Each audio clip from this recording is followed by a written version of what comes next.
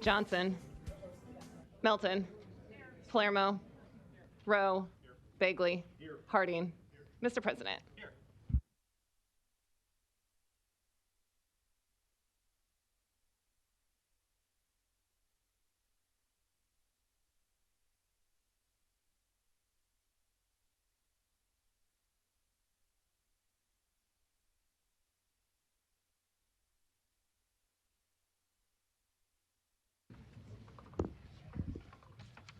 Couple of things I want to recognize today. Number one is it's National Vietnam War Veterans Day. So a shout out to all the Vietnam veterans for the service to our country. And all veterans in general, of course, for their service. And also, March is National Social Worker Month, and I would like to recognize the dignity of the work that social workers do for everybody in their lives. It's an unsung heroes profession, so I want to recognize them today. And that was recognized in 1984. It was introduced by some Democratic senators and signed into law by Ronald Reagan as president. So that's my comments for today. Welcome.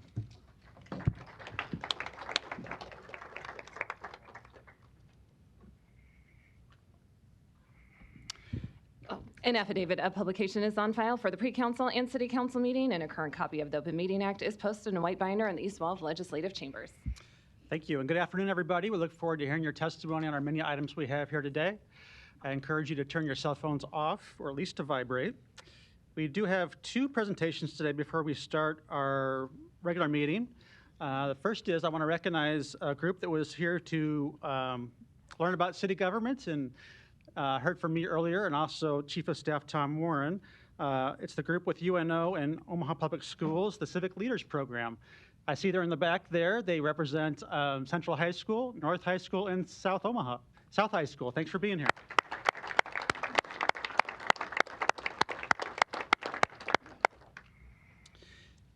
And our second presentation is something we're very proud about.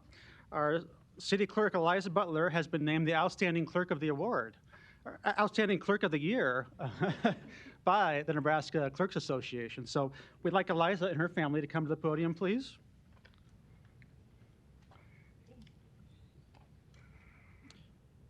She's here with her husband, Jim, and Charlie and Wesley. And I think friends Jasmine and Eric are here too. Might be. All right. Maybe.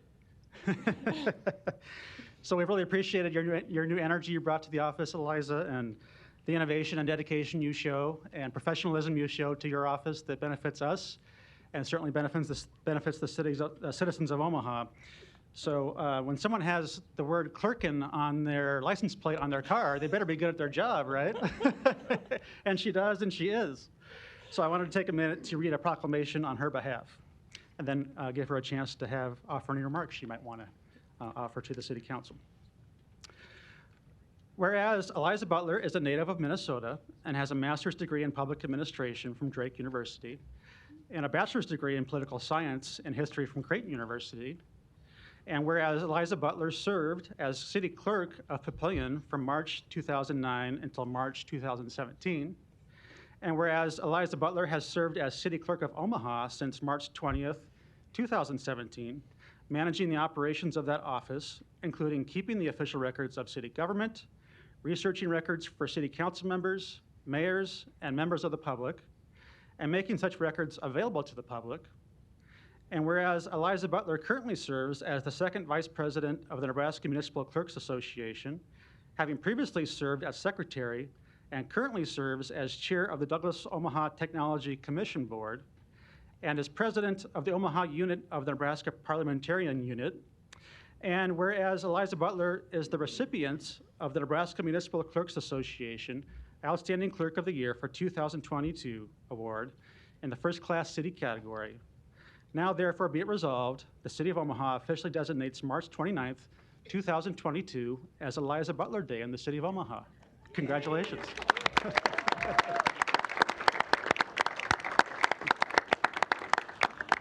And the floor is yours. All right. Unless does that require a second, or? I just want to say thank you. It's an honor to get this award and be recognized here today. I want to thank council for your support throughout the years. I love working for all of you. I also want to recognize my amazing staff. They're so dedicated and hardworking, and I appreciate everything that you do. Just thank you. This is absolutely wonderful. Thanks.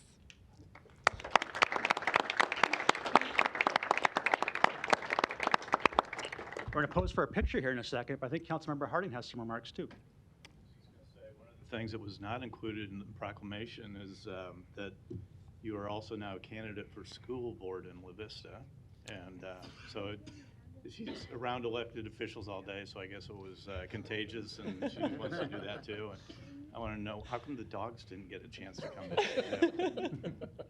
Congratulations, Liza. Thank you. We appreciate your hard work, and it's evident that your dedication to the city of Omaha and all the boards and commissions that you help with too is evident through your work. So we do appreciate that. Thank you. Thank you. And if I could ask council members to come across to the front of the podium, we're going to take a quick picture with her.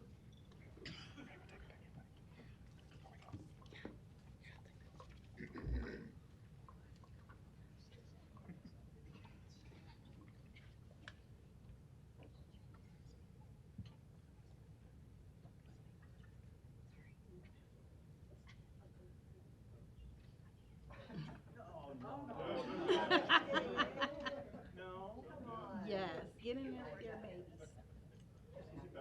All right, scoot in a little more for me, Danny. Okay, there we go, beautiful. All right.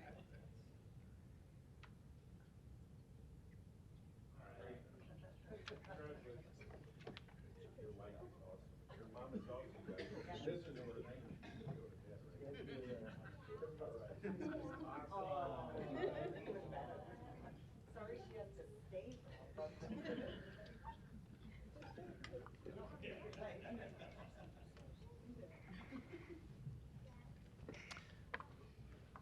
I think we're going to excuse Eliza just for a minute, and we'll have our deputy clerk, Kimberly Hosing, take over for us for a minute. I also want to recognize her because at the same conference, she also is pursuing her professional degrees in this category and received what I believe is a master's in clerk certification. Yes. So we appreciate her work with us as well. Thank you.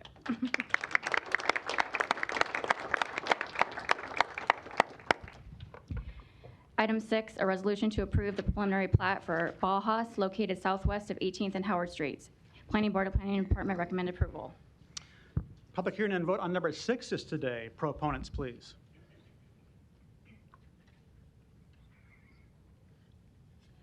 Good afternoon. My name is John Kottman with Thompson, Dreesen, and Dorner, here on behalf of the applicant and to answer any questions if you have them. Thank you. Any other proponents today? Seeing none, any opponents to number 6? Public hearing is closed. Motion approved. Roll call. Johnson. Yes. Melton. Palermo. Yes. Rowe. Bagley. Harding. Mr. President. Yes. Item 6 is approved, 7-0. Items 7 through 9 can be considered together for West Farm Replat 8, located southwest of 144th Street and Davenport Streets. Planning Board and Planning Department recommend approval. Item 7, an ordinance to approve a major amendment to a mixed-use district development agreement. Items 8 and 9, resolutions to approve the preliminary plat and final plat. Public hearing and vote on items 7, 8, and 9 are today.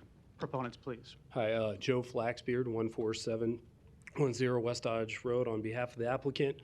It's just a minor plat that's taken one of the larger blocks of West Farm and subdividing it into 5 smaller lots to facilitate some commercial building development. I'm here to answer any questions.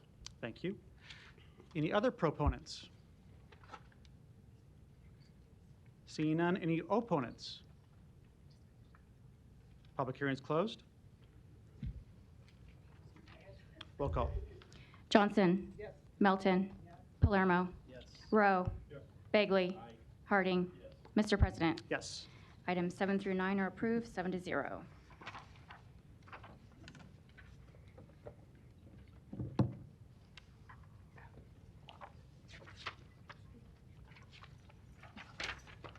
Item 10, an ordinance to rezone property located at 8288 Haskell Street from CC District and GC District to CC District. Planning Board and Planning Department recommend approval. Public hearing and vote on number 10 is today. Proponents, please. Seeing none, any opponents? Public hearing is closed. Motion approved. Roll call. Johnson. Melton. Palermo. Rowe. Bagley. Harding. Mr. President. Yes. Motion passed 7-0. Item 11, an ordinance to rezone property located at 6257 Sprague Street from R435 District to R5 District. Planning Board and Planning Department recommend approval. B is communication and opposition. Public hearing and vote on number 11 is today. Proponents, please. Seeing none, any opponents? Public hearing is closed. Roll call. Johnson. Melton. Palermo. Rowe. Bagley. Harding. Mr. President. Yes. Item 11 is approved, 7-0. Item 12, an ordinance to rezone property located at 2411 Burdette Street from R7 District and GI District to R7 District. Planning Board and Planning Department recommend approval. Public hearing and vote on number 12 is today. Proponents, please.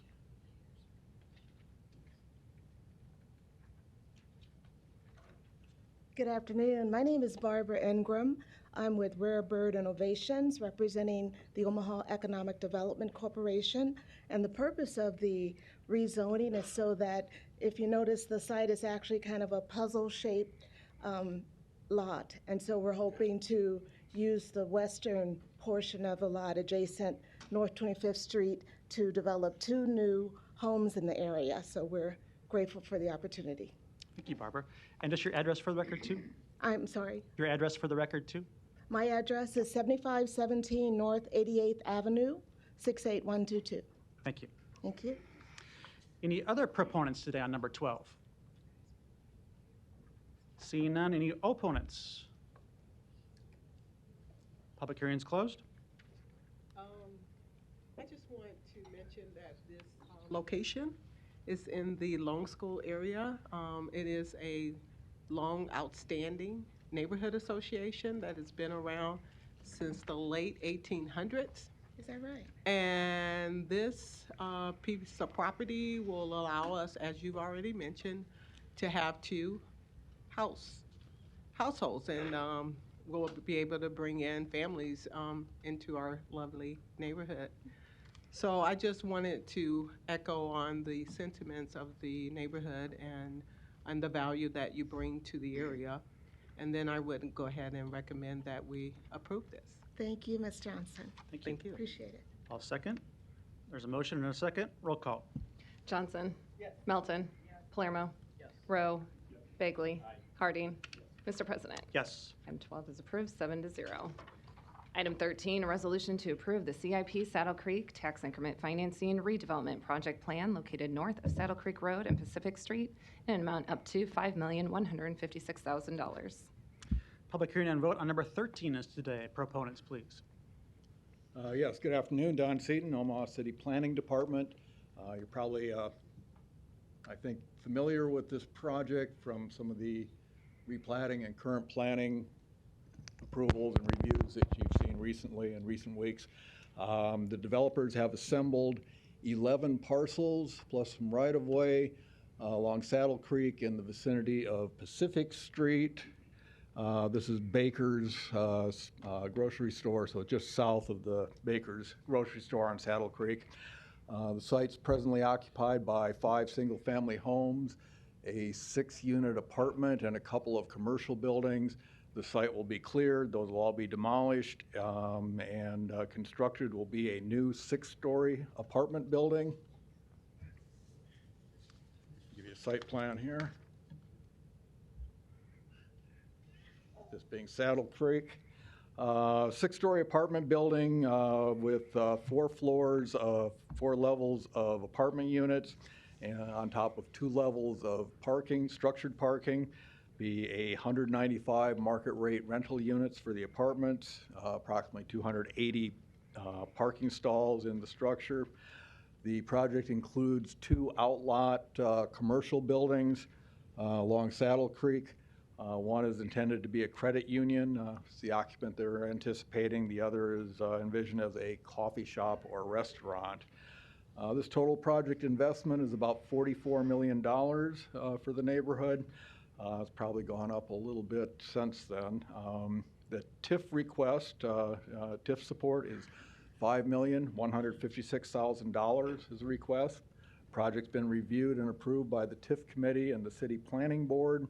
It complies with the city's master plan and meets the required criteria for the city's TIF program. And let me give you a couple of elevations as well. It's a view from the northeast. And from the neighborhood, the view from the southwest. And we ask for your approval. Thank you. Any other proponents today? Mr. Jobin. Yes, Mr. President, members of the council, Larry Jobin, 11440 West Center Road, appearing on behalf of the applicant. We're really here to answer any questions and respond to any opposition. 2 weeks ago, I know, Mr. President, you weren't here, but we had about a 2-hour discussion regarding this project. We got into all the various details of the existing conditions, the elevations, the architectural design of the development. The only thing I would point out from what Don said, it is 6 stories, but it's only on the east side of the building. You can see on the west side of the building, it's actually only 3 stories. So I have all the exhibits and everything else that we went through at the last meeting, so I won't belabor that, but I am here with whatever information, whatever questions that you might need or have regarding this particular project. Thank you. Thank you. Any other proponents today? Seeing none, any opponents? Please come down.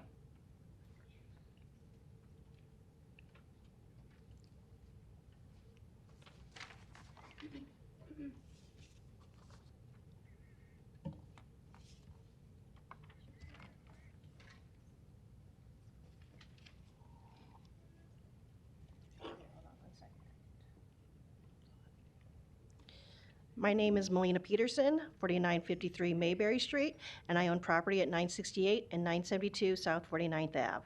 I oppose the TIF financing for the CIP Saddle Creek development for a few reasons. As Mr. Jobin stated, this is a big project. Exactly, maybe too big. Number one, the master plan is not being followed. If it were, then an amendment to the master plan would not need to be added.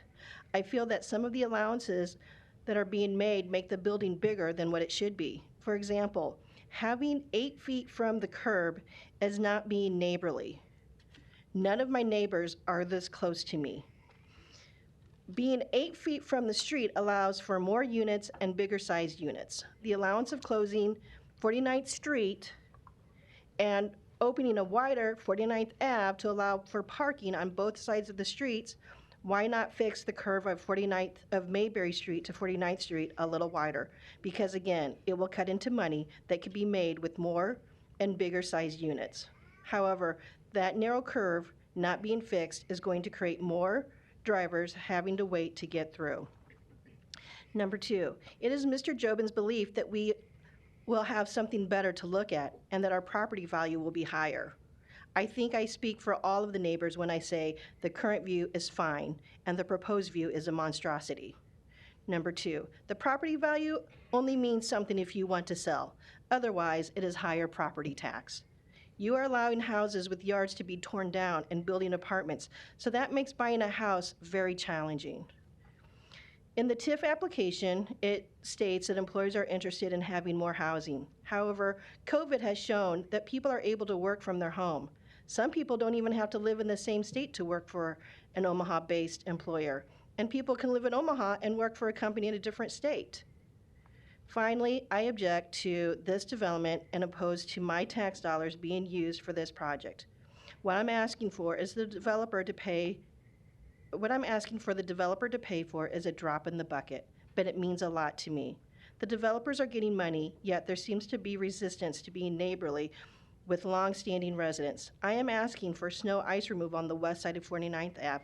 I am looking at cleaning 6 houses worth of sidewalk, a fence so that there is a clear boundary line, and trees to help with privacy and noise. The developer is getting everything they need to make money. But my question is, are you hearing or listening to your constituents? Perhaps if the master plan was being followed, the building would not be so big, nor would there be a need for TIF. What would you ask for if this was going up next to you? Thank you. Thank you. Other opponents today, please come down.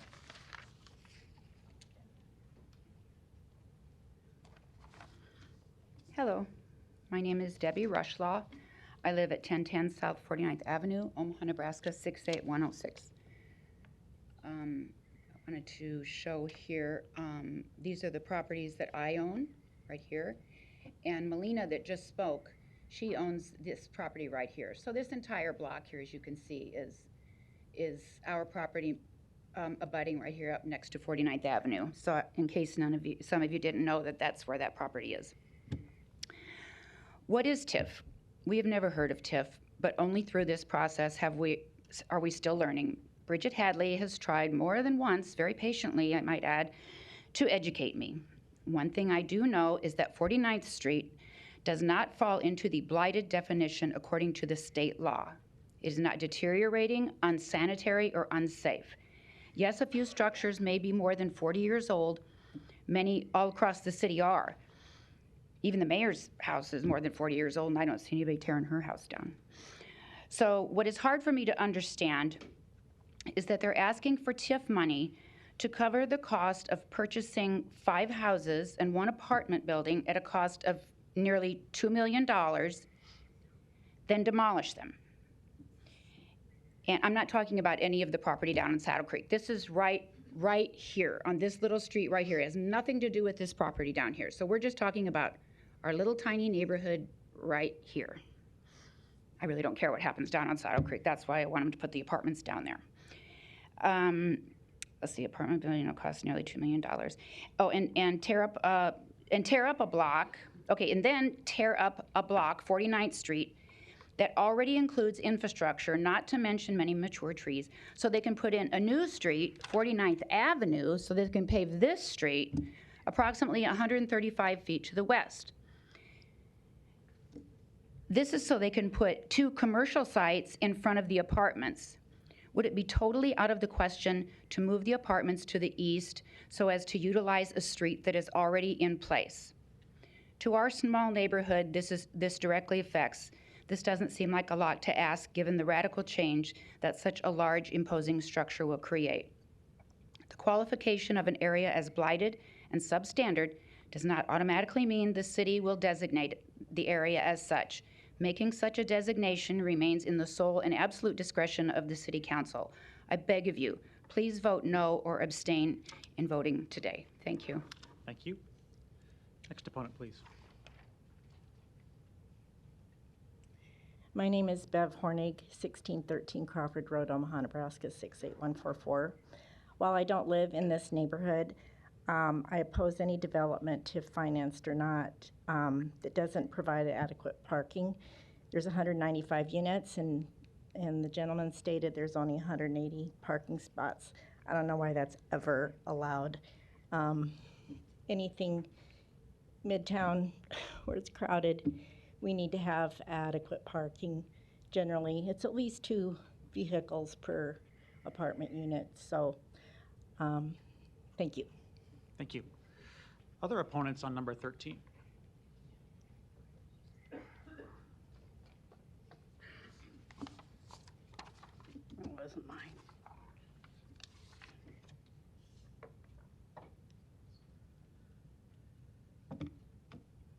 Hello, my name is Andrea Kirby. I live at 4621 North 136th Street.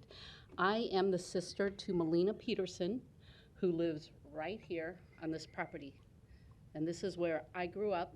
This was our family home for 60 plus years, so this is very personal to us. The main reason I am up here is to speak specifically about my sister and how this development is going to affect her. Her and Debbie, who had spoke earlier, are the only neighbors that specifically are gonna border. Here's the development, here's the new street that you guys are gonna pave, and this is my sister, and then Debbie is back here. You guys, the developer and the city are going to specifically impact my sister in a hardship way, and I don't know if you realize how much. So, Melina, let's see. First off, I'm going to just name off a couple concerns that I know you've probably brought up, but these are real, everyday things that she's going to have to deal with. People crossing from the development to her house across the street to walk dogs or go play frisbee or go play catch. Why? Because her yard, her family yard, not a park, but her family yard is maintained, it's green, and it's open. The only way she can stop this is putting a fence up. 300-foot of fence. Okay, who's gonna pay for that? Okay, the next one, right now, the street that you're putting in, it's not paved, it's gonna be paved. So when you pave that, it's gotta be a sidewalk, again, along her property line, 300 plus feet. Who has to do the snow removal? The city, the developer, my sister? These are real hard, everyday hardships. It doesn't snow just once a year. It snows several times a year, and sometimes even more than that, you know, as we all know, living in Omaha. You know, let's say a fence does go up. Let's say she gets a fence up there. But with you paving the street, this now has become a corner lot for her, which means by code, she can't put her fence back until 15 feet from her property line. So now she's got 15 feet by 300 feet outside of her fence, along the street, along the sidewalks that she has to maintain. Now, if you have a dog and you live in the apartment, you've got an inside courtyard, but would you take your dog to the inside courtyard, or would you go outside, not on Saddle Creek side, but on the west side to walk your dog, and where, you know, we all know not every dog owner is responsible enough to pick up after their dogs.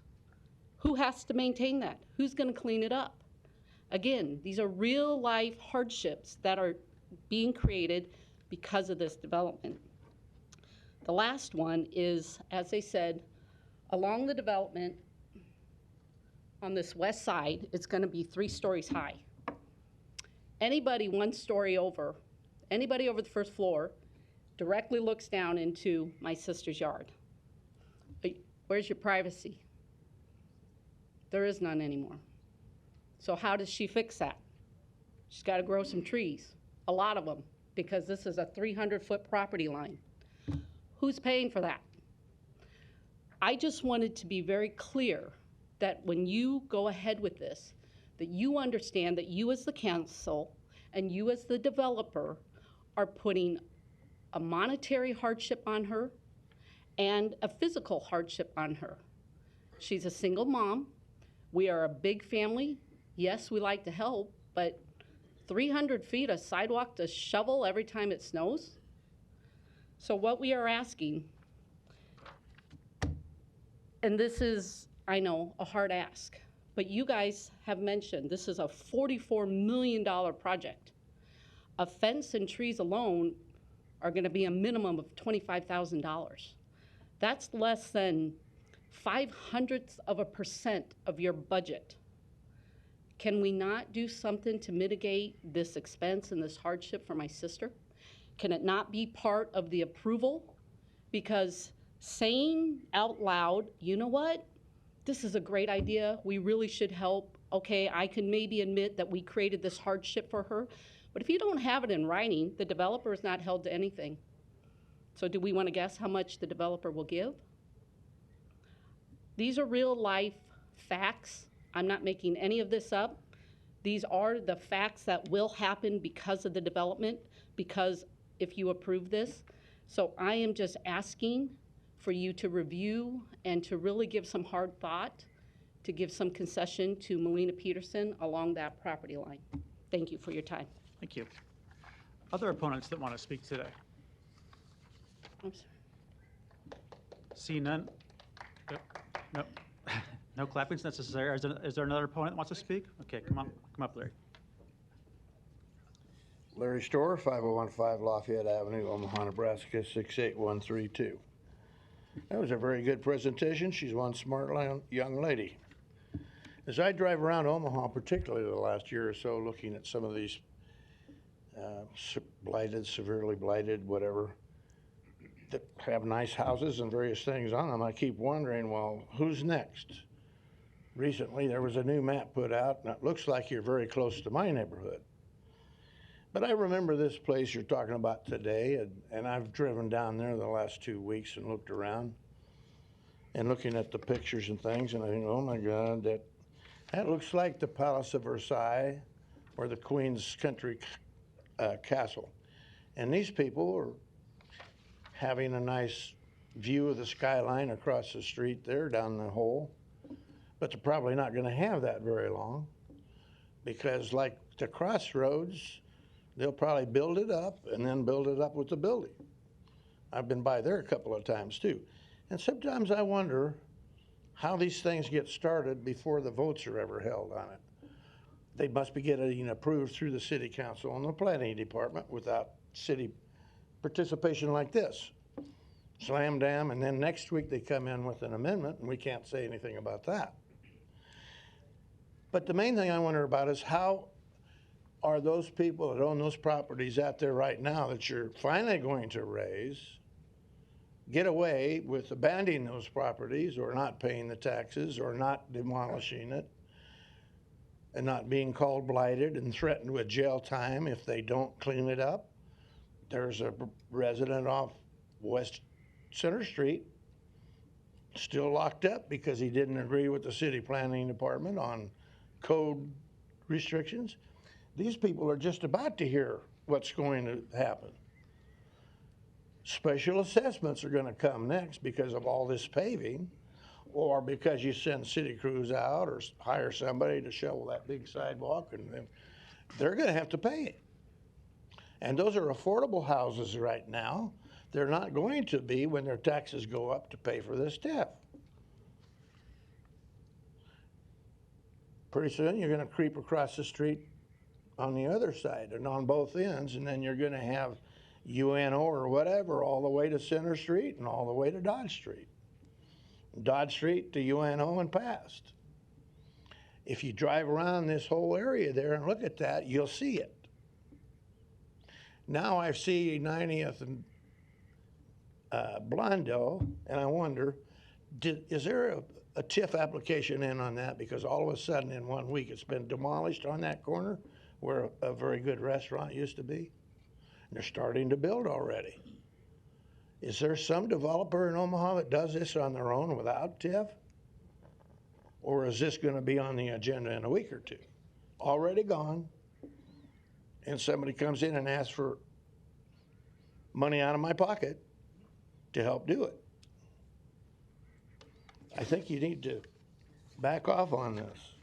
And we don't need another castle in Omaha. Let's save some of our skyline. Thank you. Thank you. Other opponents on number 13 today? Seeing none, I'll close public hearing.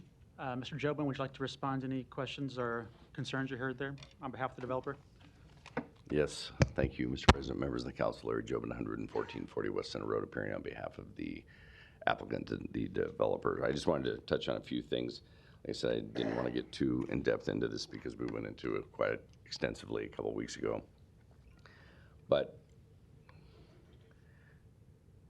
the area outlined in black is the area that we're talking about as far as the redevelopment project. This entire area is within an already blighted and substandard designated area. So it's already been through the blight and substandard study, and which then therefore allows for TIF.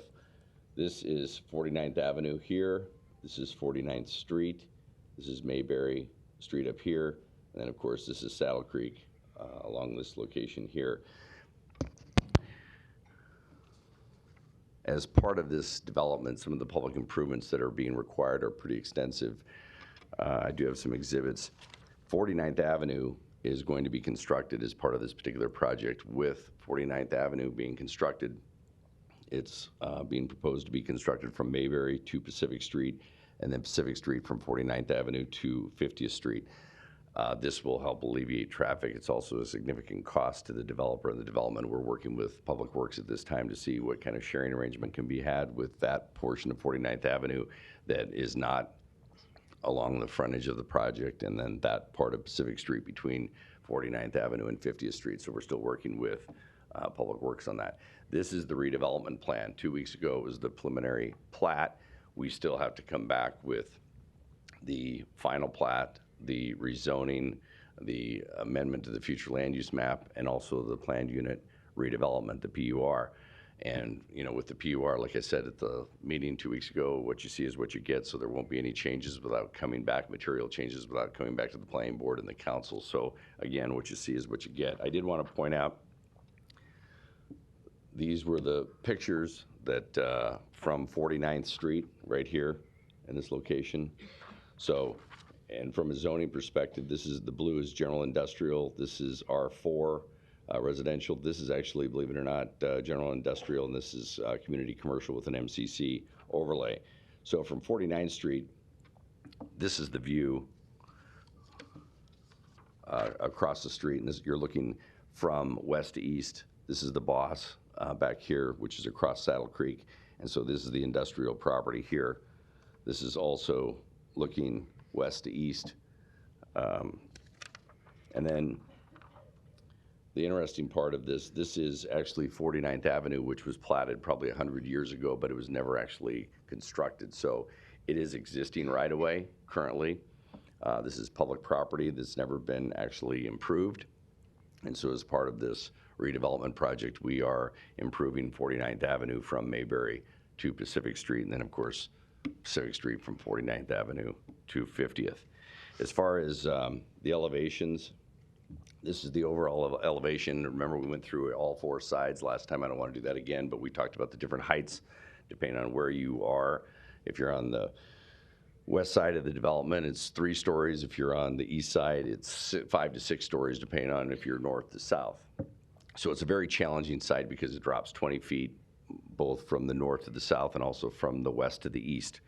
So it is a challenging site and one that it does require TIF. On the west side of the development, the developer worked very hard over the last year really with the planning staff and planning department trying to make the west side look more residential in character and feel, and that's why you have the peaked and pitched roofs. You've got the building setback. You've got separation between the 3 buildings here and the 6 buildings here and the 3 buildings at this location. The one entryway feature, which is right in the middle, is that part of the building that actually gets within the 8 feet. But that was by design. The planning department wanted us to pull the building closer to the street to make it more residential in character and more residential in feel. So I think a couple other questions. The parking that's required is 277 stalls. We're actually providing 293 stalls. 280 of those stalls are actually in the building itself. And you can see that along the east side of the building. There's an entryway into the garage at this location on the south and in this location on the east. Again, there's 2 floor plates of 140 stalls on each one of the floor plates that are all interior to the site.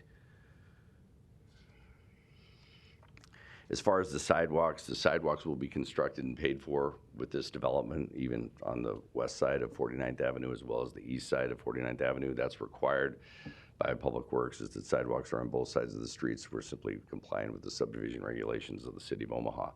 So with that, I think I hopefully addressed everything that was brought up. I have plenty of other photographs and I can go through everything that we went through a couple weeks ago. But again, this is just the redevelopment plan. What you will see coming down the road is the amendment to the future land use map, the PUR, the rezoning, the final plat, and the redevelopment agreement. I think that's the last of the approvals that you'll see on this particular project. Thank you. Thank you. Thanks for that background and those details. And I know a lot of these details were covered a couple weeks ago, and I think a couple hours worth of testimony at that time. The one thing that is new today is the tax increment financing portion of this. So Mr. Seaton, if you wouldn't mind coming up and just addressing that real quick, a question, the question being, does this area clearly qualify and did it meet the but-for test? Yes, the area was designated a number of years ago as CRA. That's a community redevelopment area. So the question of whether it's blighted or not is kind of a moot question. That decision's already been made. The designation as a community redevelopment area has already been established by the city council. The area is formally designated that way.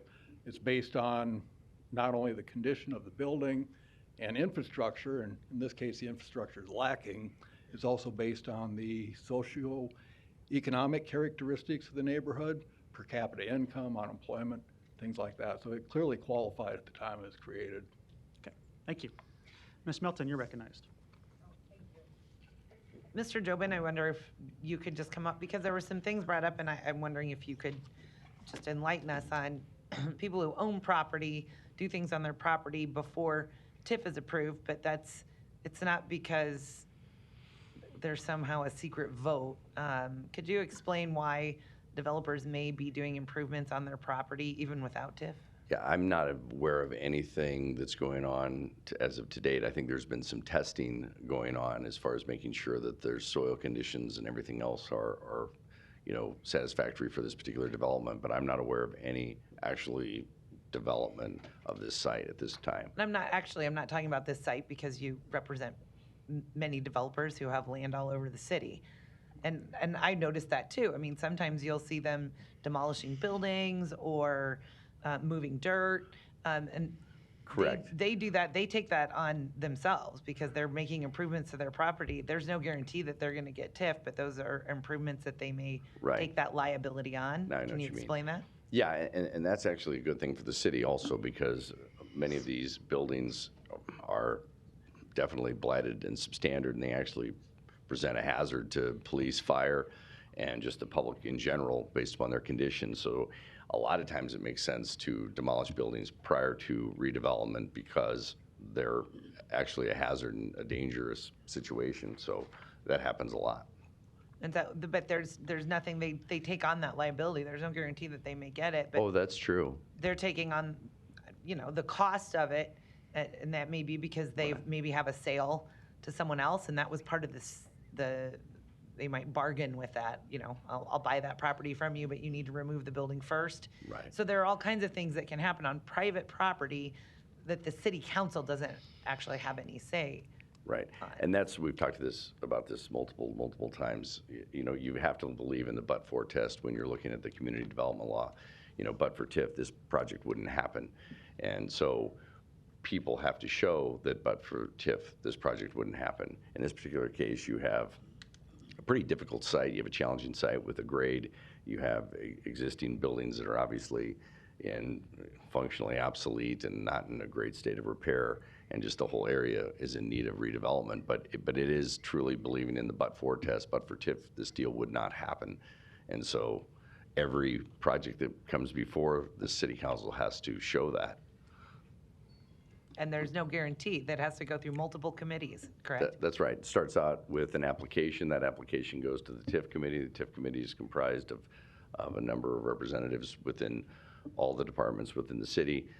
They make a recommendation to the planning department. The planning department makes a recommendation to the planning board. The planning board actually made a recommendation to this council, and that's kind of where we are today on the redevelopment plan itself.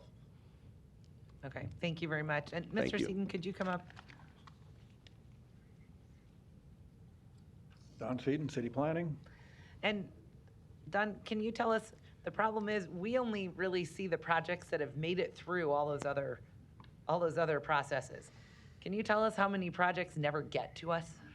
We have a lot of pre-application meetings where people are interested in TIF, and in some cases we actively discourage them. They may be outside of a blighted and CRA area, and we tell them, look, you're not eligible for TIF, and the status of the area doesn't look good for designating it as a community redevelopment area. I can't give you numbers, but there are a number of projects, potential projects come through that do not end up going through the entire process for TIF because they just really don't cut it. And they don't pass the but-for test, isn't that right? Correct. They need to show that without TIF, not be a reasonable return on their investment. So we look at 3 years of cash flow, their pro forma for the project, and do a financial evaluation of the structure of the development deal. And if they can't make their payments, they do this development. I know we've been here before, but we have a lot of people here. The city taxpayers are not on the hook if the project goes on. That is correct. All the risk is taken by the developer. TIF is not. Well, I guess in their banker maybe. Correct, or banker. They're investors. Okay. That too, the financer. TIF is not an account full of city money that the city gives to a developer. TIF money is new tax money that's generated by the project itself. If the project didn't exist, the tax money, the TIF money for it would not exist. And in a case like this, we're getting lots of public infrastructure and public improvements that the city doesn't have to pay for. But it's a good deal. And they'll still be, this developer will still be paying the same amount of property tax dollars to the county, so we don't see any kind of reduction in property tax collection. That is correct. Property taxes are being paid on the value of those 11 parcels now. That same value will be locked in place, and those taxes will be continue to be paid. Okay, thank you for clarifying that. Certainly. Thank you. Mr. Bagley, you're recognized. Thanks, Mr. President. Mr. Jobin, quick question for you. There's still a process where you can negotiate with the property owners that are there now, that many that are here today, on things that you can try to do to work with them on this before it's all done. Is that correct? Yes, I mean, this is, again, 2 weeks ago was preliminary plat. Right. This is the redevelopment plan. I think I said 2 weeks ago that we'd be happy to talk about landscaping, maybe some kind of an allowance on their side of the street for landscaping, and we're willing to do that. I think I mentioned that a fence, first of all, I think she was talking about a 10-foot fence, which isn't even allowed by code, but we don't think a fence is attractive for our side of the street either. So if they want to put up a fence, they can, but we don't think, we think that the way this development has been designed, pulling it up to the street, making it residential in feel and in character, it actually fits more in the fabric of the neighborhood without some giant fence extending 300 feet on the west side of 49th Avenue. So we're not interested in paying for a fence because we don't think that would be attractive, obviously, but we're willing to talk to them about some kind of a landscaping allowance where they can, take whatever money, as opposed to us planting the trees, they can pick and choose what they want to do. So we're still willing to talk to them about that, and that's both on the north side of the project off of Mayberry and also along 49th Avenue. Okay, and I know that sidewalk that Ms.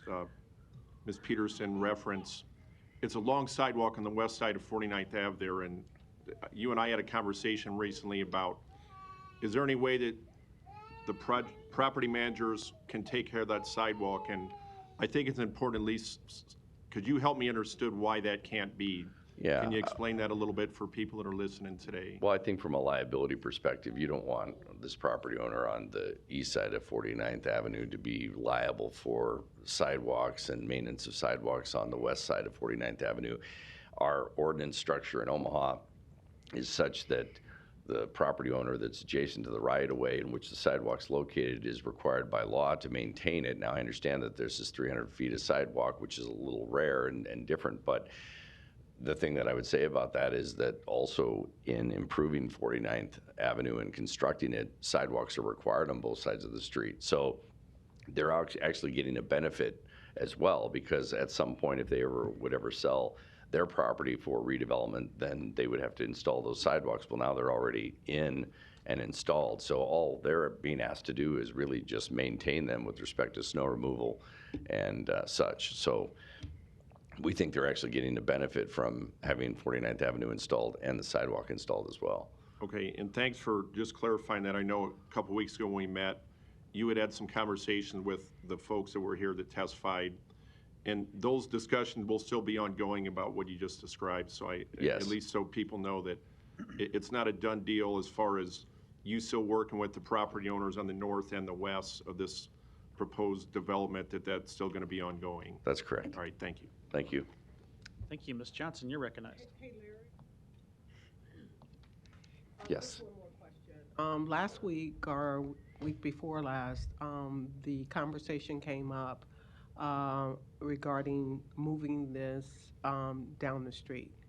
there was some conversation that this location wasn't conducive, or the neighbors had some concern about the location and that it could just be altered further down the street.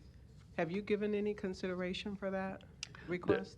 I don't really believe there's any opportunity to move it down the street. I mean, I think what they were talking about potentially is moving it closer to Saddle Creek, but that's really the major commercial corridor overlay district. I mean, that's what's going to be the commercial property that makes the most sense to have the commercial uses along Saddle Creek and have the more, I mean, this is a multifamily residential housing project, so it is residential in nature and character. So it being across the street from residential uses is much more compatible than having, say, the commercial uses next to them. So I think it's a much better situation to have this was the plat, if you recall.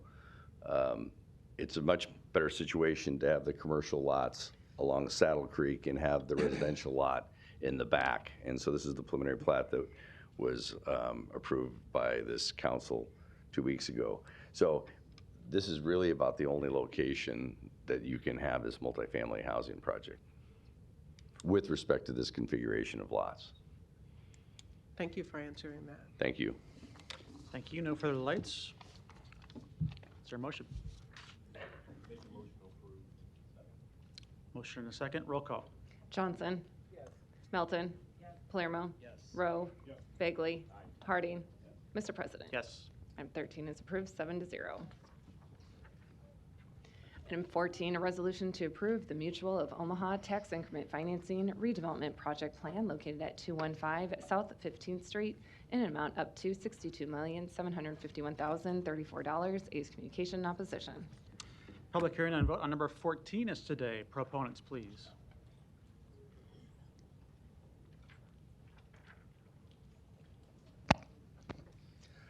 Good afternoon, Mr. President, members of the council. Kevin Anderson, City Mayor's Office, Deputy Chief of Staff for Economic Development. Here today as a proponent and ask for your support for an extremely exciting opportunity to accomplish a number of things that are laid out in some very publicly known and announced plans and planning processes. And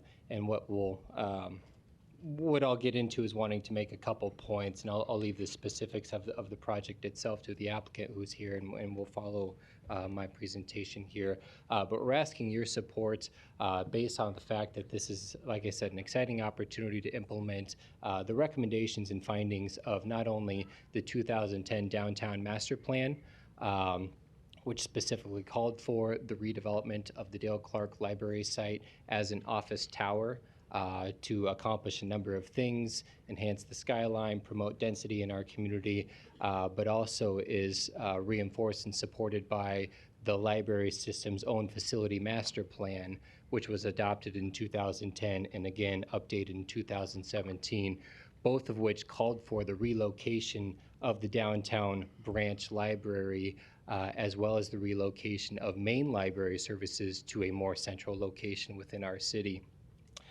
Both of those plans called the current Dale Clark Library site as outdated, inefficient, and ineffective as a downtown branch.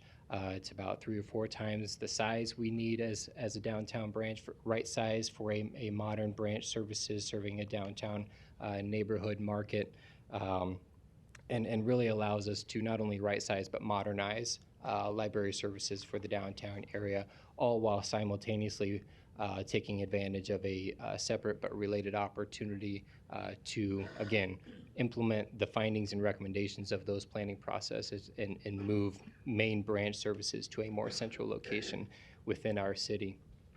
So again, this is an opportunity to advance those planning processes and the recommendations that came out of very public processes in incorporating and leading towards the findings and recommendations of those 2 plans and their subsequent updates.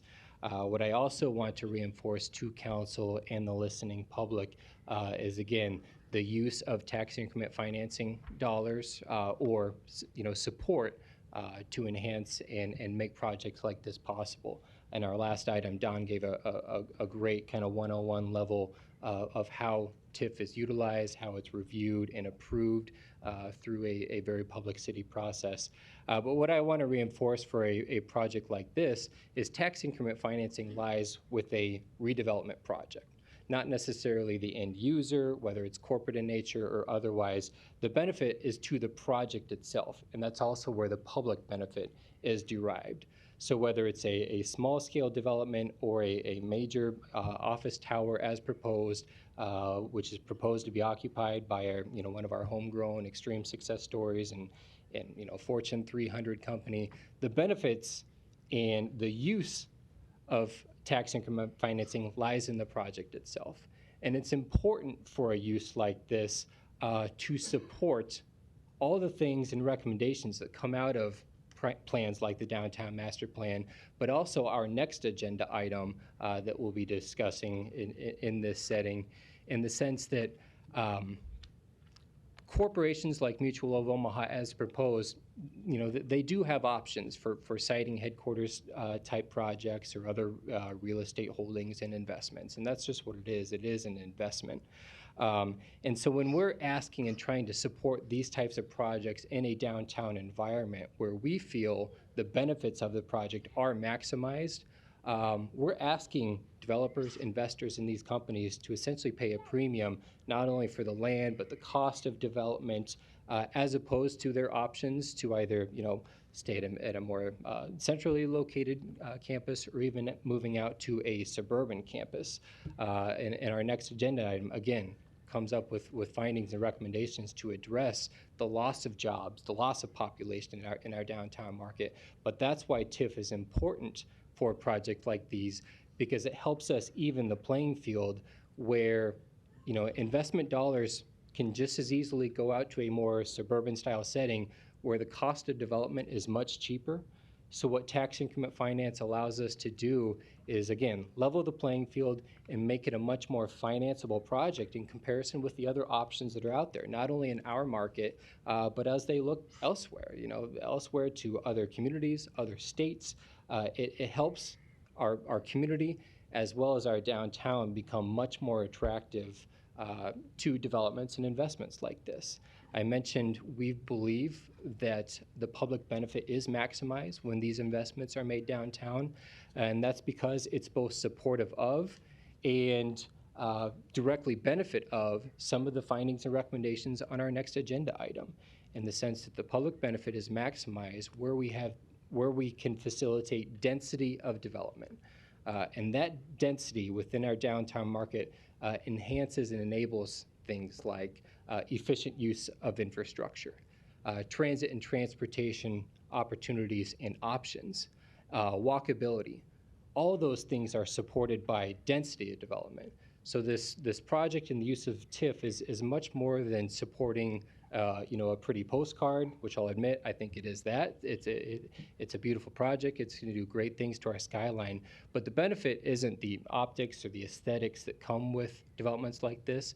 The benefit lies with the density and what it does to our downtown market, where we do have services like transit, where they are focused and where we can serve the greater community, because that's where our transit and transportation infrastructure lies. So we can support North and South Omaha as well as West Omaha, because the infrastructure is laid out to facilitate those transportation options or other infrastructure options within our downtown market.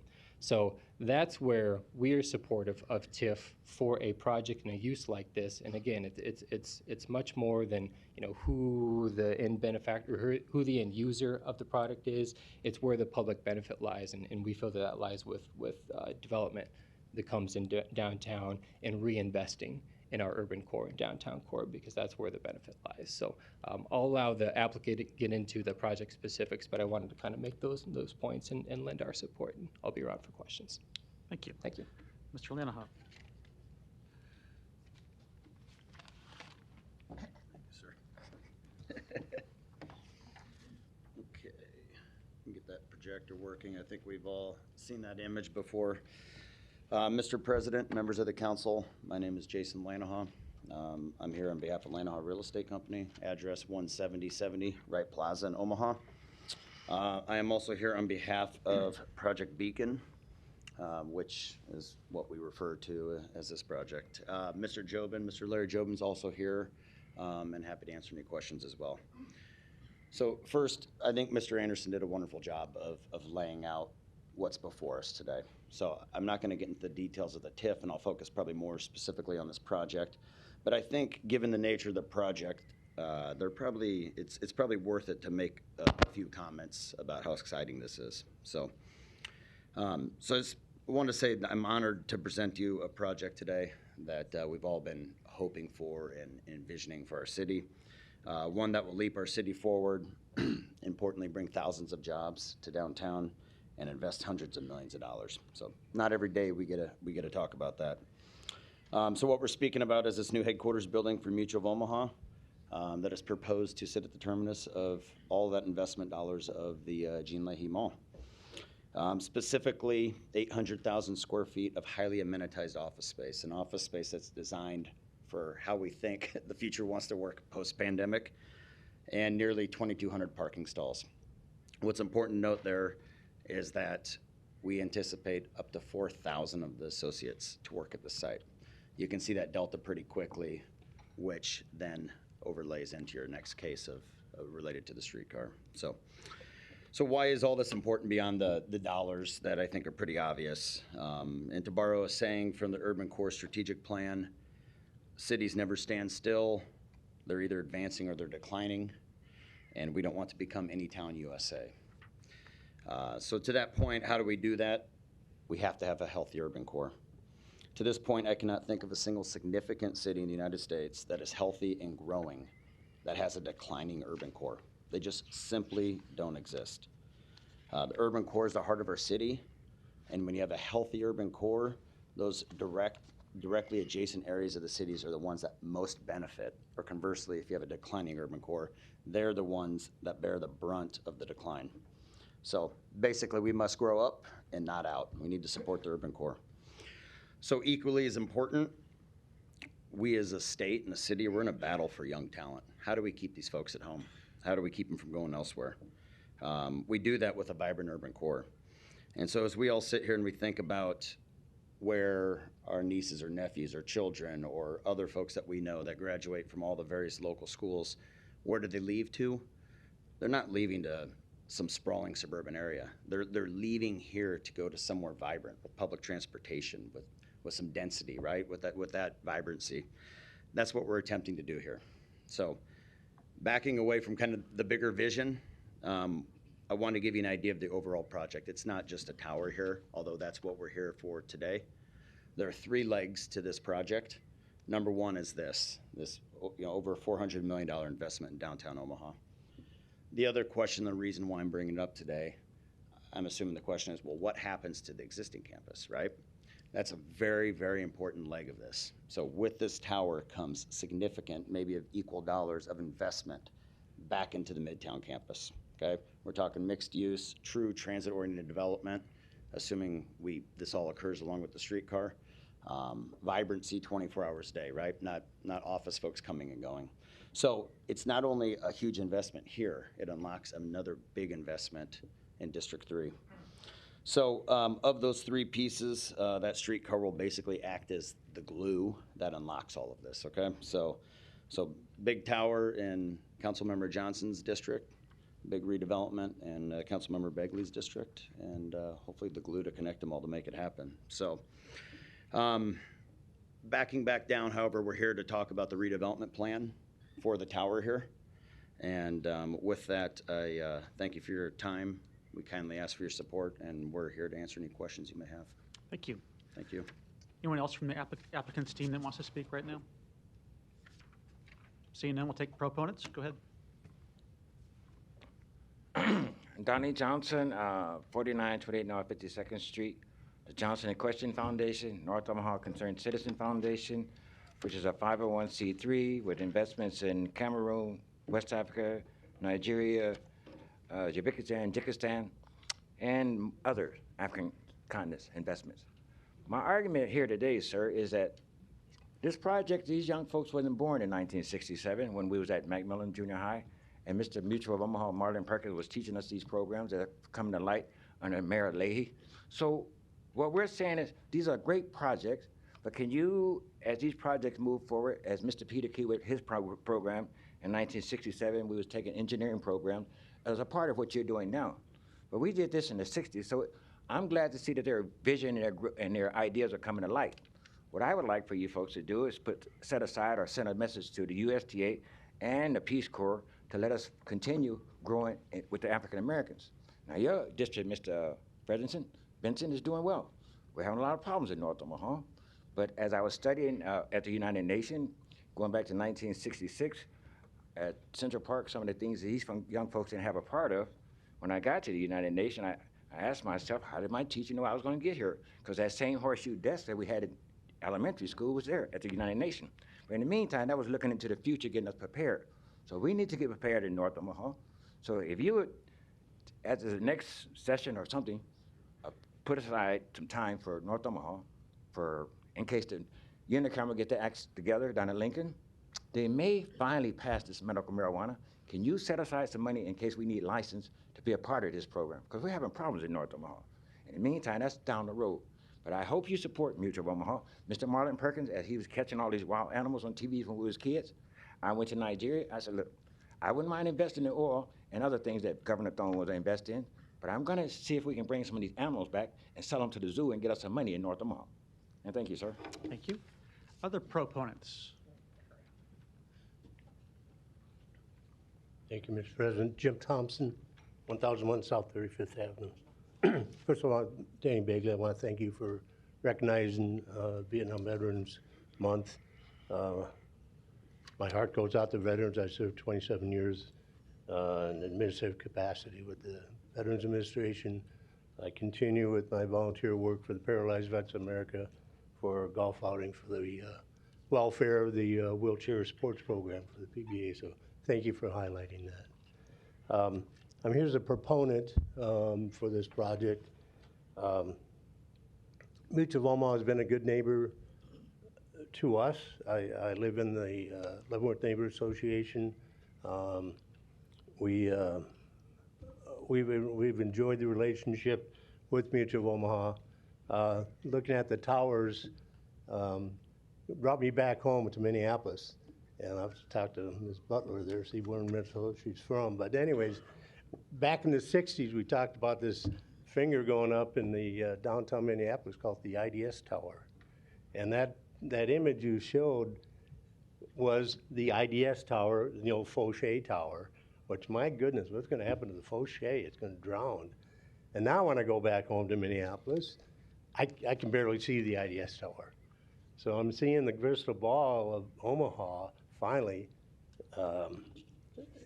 having some activity downtown that it's taken a while. I always compared Omaha with Minneapolis, including the structure of the city being the river between two cities, Mississippi up there.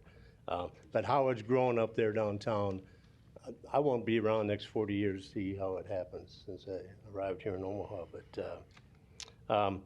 I was on Destination Midtown Committee with folks as an individual of the Neighborhood Association, not as a Mutual of Omaha, not as Creighton University at the time, Med Center, I should say.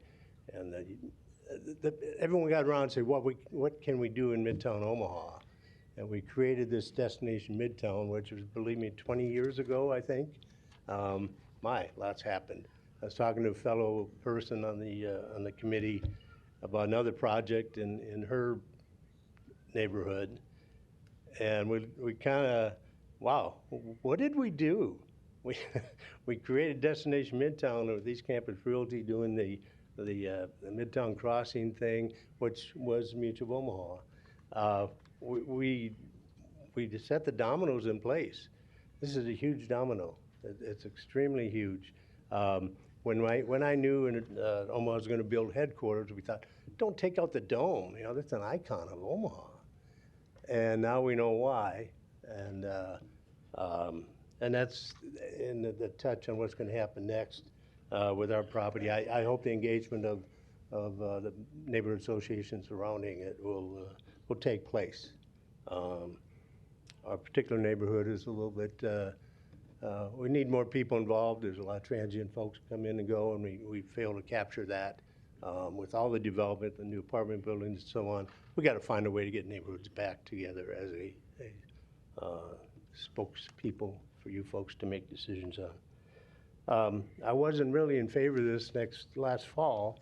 I had my eye on the Dale Clark Library for the College Baseball Hall of Fame.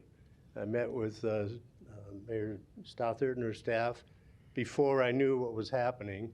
I said, I want that building reserved for the Baseball College Hall of Fame. And now I know why when she told me it won't be there. And that's fine.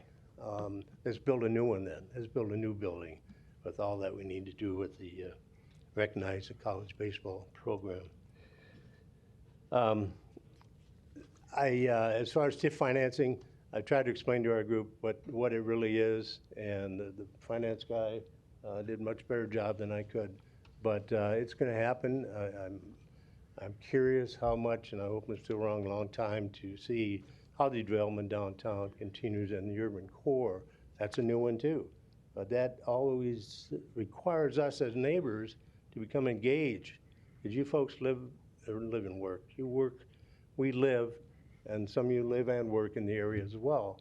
But that's our lesson to say, we want something to happen. Streetcar is coming right through my neighborhood, a few blocks away. Let's get together, folks. And we need to do that as neighborhood associations to find out how we can contribute. And I hope we can contribute positively to that project and this project. Library, that'll get built. Whether it's going to be built, it's not my decision. I think it'll be vetted out significantly. We've already made progress on what's going to happen temporarily. I'm hoping the new home will provide library services Omaha needs. I'll be available for any questions if you want. Thank you. Thank you. Any other proponents on number 14? Seeing none, any opponents? I know we do have one opponent by Zoom that we'll get to after those that are here speak. It's okay for me to start then? Yes. My name's Andrew Sullivan, 7748 Western Avenue. And I want everyone to know, I think what Mutual Omaha has done for our community is great, and I like the plan, generally like some of the plans on it.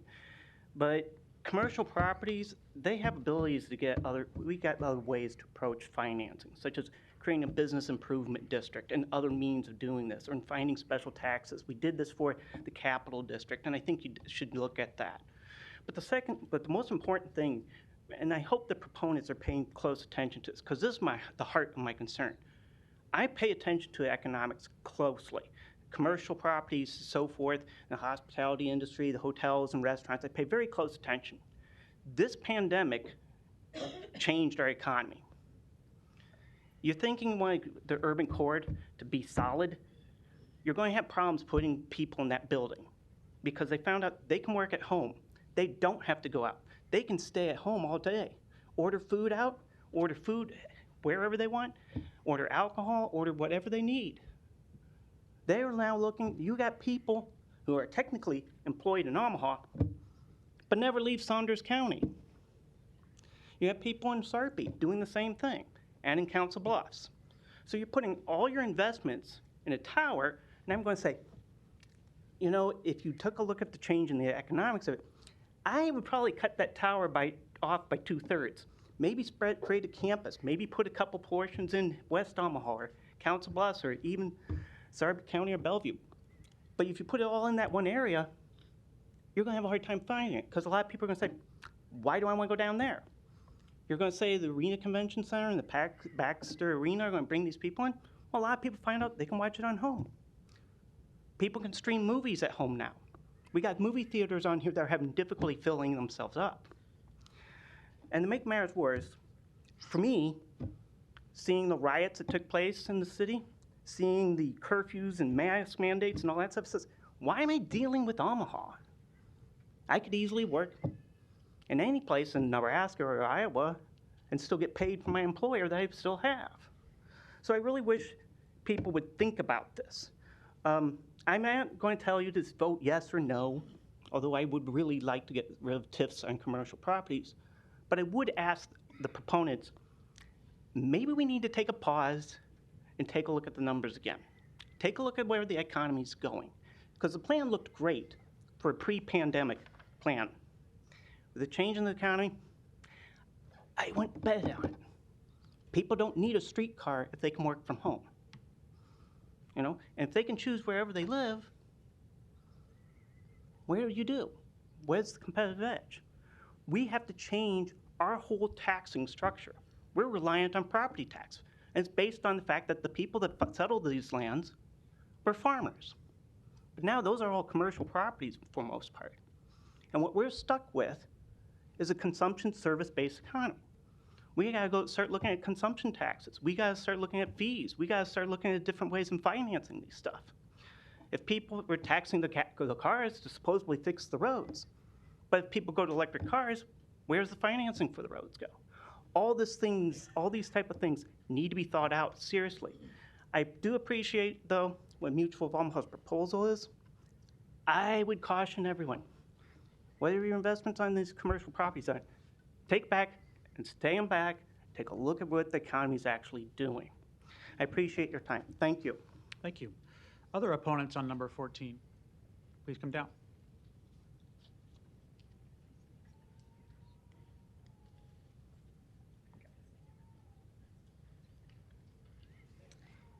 Beverly Hornig, 1613 Crawford Road, Omaha, Nebraska, 68144. I'm totally opposed to any TIF financing for this mutual project. I feel like in Omaha we have a big problem where the public needs to be more aware of when the TIF committee meets, the planning board meets, the appointment of the planning board. Maybe that all needs to be changed because I feel like there's an awful lot of people in Omaha that feel like the everyday taxpayers being taken advantage of. Everything happens because of tax money. And I feel like the public needs more input into what happens with this TIF financing and what the planning board does. I maybe am ignorant, but I just looked up recently and found out the whole entire planning board is appointed by the mayor, so no wonder it's a rubber stamp for everything. When this whole project was announced, or the ideas were announced, Mayor Stothard herself stated there were 6 businesses or companies interested in this library property. If there was that much demand, why would TIF financing be needed? I am totally opposed to TIF financing for this. And I just think it's developers taking advantage, or there wouldn't be such a demand for everybody wanting TIF for this and everything. Thank you. Thank you. Any other opponents here today?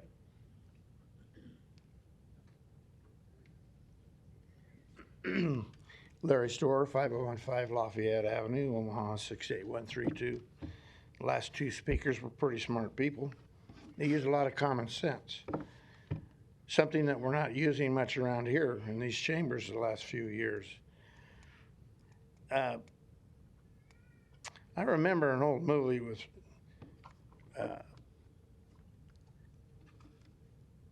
based on Meredith Willson, who was a musician, and he had a marching band over in Iowa. And they had a little tune called Right Here in River City in order to sell some things that he wanted to sell. He was very good at it, and he had the whole town marching to the tune.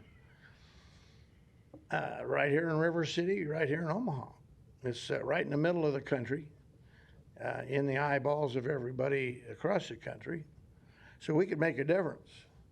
But something she just said was, gee, if there's all this demand, then why, with the basic tenet of TIF is, well, it wouldn't get built for any other reason. If there's so much demand, then why don't they pay for it instead of me? Now, we've got two railroads. The Burlington Railroad doesn't get much notice around here. It's always the UP. But we could have rail cars on box flat cars. We could have box cars. We could turn those into affordable housing and movable bars and restaurants. We could have parades in the street. We could have them on lots of barges. They're right on the riverfront. People can come down and dance on the barge or dance in the street and carry their drinks with them to the next barge or whatever. But we don't have to build a tower for people to look at each other from one tower to the other or whatever. The skyline of Omaha is disappearing, so there's nothing to look at there except Iowa. You can't see the rest of Omaha. But I could, I'm 78. I don't need all this entertainment and bus routes here and bus routes clear to Council Bluffs, the hills, and maybe to Fremont. I don't need to be entertained all day long every day. And I enjoy driving my own vehicle. This is just quite ridiculous, and I think you need your marching band in order to sell this. Because we don't want to be an all-engrossing entertainment district, and that's what this is all about. Yes, the gentleman before her mentioned the effects of COVID. It's changed our entire country. It's changed our entire thinking. This probably has to get changed too, or it's going to go flat out down the river. Thank you. Thank you. Any other opponents here today?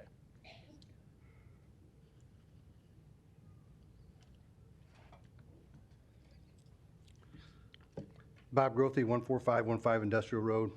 I'm the business manager, financial secretary, treasurer of Ironworkers Local 21.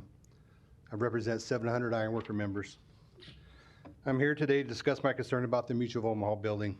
This building will be a monumental building that will be seen by many people throughout our region.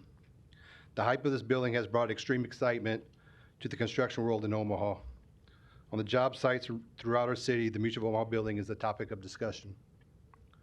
A lot of building trades people have high hopes to be able to work on this project. The pride that it would bring to the local construction workers who said they contributed to such a remarkable project would be indescribable. My fear is that this project will not be built by a local workforce. There are projects being built in this city using out-of-state contractors that use out-of-state workers. An example would be the Applied Underwriters Headquarters on the Boys Town land development. That project is being erected by a company out of Denver, Colorado, using mostly out-of-state workers. I believe granting TIF funding should provide jobs to the community, including construction jobs.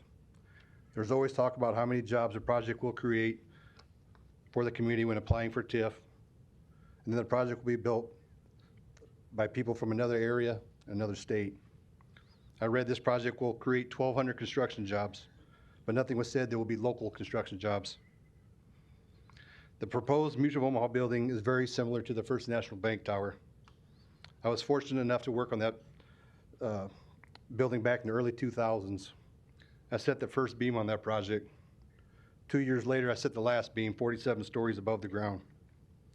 I've worked on many projects in my 27 years as an iron worker. That tower stands out above the rest for me. Every time I see it, it brings back great memories. When my son was 5 years old, we were driving by the First National Bank Tower. I pointed out the window, I said, Gage, that's my son's name, Gage. I said, you see that building? I built that. He replied in his 5-year-old voice, he says, you did? All by yourself? And I got in a bad situation there. Do I lie to my 5-year-old or do I tell him the truth? You said yes. So I said, of course I did. It was easy. I built it all by myself. So every time after that, when Gage seen the tower, he would point and say, there's your building, Dad. There's your building, Dad, like I owned it. My son is almost 14 now. The other day we were heading down to the convention center. Gage looked out the car window, pointing at the First National Bank Tower. Now he's going to be the funny teenager. Kind of rolled his eyes. He said, Dad, there's your building, the one you built all by yourself. Just trying to be a funny guy. One day I hope to have grandchildren. You never know what life may bring. I may not be around to experience a grandchild. I do know if my son has a child, One day he will be driving downtown Omaha, and he will point at the First National Bank Tower and tell his child, "You see that building? Your grandpa built that all by himself." This Mutual of Omaha building can bring these types of experiences to many local construction workers. Our local building trade workers wants to build this. We are excited for the opportunity to tell our children, we built that. If the Mutual of Omaha building is built by workers from another area, it will only be remembered as the building that received TIF funding that was built by workers outside of our community. It would be a sad day if a local construction worker driving in downtown Omaha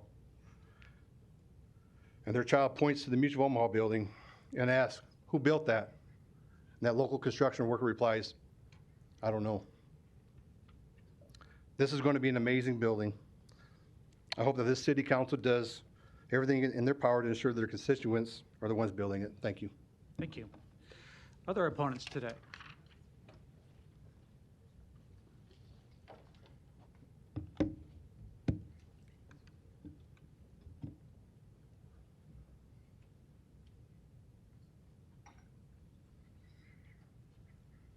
Just a reminder too, I know we had a cell phone go off there. Please check your cell phones and have them be turned off or to mute.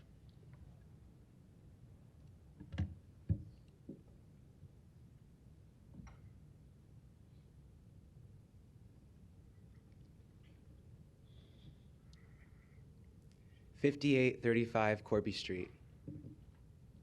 My name is DeJuan Lamont Hayes. I'm born and raised here in Omaha, Nebraska.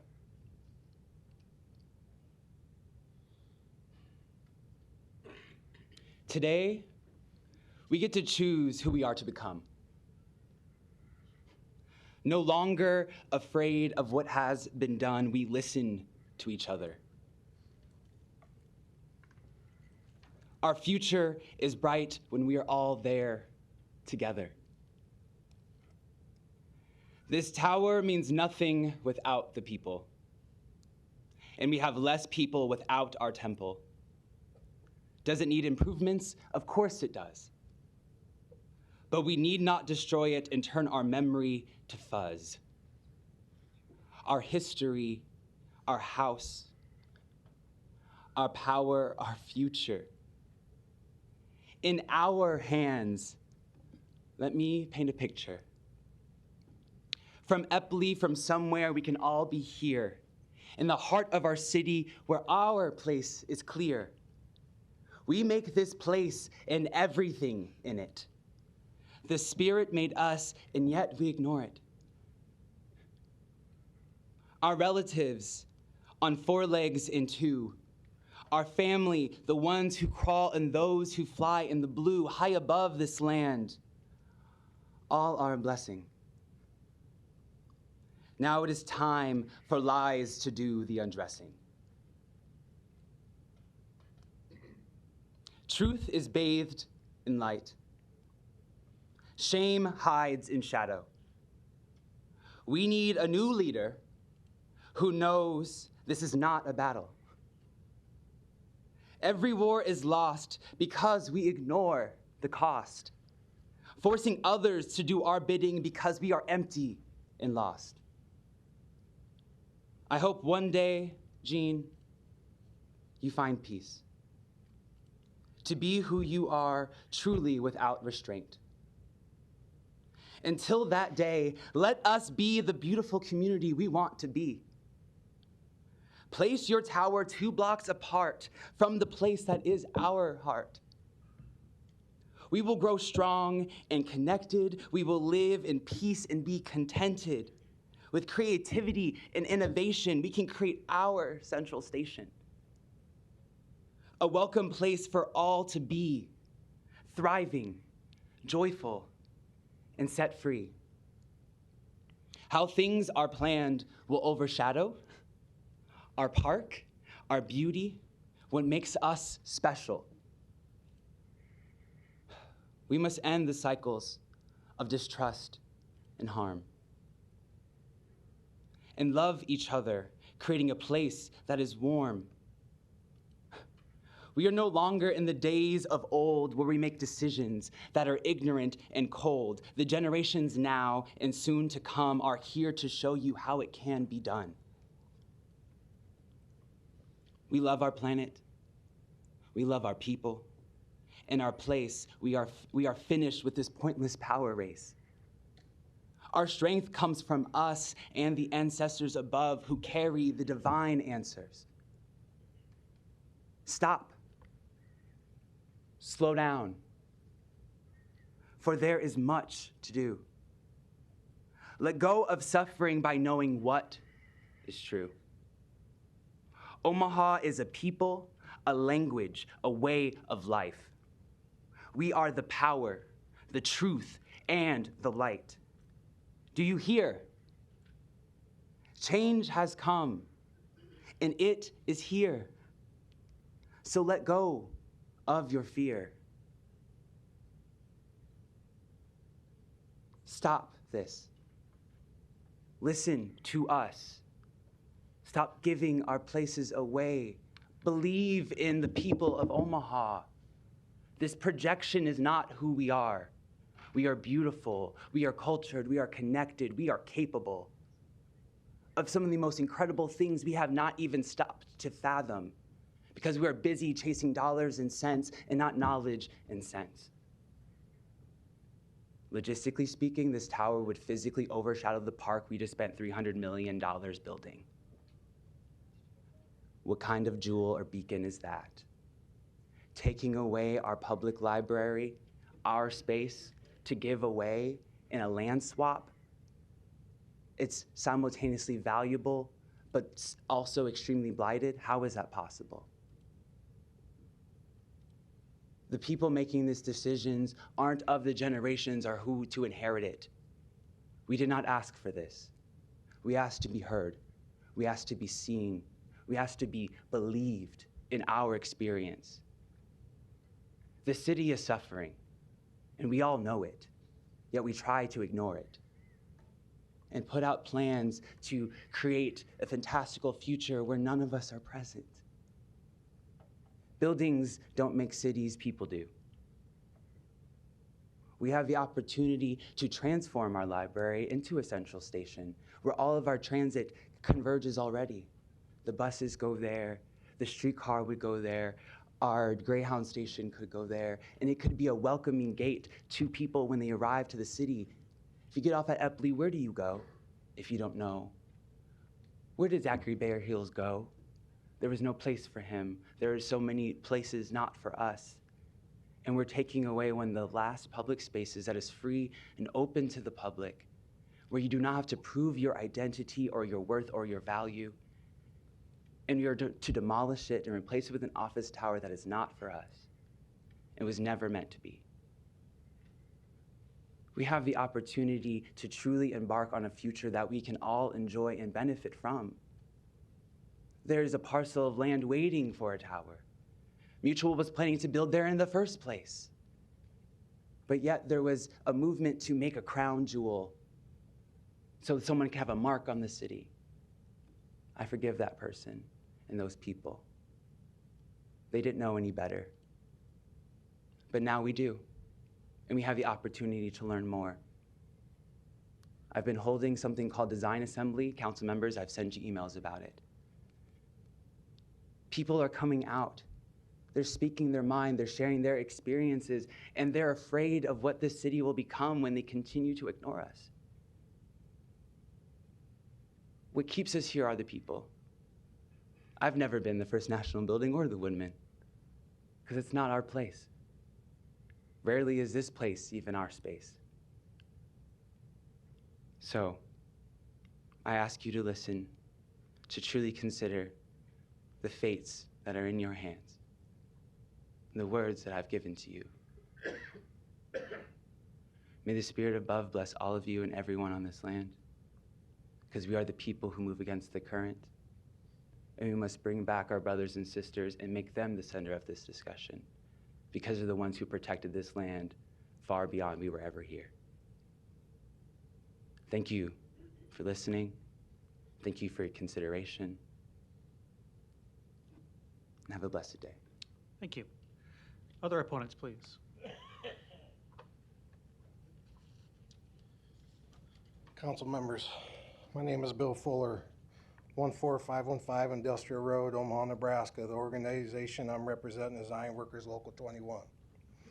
First of all, I want to thank all the council members for what you do for the city of Omaha and the state of Nebraska. I know you have a tough job.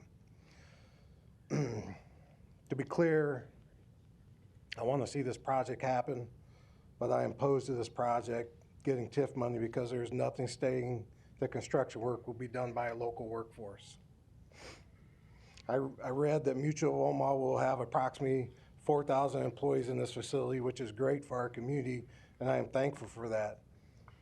But we are are we going to forget about the 1,200 construction workers who will be building this project for 3 years?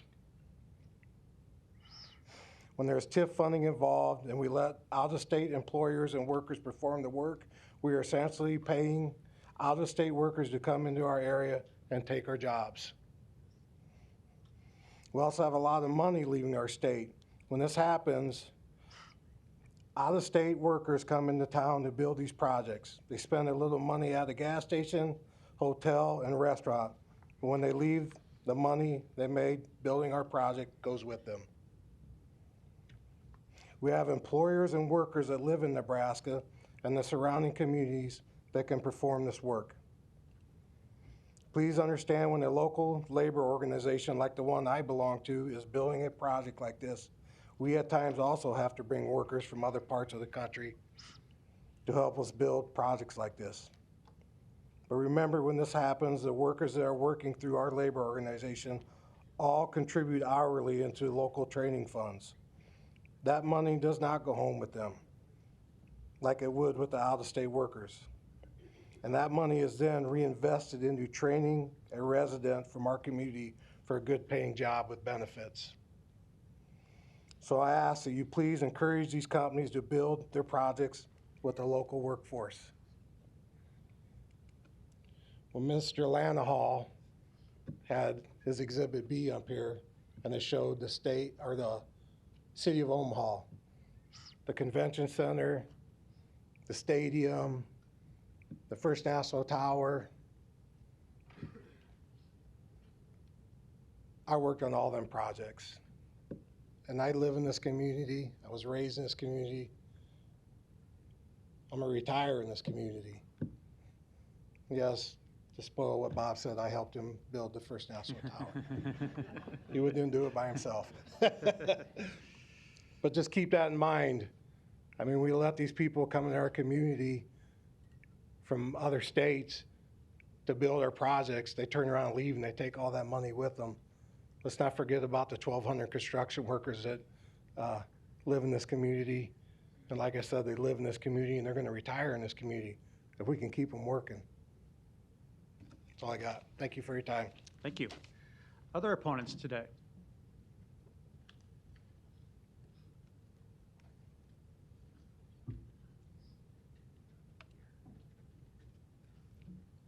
Hi everyone, my name is Yuanjun Chen and my address is 6923rd Oak Plaza. I'm an international student from China and I'm speaking up because I care about my friends who live here. And so as you know, China has a lot of skyscraper with industrialized cities currently at the moment. But with all those skyscrapers going up, we have seen a lot of traditional architecture getting demolished. And going back to the library, I've learned that the old post office in downtown was demolished in 1950s. And I've been hearing a lot saying like, we care about better future, we care about better Omaha, something. Think about if the old post office, if they still exist, it will be a tourist attraction. And that's gonna bring people coming to Omaha. And what a skyscraper is gonna do? It's gonna bring workers down to the cities, of course, yes, and that's good. Why don't we build it 2 blocks away or somewhere else?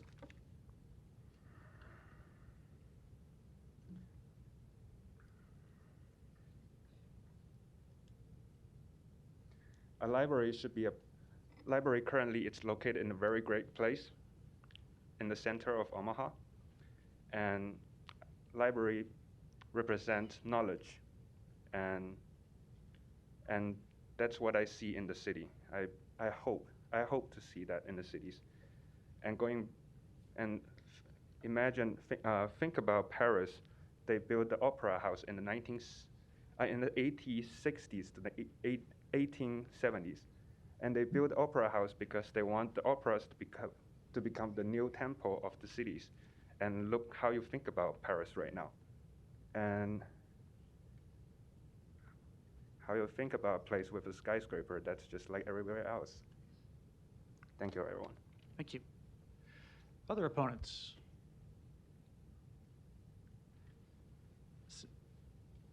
Come on down, please. Anyone else in the audience that intends to testify in opposition, just so I know? All right, then we'll go to our Zoom testifier next. My name is Andrew Hilmer. I live at 5018 Burt Street. I'm here to speak against the TIF financing for this project. When Dewan spoke, he put up a picture of Jobbers Canyon. Jobbers Canyon, of course, was a historic community of apartment buildings and business buildings, the kind that today in downtown, the few that are left, are being renovated into these wonderful apartments that everyone wants to be in. Of course, we do not have Jobbers Canyon anymore because some years ago, when ConAgra said they wanted to move into town and put their headquarters here, they said they would only do it if they let the city level that space and take it over. It was considered worth it for a long time. Is it worth it now? They left a few years ago. I heard similar comments about this tower, that if this tower isn't constructed, what's to keep Mutual here? But are we a company town? Is that what we are? Are we defined by the big businesses? Are we defined by the insurance companies and the banks? Or are we defined by our humanity? Are we defined by our arts and our people? Are we defined by the things that we do together in the life that we live? No one's pretending that there's life happening in an insurance office building. That is not what brings people to a city, and that's certainly not what's going to keep young people there. I want to question this concept that the W. Dale Clark Library is blighted at all. Certainly, it could use some updating. It looks kind of old in ways, but it looks like it's perfectly sound structurally. It was built by a famous architect. It's a historic building, and it has wonderful natural lighting coming in. There was criticism that it's too big, it's not practical for a library. Well, this is a community resource. There are so many things we could do in that space for the community. There are so many things that we could do to attract and embrace everybody who's a part of us as the people of Omaha.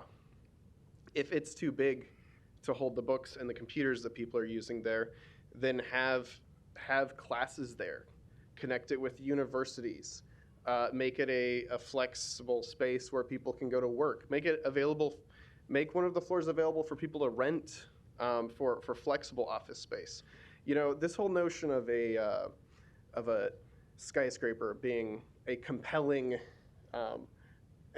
idea for a city, the idea of that being progress, of that being the way we show success or the way we show that we're modern I think it's outdated. I think that's outdated. As many people have pointed out, COVID changed things. People have realized that they can work from anywhere, especially the kind of office work that's done on a computer. The whole idea that this is going to keep or attract jobs just doesn't make sense. The company is already operating a few blocks away. They're just moving there. The idea that they're going to bring more workers in to fill that building is questionable.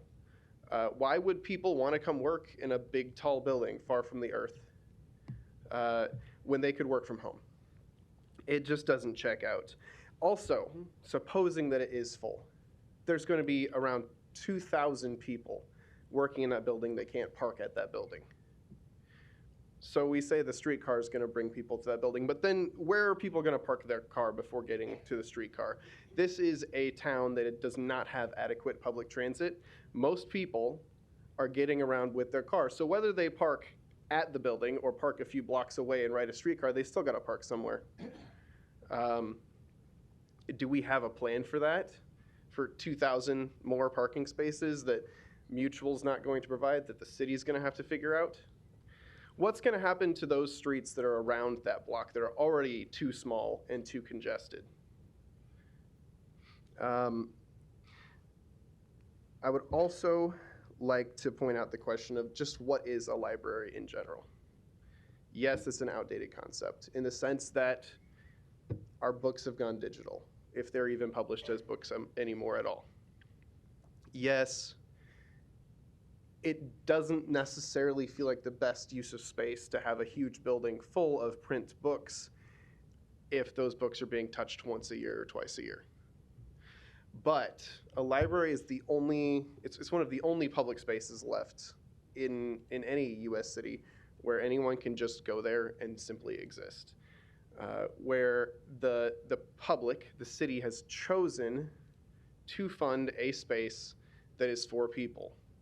In particular, it's one of the few indoor spaces where people can go out of the cold or out of the heat and focus. They can read a book if they want to, or they could work on their computer. They could do their work from home work there.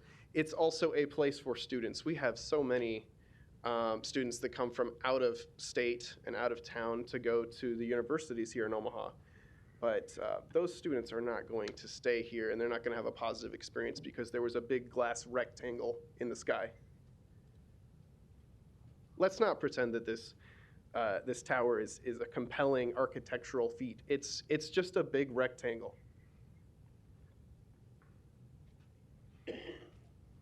Finally, I'd like to point out, I understand that this hearing is about the TIF in particular, and I certainly do not see the W. Dale Clark building as being blighted, especially with the redevelopment of the Jean Leahy Mall that's happening right there. The entire area is under the most major redevelopment. It is the primest of prime location for whatever we choose to put there. If we don't keep the library there, what do we want there as a city? What do the people of Omaha want there? As DeJuan said, this skyscraper is going to shade out that park. Literally, after noon, the sun will be in the west and it will cast a shadow over the whole park. If you're saying that that building will attract people to the public space of the park, what are we really saying? That building's not going to be open to the public. It's not going to be a place where people show up and, tourists are not going to go to that building and say, let me visit this building, let me see all the things that there are to see here. It's going to be for the workers there. So maybe those workers will enjoy walking in the park on their lunch break. But what about everybody else? We are not Mutual of Omaha. We are Omaha. Finally, I understand that the City Planning Board, the Library Board are all completely appointed by the mayor. And although this vote is simply on the TIF subject, it really comes down to you guys to decide whether this is good for Omaha, because it's obvious that the mayor gets what she wants in terms of what city planning decides and in terms of what the library board allows. I have serious problems with that level of that strong mayor system. I have serious issues with her having carte blanche to just tell the library board what to do and tell the planning board what to do. But it comes down to you guys to decide, is this really something that's good for Omaha? Is this something that the people want? Thank you. Thank you. We do have an opponent by Zoom. I'm going to recognize Carl Schwent. We'll try to get you off mute here in a second.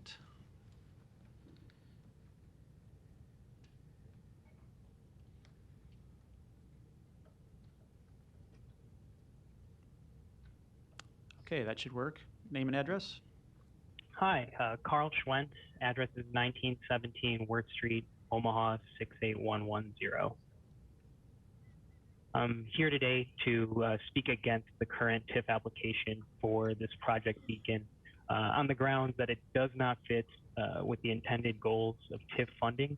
And I believe you as our elected officials have a duty to push for a revised plan that more thoughtfully addresses the needs of our city. As I understand it, and as some people have shared here today, the intent of TIF is to bring private funding, private investment to a blighted area that wouldn't otherwise get said investment with a particular eye towards the public good that that investment creates. I just ask that the council apply some common sense to their definition of blighted. The old market has some of the highest property values in the city. The most recent report on the Omaha office market by Cushman, Wakefield, and Lund Company puts the old market at the highest average rent for office space. It also puts it at the very lowest vacancy rate for office space. This is not a sign of capital flight. This is a sign of capital being very interested in this area. I don't see how an area that is drawing such interest, commanding such high values, commanding such high rents, can be defined as blighted by the common sense use of the term.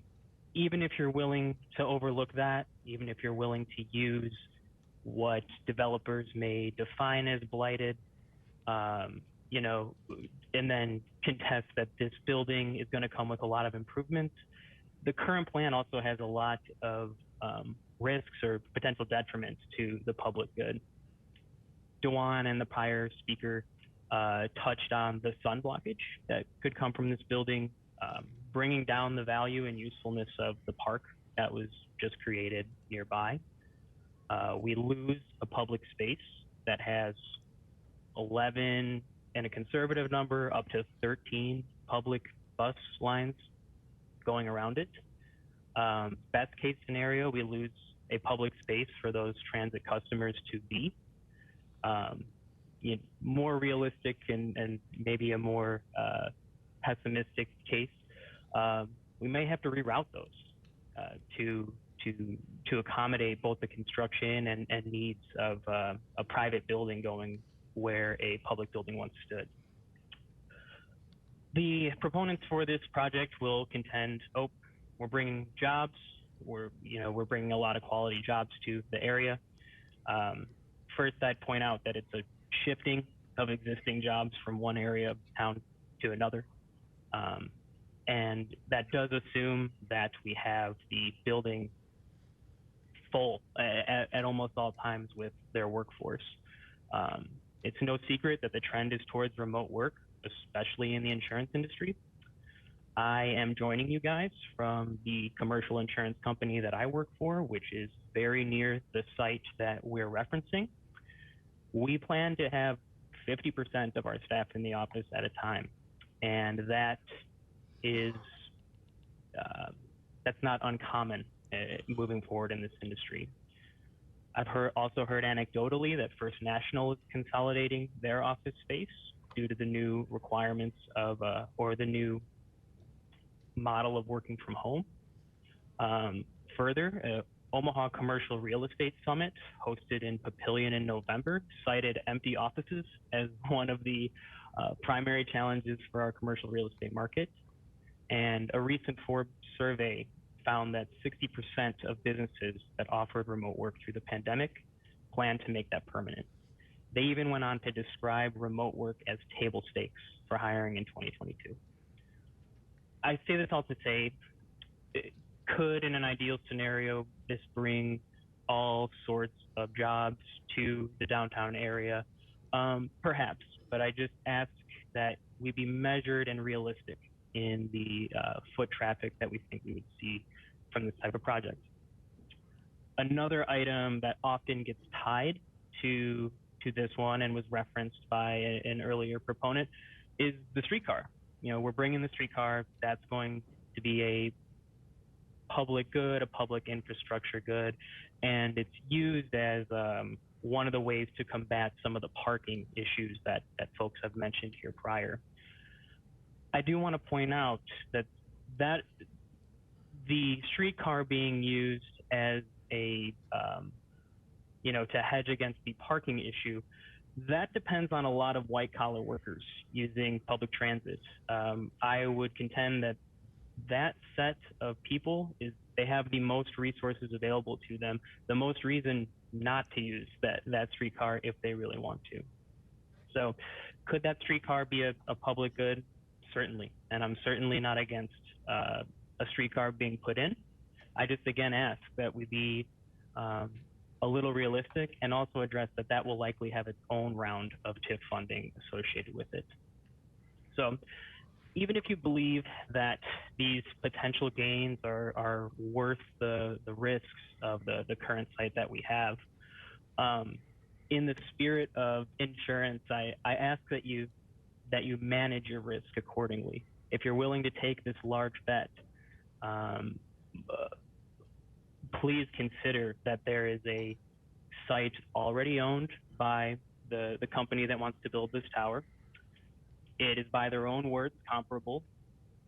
It would still benefit from all of the jobs being brought, all of the density and walkability that other proponents have mentioned, and builds up the urban core the same way that they say they would like to, and it maintains a public space. So I ask that the council use a little common sense in their definition of blighted. Again, I ask that if you're willing to take this bet with TIF money, that you manage your risk accordingly and perhaps consider an alternative plan. And I just ask that you learn from the mistakes of your predecessors. If ConAgra has taught us anything, we can fall over at the first demand of a major employer, and there's absolutely no guarantee that they're going to stay. I'm not against Mutual getting a new building. I recognize what they've done for the community, and I recognize the input that they have as a major employer. I just ask that you listen to both your constituents and the employer to try and come up with a plan that's better than the very first one that came across the desk. Thank you. Thank you. Public hearing is now closed. Ms. Johnson, you're recognized. Thank you, Mr. President. Wow, I am very excited about this level of intensity and engagement that we've had about this subject. So at this time, I just would like to thank everyone for coming today and doing their civic responsibility and talking and kind of working through what's in front of us. I also would like Mr. Noddle, Mr. Anderson, Mr. Lanahaw, and Mr. Jobin to come up to the mic to answer some of the questions that were brought to us as far as opposition to this.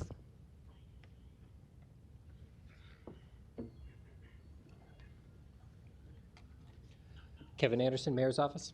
Yeah. First, I want to get some foundational background on urban core development. Mr. Noddle was a part of the urban core development, and he can speak to some of the concerns that were brought up regarding young people being brought in the area, the analysis of what was done in terms of why we're here today. So yeah, I would like for him to kind of give us a foundational background on that urban core development, because I just want the community to understand what got us here, and then we can talk about Mutual and go forward. Thank you. Jay Noddle, Noddle Companies, and Chair of the Omaha Chamber of Commerce Urban Core Committee. Can you repeat the question or simplify the question? I just wanted you to give us some foundational knowledge about the urban core, the analysis in terms of the studies and the outcomes of the fact that you're going to bring in a number of jobs with the urban core, a number of employment and things of that nature. Okay, I'll do my best. Okay. So over the course of the last 25 years, there have been significant developments that have happened in the core of the city, and in particular downtown and at the medical center, also Midtown Crossing, that come in spurts. And when when a group finds the courage to embark on a project, oftentimes a few more happen, almost like dominoes falling. But those clusters of development decisions and growth decisions are spotty, they're not consistent, and from a physical standpoint, more importantly, there's not a lot of connection between the projects and between the initiatives. So a group made up of representatives of the city, both elected and appointed, or employed, as the case may be. Many business folks from different groups that the Greater Omaha Chamber of Commerce has been involved in, and other stakeholders that represent neighborhood groups and certain industries have been studying what can be done to make our city and our region more attractive. Our region is losing the battle for growth, for workforce, with not just our aspirational set of communities that we all look at and measure the community against, but our competitive set as well. And so when you look at the big picture, what's really needed is a place that is attractive to not only the residents today, but the workforce and the residents of tomorrow. And so in order to do that, we've taken a look at many communities who give us an advantage. There's a lot of lessons to be learned. So we can look at communities, for example, like Minneapolis or Denver or Des Moines. We can look at Cincinnati and Nashville, Oklahoma City, Atlanta, Wichita, Kansas City, and learn from what those communities have done. And time again, we find, as Mr. Lanahaus said, that the communities that are thriving set the tone for the region within which they're located. And that starts with people. As so many folks have said, it starts with people. And a region will benefit greatly from neighborhoods and amenities, both necessary and discretionary, that create an overall environment that's attractive to all people for all kinds of reasons. But in all cases, or the overwhelming majority of cases, it starts with a heartbeat. Just like human life starts with a heartbeat. It starts with a heartbeat, and that's the core. So the core of Omaha is essentially important because Omaha is the core of the region.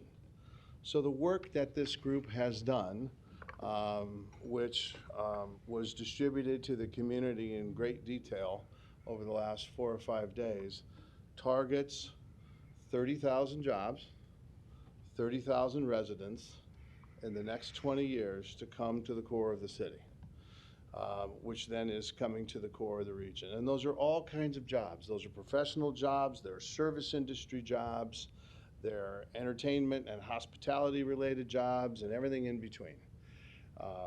And also the jobs, not just in the service industry, but other jobs that support these kinds of developments and this kind of growth. In order to do that, we need people.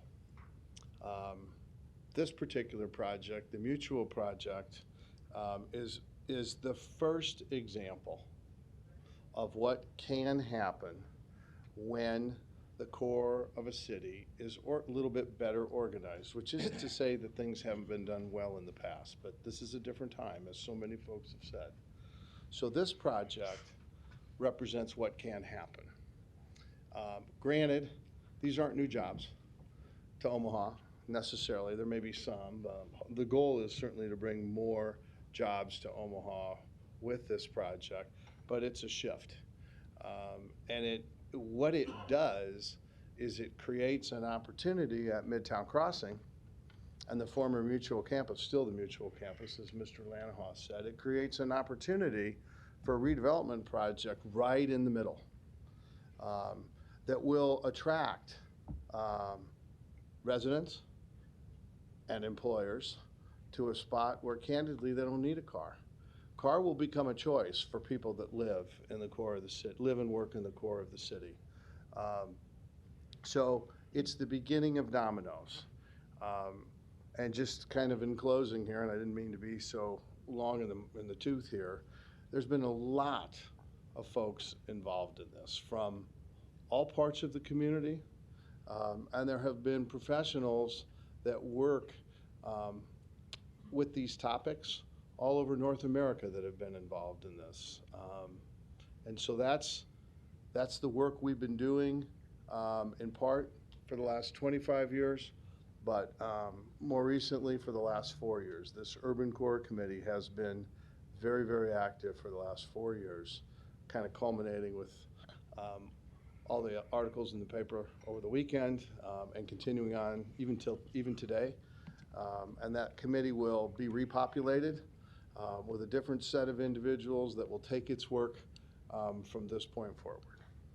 Thank you.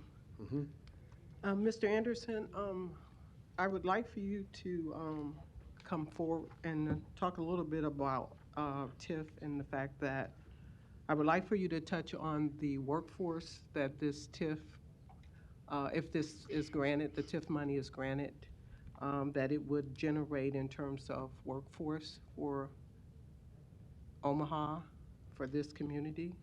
I would also like for you to talk about construction opportunities and then the public uses of this building. Thank you. Yep. Kevin Anderson, Mayor's Office. So I'll start with TIF and what exactly we're supporting with the proposed use of TIF for this project. And it will be the relocation of Mutual's corporate headquarters to the downtown district. And what that does is that, again, because we heard a lot about what the new office looks like given the past couple years and the impacts of that. And I think what you're seeing is reflective of that. And I'll let Mr. Lanahaw get into the specifics of the project and the programming of the building itself.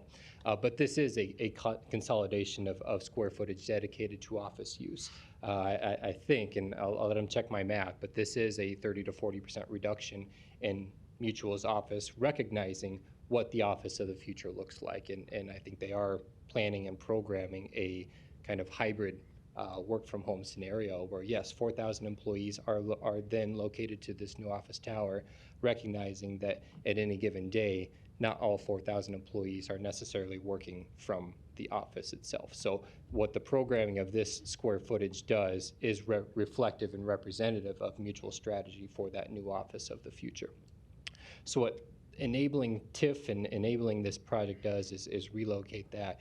And as Mr. Lanahaw said, provide a tremendous redevelopment opportunity of their existing office real estate as well as their other real estate holdings in the Midtown area for redevelopment and the creation of new opportunities for jobs in our urban core, for residences in our urban core, and services in our urban core as well. So the facilitation of TIF allows for not necessarily new job growth directly associated with the Mutual of Omaha project, but in downstream impacts of the potential redevelopment and the jobs that creates, not only permanent office jobs and jobs associated with the redevelopment project, but the construction jobs that go with it.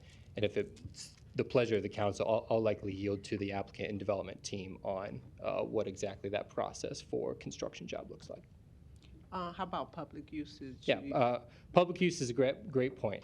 As proposed, and what will be flushed out in a redevelopment agreement that comes back before City Council, the 2,200 or so public parking structure at the base of this building is a City of Omaha public parking structure in the sense that it'll be leased out directly to Mutual of Omaha for use Monday through Friday, 8 to 5, as an example, for employees, for use of their employee base.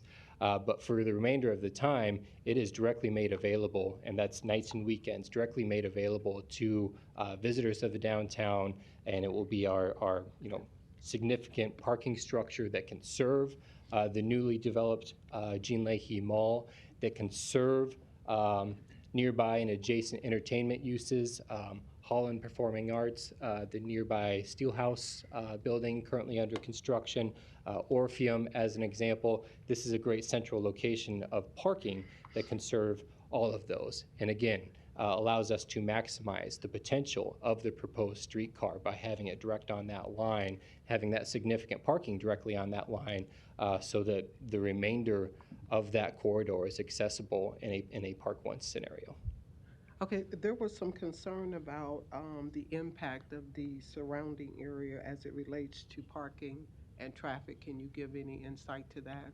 Yeah, so as a result of the project, a traffic impact study is required, and those necessary public improvements in direct response are the responsibility of the developer in development.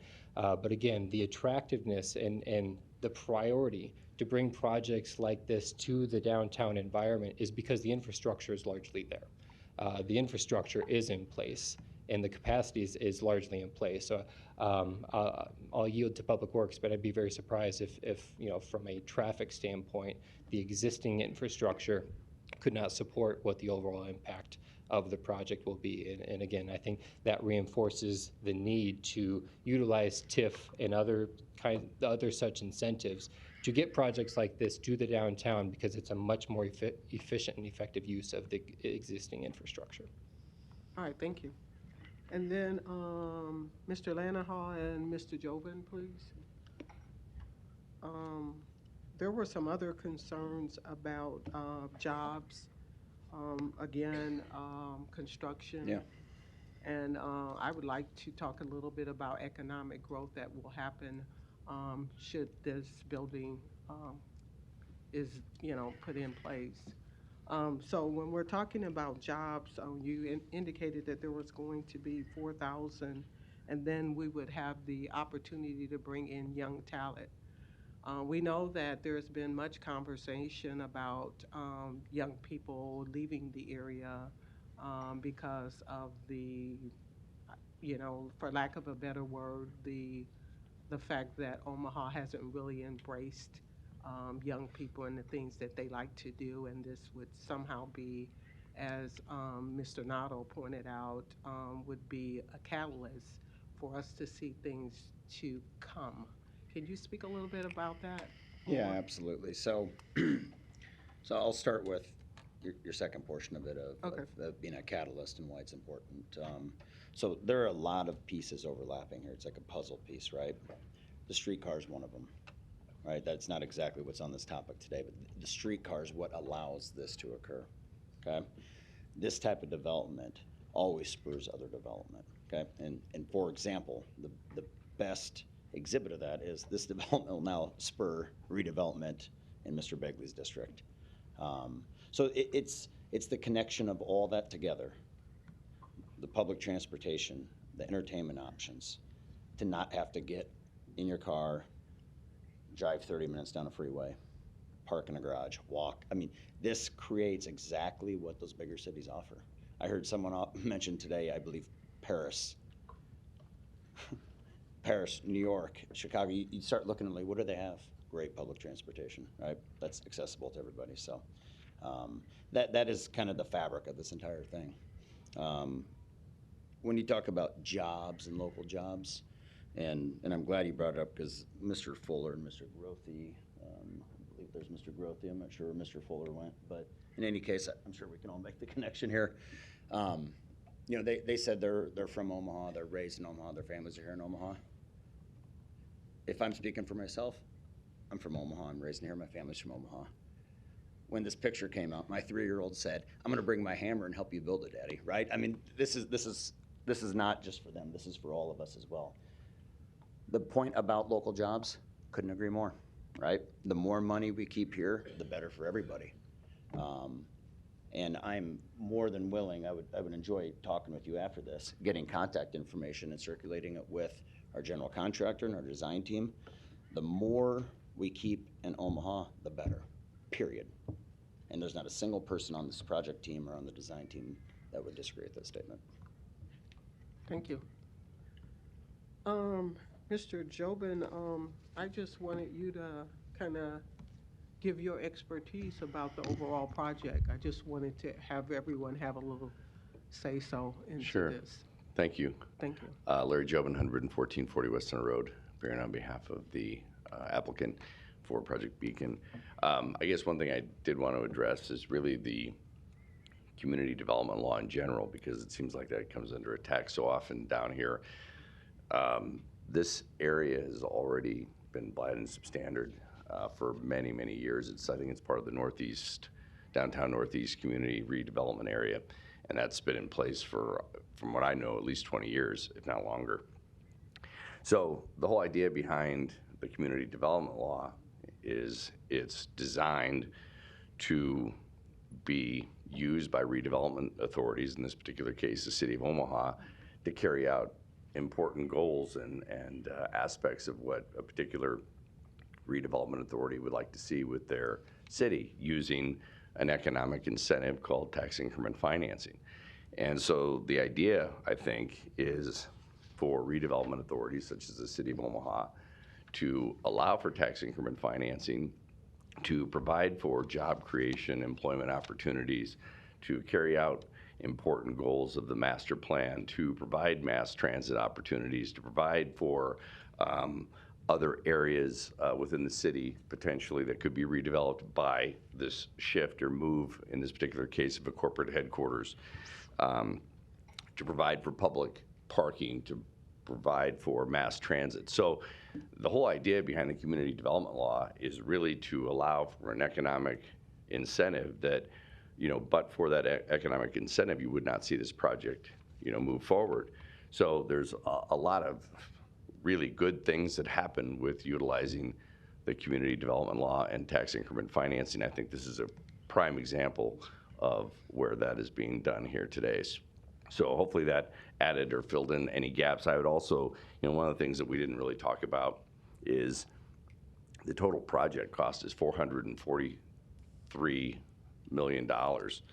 And that's, you know, $443 million of costs to build this particular project, with a projected valuation of $295 million in tax valuation, you know, with this particular project. So that's not insignificant. I mean, this is a major, major project, one which will employ 4,000 employees and will have 1,200 construction jobs created by this particular development. So there's a lot of really good things happening with this particular project. So hopefully that adds some color.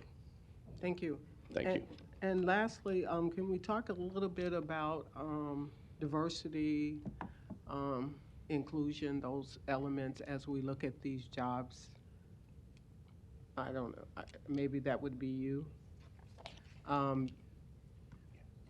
Will that be a focus point as well? I'm assuming that it will. Yeah, Councilmember Johnson, I would ask that I could get more information. Answer is yes. Okay. However, I cannot speak for the exact details within Mutual. Within Mutual. We are engaged to develop the building for them, but knowing their corporation, I mean, the answer is yes, simply. Thank you. All right, that's all the questions that I had, and so at this time, I would make a recommendation that we, because again, we've looked at this from all angles, the positives, the negatives, and then we also have to look at where we're going to head in the future for Omaha as a whole. And it seems as though all of our questions have been pretty much answered, and the opportunity for construction is been addressed. I feel that this is something that we should look forward to and going forward. So I'm going to go ahead and recommend that we approve this. I'll second the motion. Mr. Bigley, you're recognized. Thanks, Mr. President. A couple things with the comments made today. Mr. Lanahaw, I met several of the folks in here for coffee. In fact, I think I got coffee with one of you tomorrow morning that I'm meeting. And this job, I believe, is about relationships with the community and our constituents and for the betterment of Omaha. And I know in having lunch or coffee or maybe even a cold beer from time to time in my district with people that have a vested interest in Omaha and making it a great city for today and in the future is Mr. Jobin mentioned $62,751,034 in TIF request for a project of $443 million. That's a mouth load. So, and I know I've met Mr. Lanahall on several occasions, getting educated on this, which I appreciate. And as I said about relationships, the gentleman, Mr. Grothy, and Mr. Fuller from the Iron Workers that represent local workers, Mr. Lanahall, that was music to my ears when you said that you want this project, these hundreds of millions of dollars being invested, not to forget the workers that live, work, and pay taxes here. Mr. Grothy couldn't have told a better story of his heart is in Omaha. His family is. I built that skyscraper. My blood, sweat, and tears putting them beams in. That's powerful stuff. So as I talk about relationships again, if you and Mr. Grothy and me, I'll go have coffee. I got to put it on my schedule, but I'll squeeze it in because it's important and it represents workers and people in this community building this, and that we all have a vested interest in doing that. So I'll be talking to you guys and everybody else, and I even see my sister-in-law back there. I think she's going to be gearing up later, so thank you. Thank you. Mr. Harding, you're recognized. Thank you, Mr. President. First of all, Jay, you know you're probably going to have to repeat part of some of your testimony for the next item as well, too. But I'll actually, one of the things that I would like to talk about is that, and it's something I don't think we should lose sight of, is that a lot of times when we're doing TIF projects, we have an existing baseline for those taxes. So, you know, I don't know, maybe on the last project that came through, the CIP apartments, I'm not sure what their baseline taxes that are paid today are. But remember too that what we're doing is the increment developed by that valuation, by that development is what is the benefit, what causes that benefit to the developer to be able to use those funds for those tax eligible expenses. What's interesting, and I'm glad, I think Mr. Lanahall just said what or maybe it was Mr. Jobin said the valuation at completion is almost $300 million. Well, our baseline on this project is zero. There are no taxes that are currently being paid off of that parcel today. So everything that goes to the final valuation of that development is to the benefit of the taxpayers. And that's quite a significant amount of money at the end of the day. I'll touch on a couple things. Some of these, and maybe I'll repeat myself a little bit when we get to the next agenda item and some others today, is I wanted to talk a little bit about vision. And, you know, vision is the ability to plan the future with wisdom or imagination. And that's not to say that one person's vision is the only vision, and it's not to say another's is the wrong vision. So what we're really trying to do here, I think, is have a discussion about the vision, the future of Omaha. And we also should understand that visions aren't static. So what's happened, 50, 60 years ago in Omaha, certainly today is a different vision than what we envisioned then, and what was envisioned, or what vision we had in 25 years ago. I think in many parts has laid the groundwork for what we're talking about today, and that's when there was a focus to refocus the sites and energies on having a vital urban and vibrant urban core. And we've heard a lot of that discussed today, and what's interesting is I think that same conversation has been had over the years, but we keep trying to hone our vision and keep trying to improve our vision to know that our downtown has to be that vibrant urban core, and we continue to work on that. and the results of that are things like, we had a brownfields development that now has Gallup's campus and Riverside residential towers. We have a new arena convention center, and I swear we'll get the swim trials back here at some point, even though we lost them for the next round. But we see the efforts of those generations work together with different visions and amend those visions or redefine those visions or mold those visions. But whatever we decide here today or in the future doesn't mean that we haven't listened to other people and their visions. And Dwayne, you were going to be, Dwan, I'm sorry, you were going to be part of my comments because you send me information. I listened to the NPR broadcast that you did.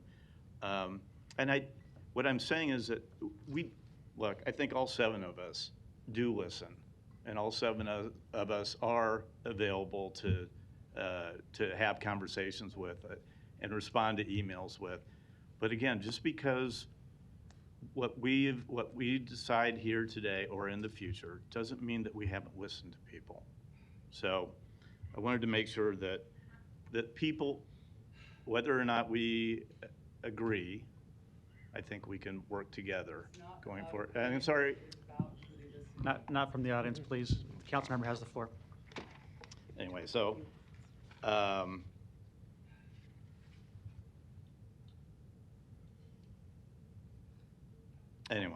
I think this is, look, I think the Mutual of Omaha project gives us a great opportunity to go forward on a new vision. It gives us the opportunity to move the main library to 72nd and Dodge Street area. It gives us an opportunity to develop a brand new branch library in our downtown area. It gives us an opportunity to explore not only the streetcar, but also what was mentioned is that, and someone asked the question, what happens to the remainder of Mutual's campus today? That's a tremendous development opportunity, and we'll see some of that probably in the next agenda item presented in greater detail. But I'm excited about the prospect of Omaha, and I think this is I think this will be a great project for not only the downtown area, but really for the whole metropolitan area. And again, I think we'll see some of that as we discuss not only Omaha, but our friends across the river and some of our future agenda items. Thank you. Thank you. Ms. Melton, you're recognized. I would agree with you, Mr. Harding. We do listen to a lot of people. I know I'll get emails. I live in your district. I want you to do this, and you have to. You're my council person. Well, we do represent. Well, I think I have a little over 71,000 right now in my district. And I listen to everybody. I just met with over 30 people last night, met with another neighborhood group the week before, and I'm always talking about, what do you think of these new things that are happening in Omaha? What do you think of the streetcar? What questions do you have?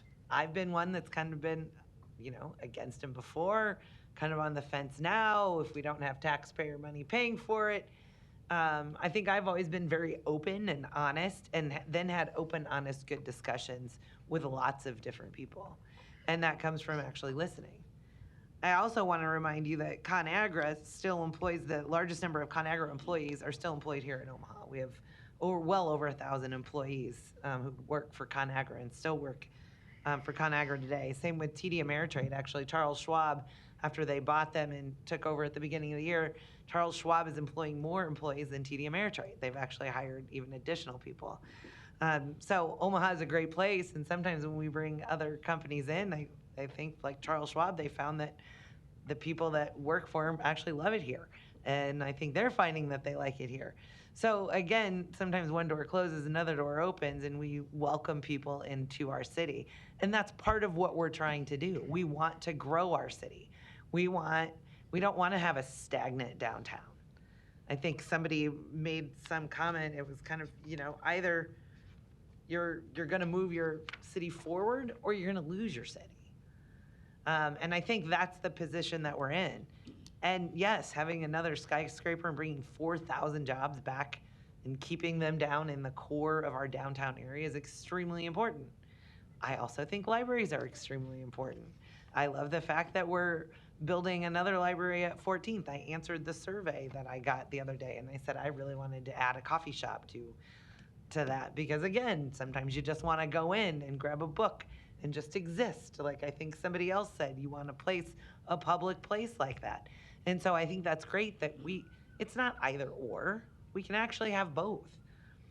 We can look at other areas to build in the central part of our city, which has really become 72nd and Dodge, is really the central part of our city, if you talk about our entire city. And so what I love watching our city do, and I think what our planning department has done, what the urban core has done, which we'll hear a little bit about in the future, but they're thinking of these projects not as individual projects, but for our city as a whole, not one-on-one. Now, we have to look at those projects and say, does it fit the but-for when it's coming to purposes of tax increment financing? But that's been established by statute. We also have the community redevelopment areas, and we have areas of our city that we want to concentrate on.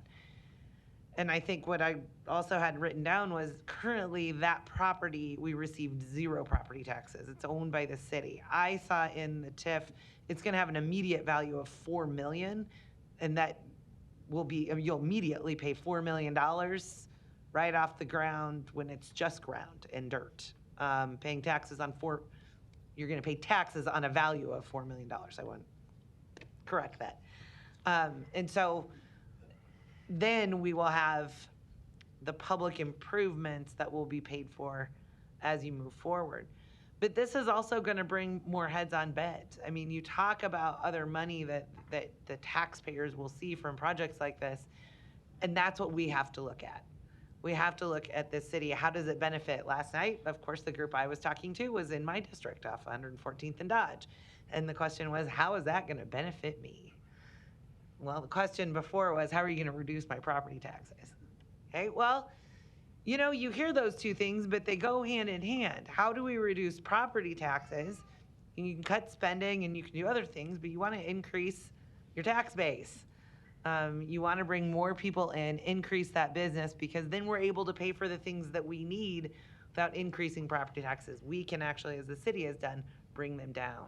So we want this kind of development in our city, and then still recognize the public needs that we have, making sure that we have the public transportation. Another streetcar will be with Metro, so I don't want to kind of bring different things in, but that's part of the public transportation too.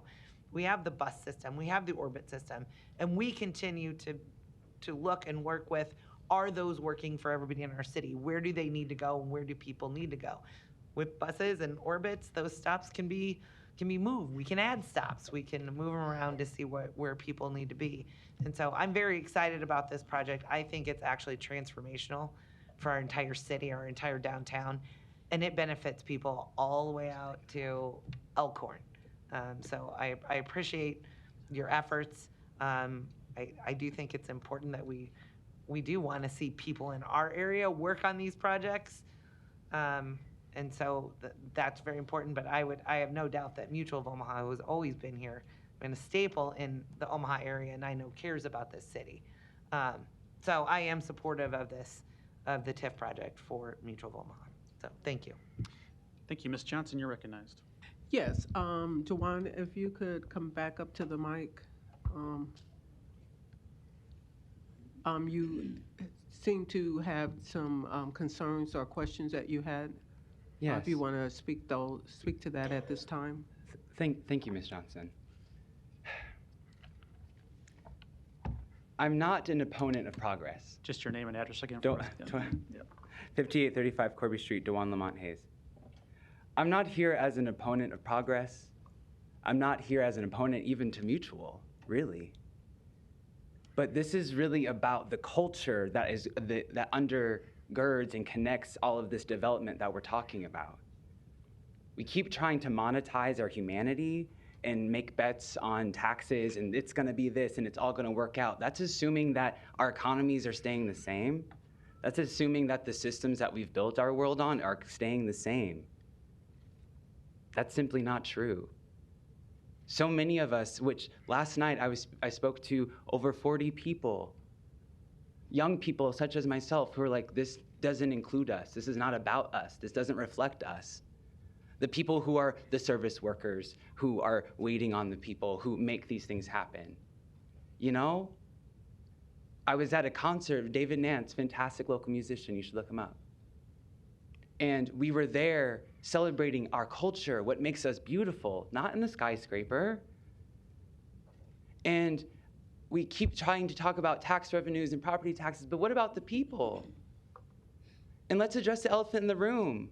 As soon as you tear down the library, you displace all the houseless people you don't want to see in your park anymore. We have a terrible job of actually displacing people who need it the most. There's a paper called Hiding in Plain Sight, the 160 years of this. UNO professor made it. I looked it up this morning. This is a pattern that we've participated in. This isn't new. We did it to Jefferson Park for 480. We did it to North Omaha with 75 North for convenience.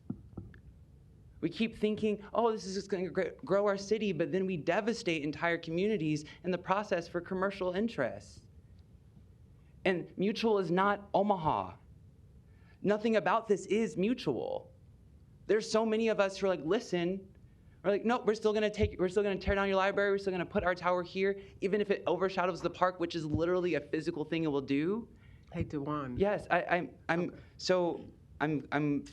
going to conclude with this because I'm sitting here, my heart just really hurts. Yeah, do you have something to say to me? Huh? Do you have something to say to me? I just wanted you to wrap things up. Okay, yeah. Wrap things up.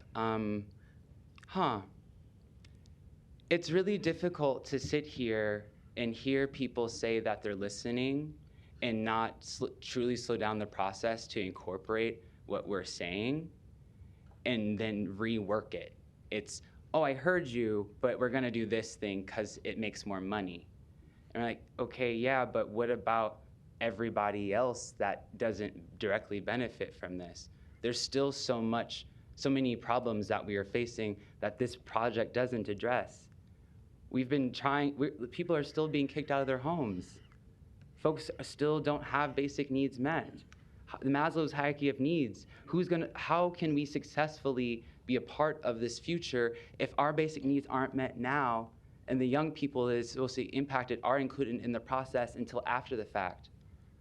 The Central Library survey is kind of a slap in the face when it's an afterthought once you just said, oh, this is what we're gonna do.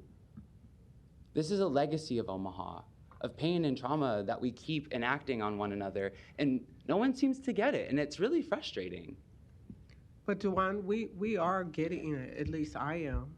I can speak for myself, we are getting it. Okay. We are getting it. We are hearing what you're saying. Okay. And this is why we've given you this opportunity to discuss your real concern. Okay. So we are getting it, but at the same time, we have to go forward in terms of looking for the future. Yes. And when we look at this, and who's going to be in that future? All of us are. The theory is that we all will be in the future. Okay. Right? Certainly. So, let me assure you, we are listening. Okay. But again, thank you for your time. Yes, thank you for your time as well. Thank you. The only thing I would add at this point is a bit of a process observation, because I think it has been difficult to understand all the process pieces around some major economic development projects we have before us today. There's 4 items we're doing right now that are just the very first steps of many approvals and many public input sessions that are going to have to occur on all these items. So I just want to make sure that's clear to folks too. And I want to make that observation on each of these next items because they are all a little bit different. But as it pertains to this item, which is the redevelopment plan for the Mutual of Omaha tax increment financing plan, this is the very first step that just conceives of the $443 million corporate headquarters downtown, provides for the TIF funding, and observes the 2,000 jobs and the impact on the downtown environment and the skyline. But the document that gets much more specific and that addresses things and the details we'll want to see comes later, probably in May. So still a month or 2 away, which is the redevelopment agreement itself that will talk about all these things again, have additional public hearings, talk about parking, talk about leases, talk about land appraisals. There is a major land swap conceived of in this plan too that will get addressed with more detail at that point. So these are all things I know, and I want to make sure people know council members are paying attention to and seeking and will seek before any final approvers are given to these items, which are still months away. So that's how the next steps on this project would proceed, pending today's vote as well.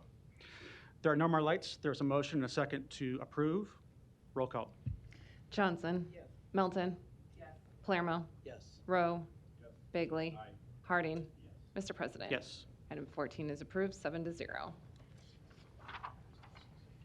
Item 15, a resolution to approve the Urban Core Housing and Mobility Redevelopment Plan. Public hearing on number 15 is today. Proponents, please. Mr. Anderson.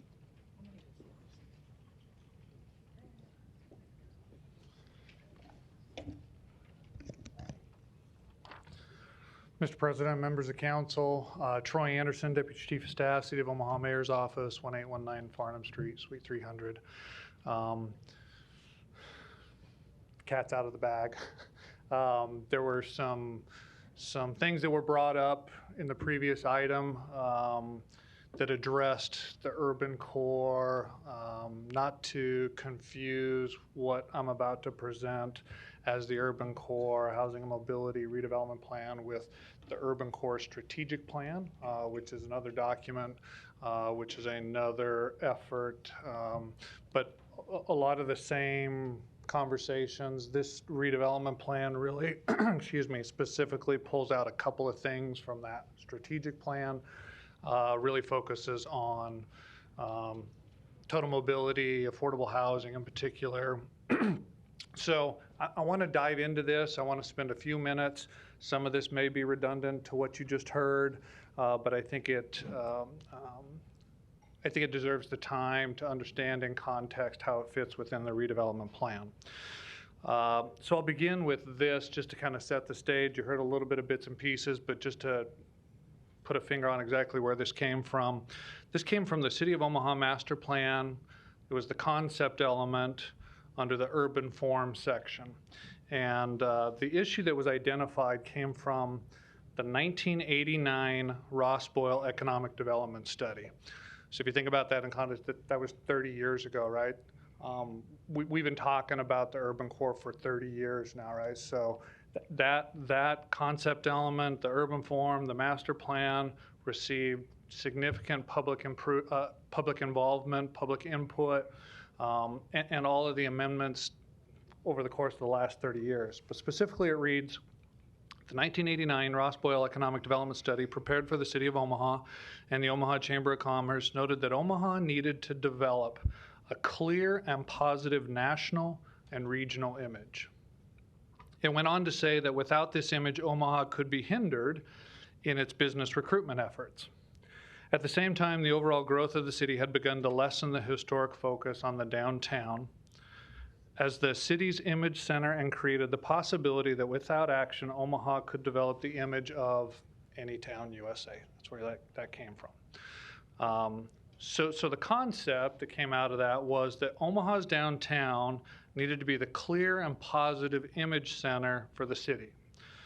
The types of activities necessary to create, enhance, and maintain that image will be identified and located in downtown. Councilman Harding touched on a couple of things, right? We've seen a number of improvements that have occurred in our urban core over the last 3 decades. Mr. Noddle touched on a couple of them as well, but they've been sporadic, right? They've been a cluster here, a cluster there. There hasn't been really one large strategic plan or redevelopment plan for the entire area. So what I'm about to go through, we spent some time specifically talking about one piece of property on the last agenda item. This takes us to 30,000 feet and really talks about the urban core more broadly. Since 1963, downtown lost 21,000 jobs. I mean, that's a fact. We know that, right? They went to the suburbs. We may have even lost those jobs to other communities. But since 1963, downtown lost 21,000 jobs. Over the last 30 years, market studies have suggested that we can bring those jobs back and even more, but the jobs and housing cannot fit without higher density development and fundamental changes in parking and mobility. That's a common theme that I'll kind of touch on throughout my presentation here. So let's take a look at the redevelopment plan area real fast.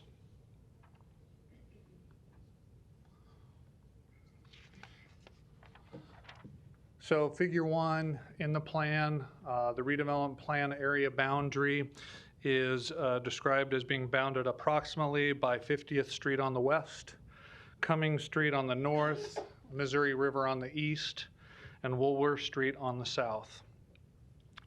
The next major section in the redevelopment plan starts talking about existing conditions, specifically land use, and points to this figure, figure number 2. What I'd like to point out in this figure is everything you see there in yellow is parking. At any point in time, here's a quote from the plan, at peak occupancy, there are often still around 17,000 vacant parking stalls in the redevelopment plan area. 17,000 parking stalls are sitting vacant at any point in time.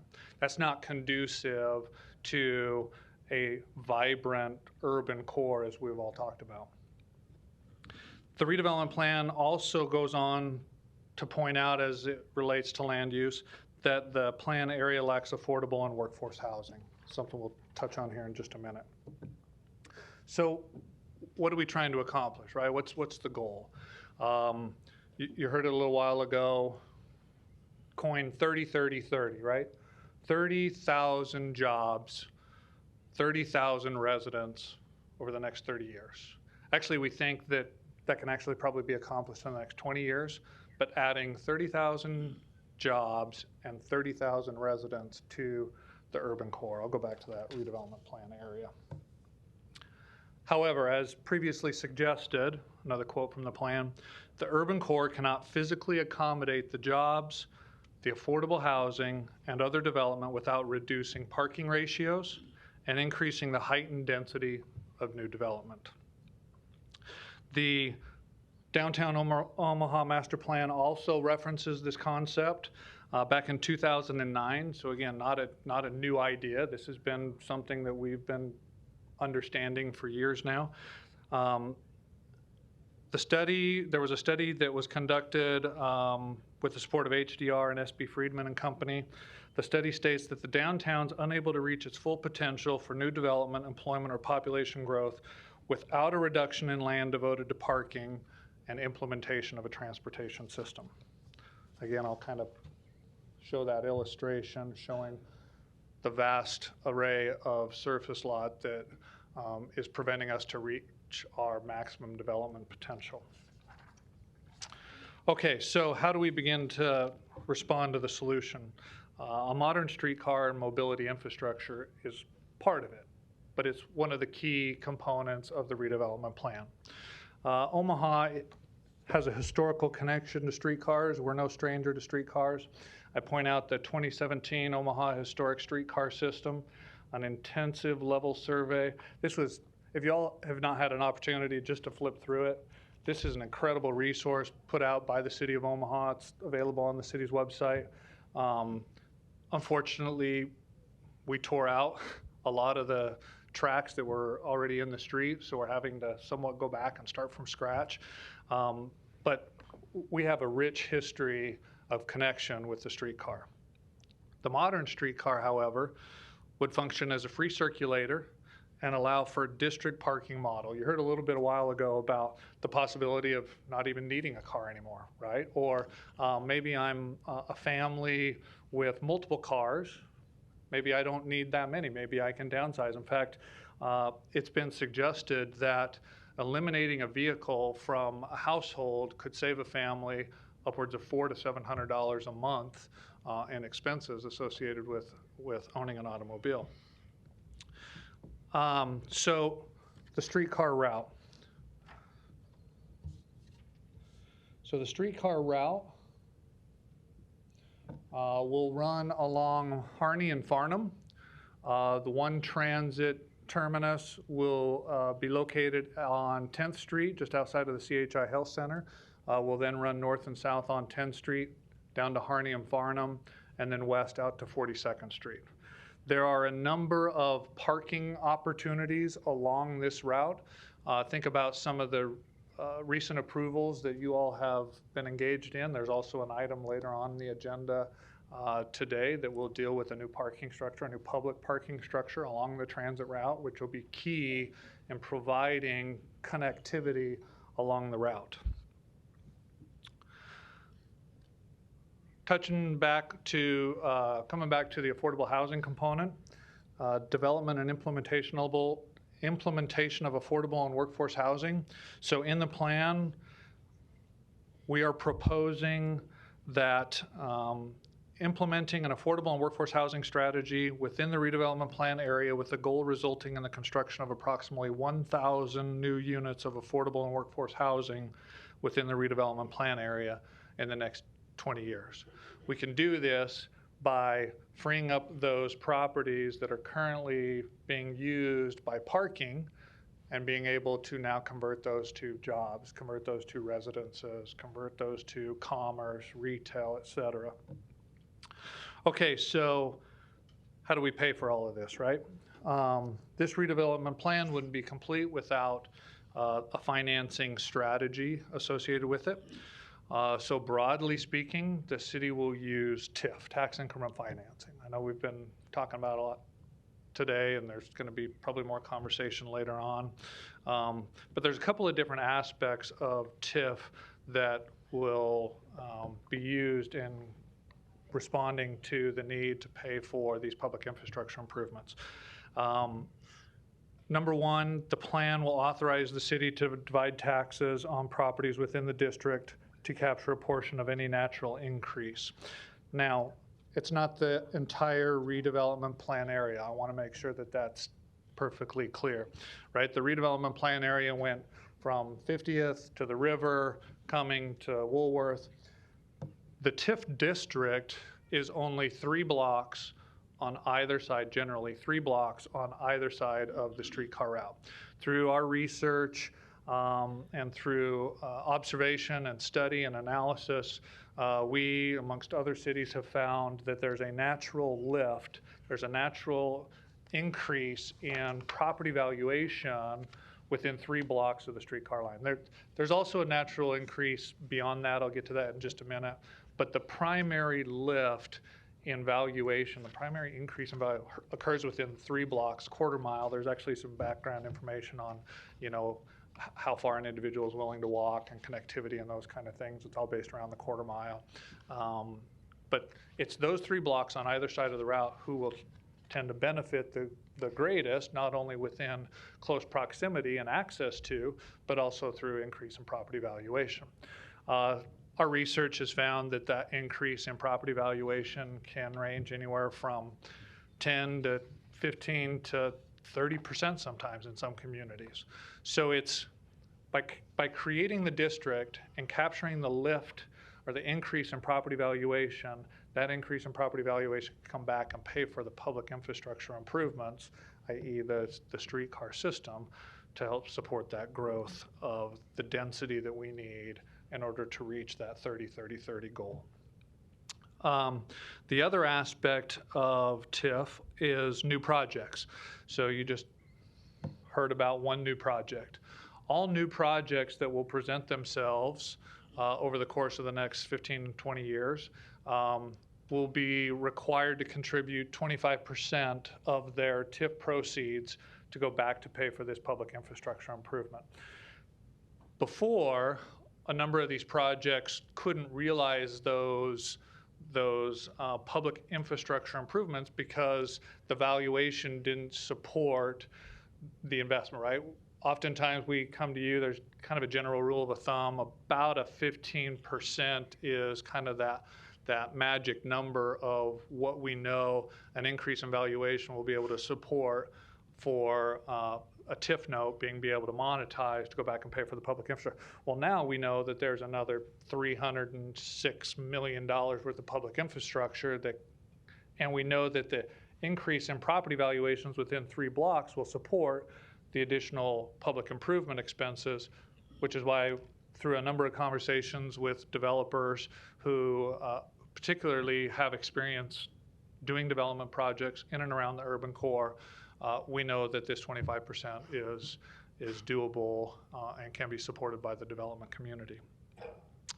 I'm going to tangent for just a minute and include, while we're on the topic of new projects and the contribution that will be required from new projects. As I said, there's also a material lift in valuation, material impact that is seen within blocks, what we call 4 to 6, right? The Housing and Mobility TIF District Influence Area. It's smaller. It's not as great as you see within the 3 blocks adjacent to the line, but within blocks 4 to 6, there's also an incremental increase in valuation. So new projects within the influence area will also be required to contribute 10% of their tax increment financing to go back and help support the public infrastructure improvements, i.e. the streetcar. The last is existing projects, right? So with extremely blighted and substandard designation now being a tool in the toolbox, so to speak, historically and in other non-extremely blighted and substandard, you can only carry a TIF note for 15 years. And in extremely blighted, you can carry a TIF note for 20 years, right? So that additional 5 years can create a significant windfall of revenue that can go back to support and pay back the debt service obligation associated with these public improvements. And in all these cases, again, I want to make sure that we're not mixing messages here, right? We've been talking about this redevelopment plan area for the last 30 years. This is not a new concept, right? What we've realized over the last decade or so, as we've observed other communities, we've continued to engage the community and understand, it has evolved, right? The model of what we were doing 30 years ago, yeah, we got some sporadic development out of it, but it's just not sustainable. As I pointed out, we just can't get the density and the 30,000 new residents, the 30,000 new jobs. We can't get the density without thinking about things differently. We can't park our way out of this anymore, right? We need to start implementing a total mobility solution. When we talk about total, it's not just the streetcar, right? This is a combination of, we work closely with Metro. Metro has been an incredible partner in this. Bus system, biking, I hate to even say it, but scooters, right? It really is a total mobility system. And we wouldn't be here today if it weren't for the folks in our Public Works Department, Park Omaha, who have created a model for us to really respond to the needs of the community as it relates to mobility. So with that being said, I'm here to answer any questions you might have. Thank you. Other proponents on number 15?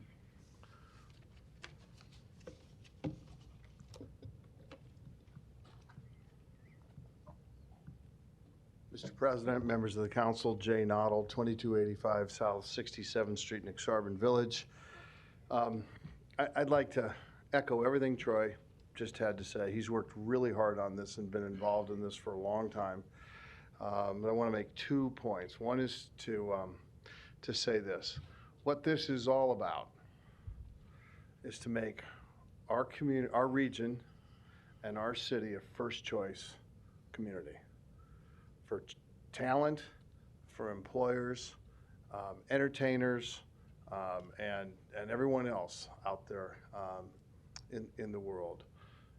If we can become, or when we become, a first choice community, yes, that will bring challenges, but it puts us as a region and a city in a place where we can truly compete. We can win, and we can win consistently.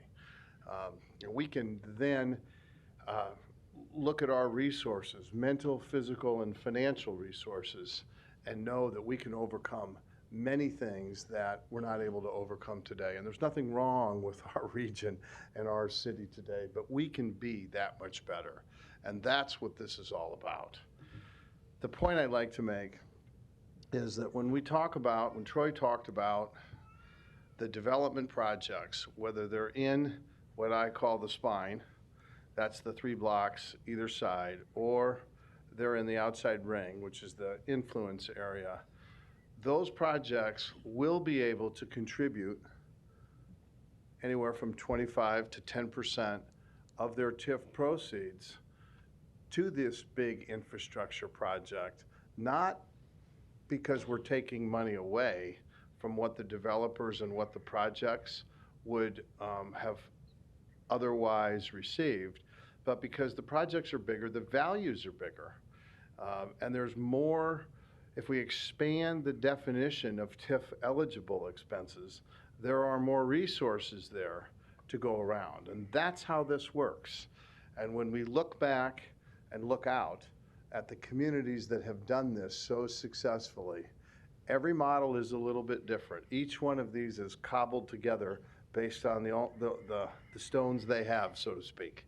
But that's very fundamental to how the most successful outcomes have been put together around the country. And we have a chance to do what we've done so many times here in Omaha, and that's go to school on other communities, things that have worked and things that haven't worked, and kind of bake our own cake. So I'm happy to answer any questions as well. Thank you. Other proponents?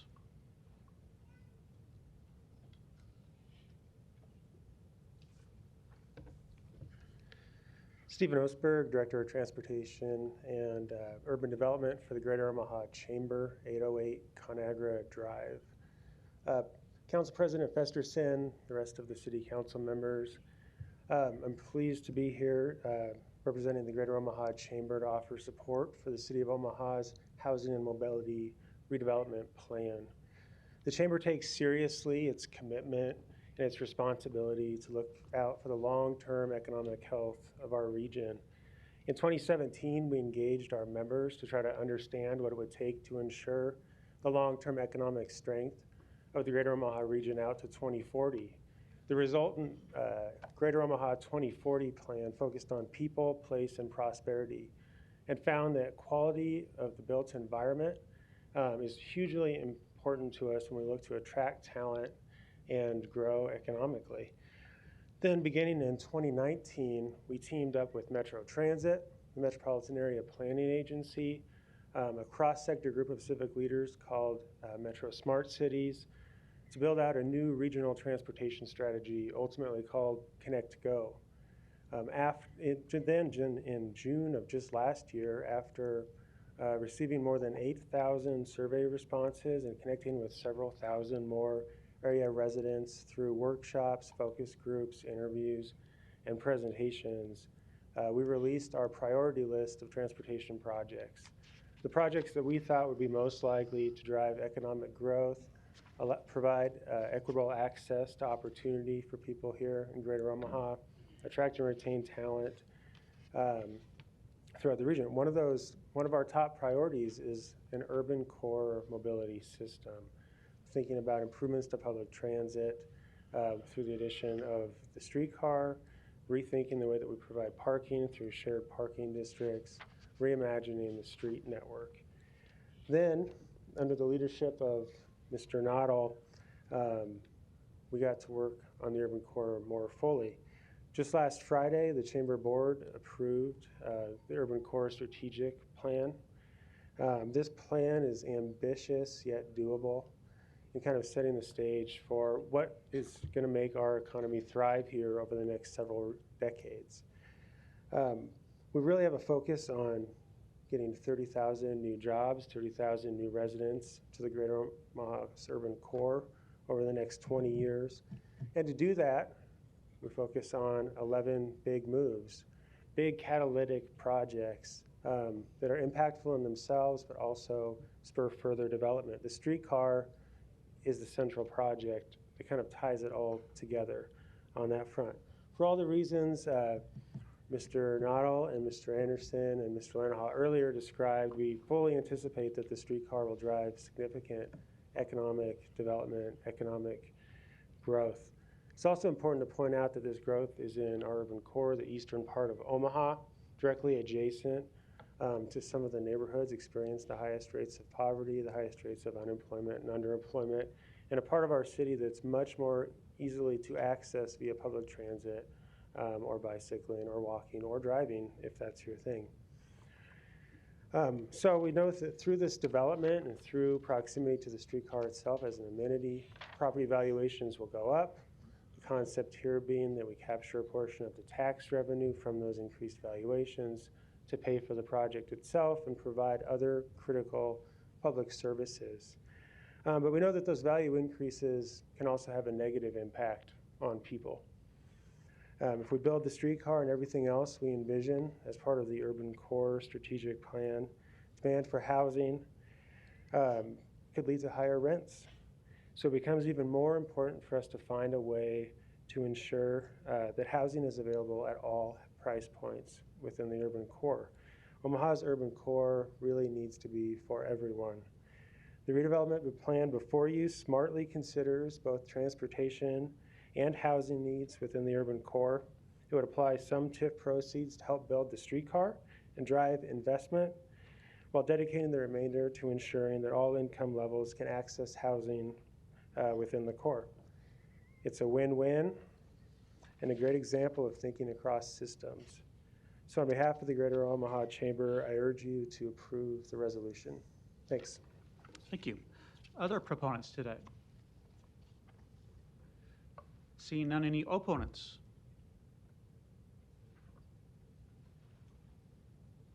My name is Andrew Sullivan, 7748 Western Avenue. I didn't intend to come to speak to this actually on this particular part, but since it's on the agenda, I have to say, using a 1989 study for the economic development cities needs to be thrown out. That's ancient history. I understand the arguments for a streetcar. You create the development in the corridor, and properties tend to go up because people got access.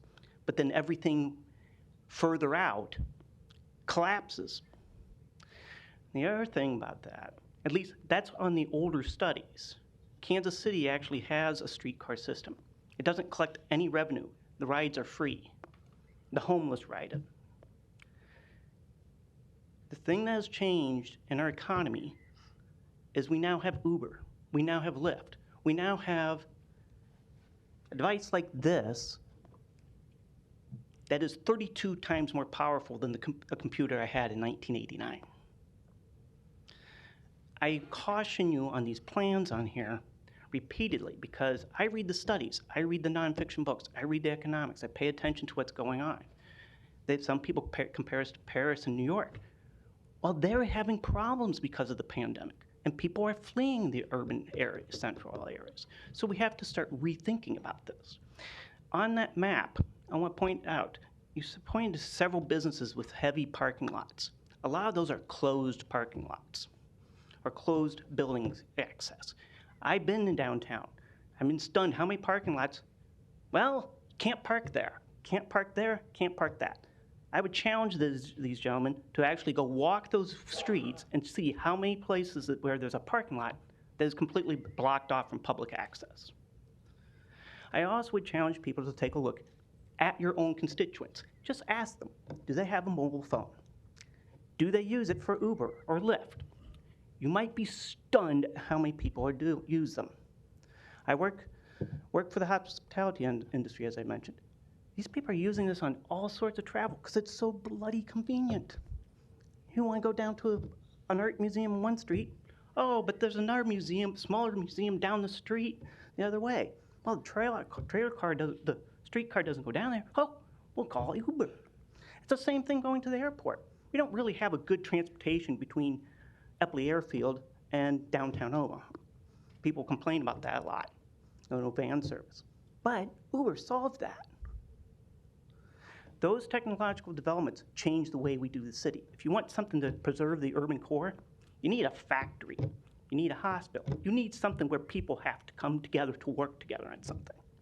A shampoo factory would actually do that. But in this digital economy, why, you can go anywhere.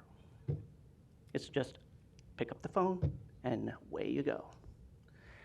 You've spent money on orbits, and I'm just embarrassed to see it drive down the road empty. There's no one on it. That should be a cautionary note to you that we need a plan, a new plan, not something from 1989. You talk about the master plan. I'm sorry, what economics is built into that? When Hal Dobb said, we got to get rid of Jobbers Canyon, those buildings are old, they were designed for being laundry mats and so forth. He had a point. A lot of those buildings were fire hazards because the timber in them burns. That's why they ended up being torn down. They were not refurbishable. But do we have meatpacking plants downtown? No. You have to take a look at the economics behind what you're advocating for. If we're going to have a mobile system on there, we want people to be in the city. But you need something that actually causes them to want to be there or have to be there. A streetcar is not going to do that for you. Cautionary note, that's a 1989 plan. If you remember when AOL first came out, and it says it was $25 a month, the joke was, it's almost online. That was 1995. That's how old your economic plan is. So give that some thought. Thank you. Thank you. Other opponents on number 15?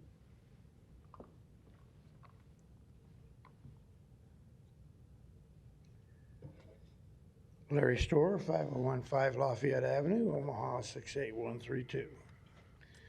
Some very nice, very long presentations. I got to say something. I don't think any of that changed my mind. I stayed up late last night searching the World Herald, the comments to the story about this in the World Herald. There's a lot of people that are worse off vocally right now than I am. Maybe you guys should stay up tonight and read those. The point is the citizens are not being heard. You are not explaining it to the citizens. When we first got married, the apartment cost us $85 a month. My wife asked the lady if she'd bump it down by $5 so that my wife could afford her $80 a week salary. First time job at Northwestern Bell. There is no affordable housing anymore. What affordable housing those other people had here that were earlier here today is not going to be affordable because of this continual expansion and giving away the money to developers and raising our taxes, but you will not admit that. The revenue is going to come from us over 20 years, maybe 25, and then maybe the developers, if they're still here, will cough up a little higher property tax. But in the meantime, the people that are living here now in the present will be paying continually higher property taxes. Those people will get hit with special assessments, and if they don't comply, they'll be locked up, not even given house arrest at their own residence. There's a gentleman here that this has happened to. The city wouldn't listen to him. He kept fighting and kept fighting. He's locked up. Oh, forget the house arrest. But anyway, I mentioned The Music Man was the movie right here in River City. Well, now the Medicine Man is also here trying to give us a little spoonful of sugar to make it go down a little easier. And if you read the expressions and listen to the people and read tonight, you'll find out the medicine isn't working. We haven't bought the concept that it's not costing me. I don't want my property taxes to go sky high today or tomorrow. My God, I pay $25,000 for a house, and people want to come in here and pay $500,000 for it? Why? The big cities, the people you're maybe studying, people are leaving those big cities. They've had it. They've had it because of crime. They've had it because of taxes. The urban core doesn't resonate with us. Affordable living does, but you can't coat over it. Please admit that this is actually our taxes you're talking about, not his taxes. He gets a break on his taxes. If he buys the property today at blighted values, he pays the tax on that blighted value, while my taxes continue to go up because I'm not blighted. Unless you decide you want to blight it, drive by and point at my house because I have a flagpole. I'm a few yards from 50th Street. So indeed, I am very close to the blighted or extremely blighted area, but it doesn't, except for the bowling alley and the rundown apartment buildings a few blocks east, our houses are not blighted either, but they're getting to be non-affordable. Vote no. Thank you. Next opponent. Bev Horning, 1613 Crawford Road, Omaha, Nebraska. First of all, thanks, all of you. This is a long session. Just getting started. These, I know. I actually came for item 44, so I'll be here a while. Obviously, these days are pretty long, and your security guard's kind of having a hard time staying awake over there.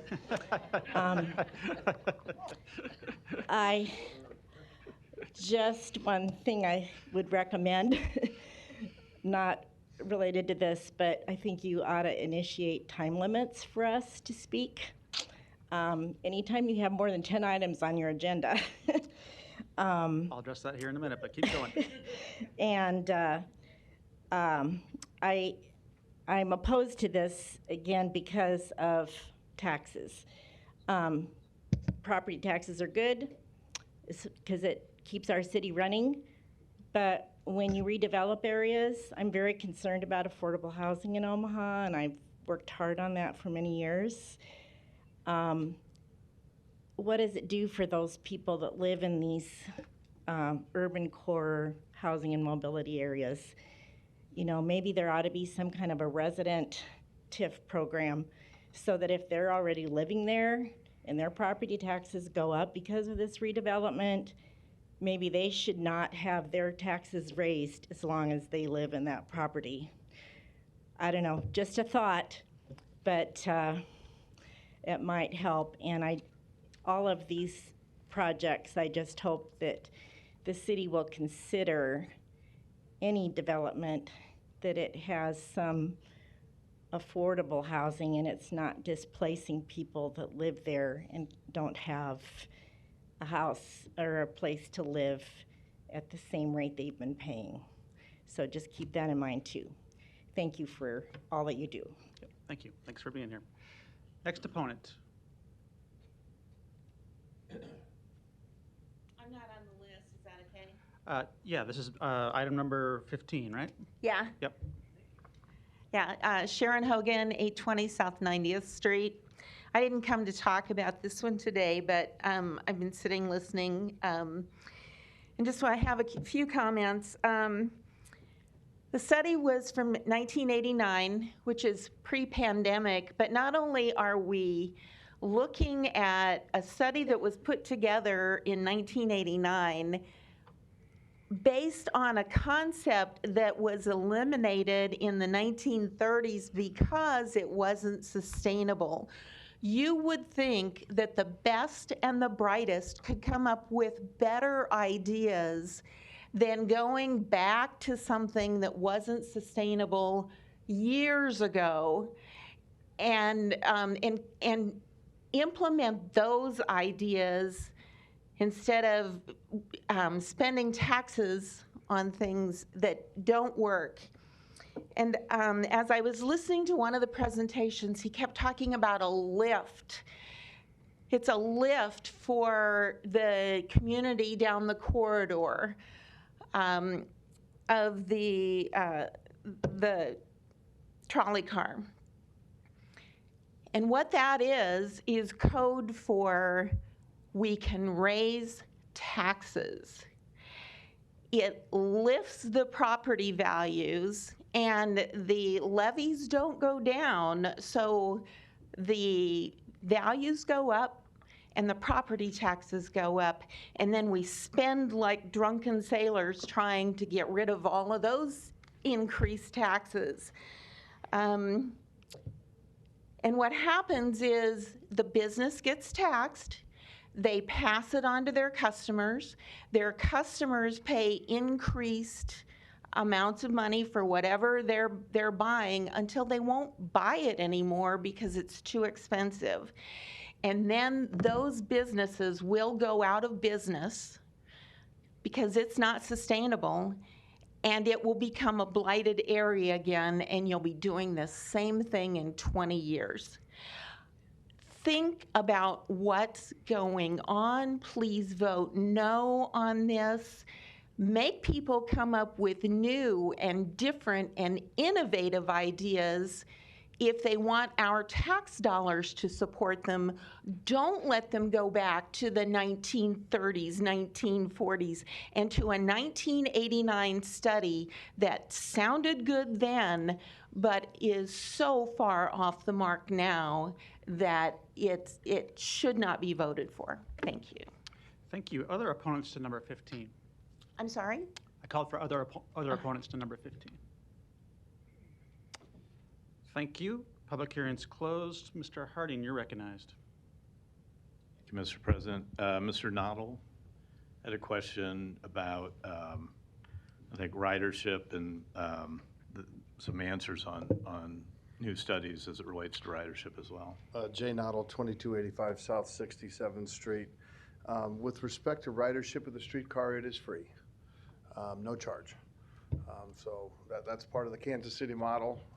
That's part of the Omaha plan. Very integral part of the Omaha plan. We want it to be easy and certainly affordable. With respect to studies, I think maybe there's a little too much focus on a remark Mr. Anderson made when he referenced the 1989 study.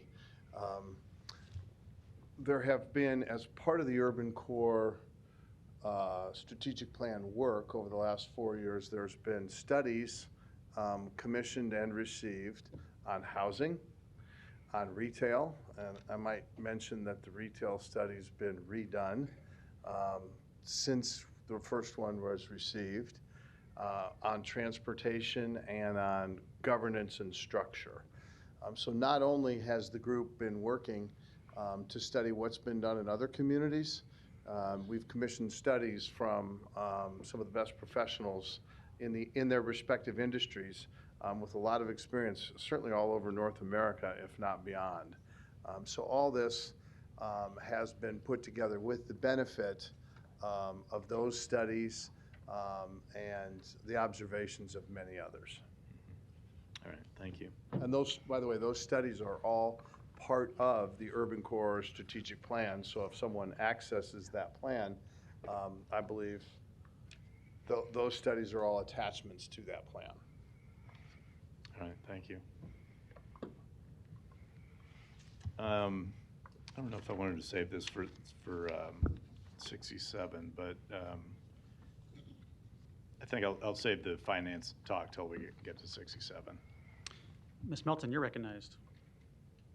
And, well, part of the reason I wanted to make sure that I know that what Kevin was, I think what you were saying is there was this study from 1989. It's got a whole bunch of pictures and all this stuff. That's not what you based this upon. Is that correct? Can you? Troy Anderson, City of Omaha Mayor's Office. That's correct. No, there's misunderstanding. The 1989 plan was not the premise of an economic, that had nothing to do with what we're talking about now. You just correct. Liked in 1989, what was identified was that the urban core needs to be the heart of the city. And over the course of the last 30 years, we saw the departure of 21,000 jobs and the replacement of those 21,000 jobs with 40,000 parking stalls. the model that we've been following over the last 30 years isn't working. So it speaks to everything everybody here just said.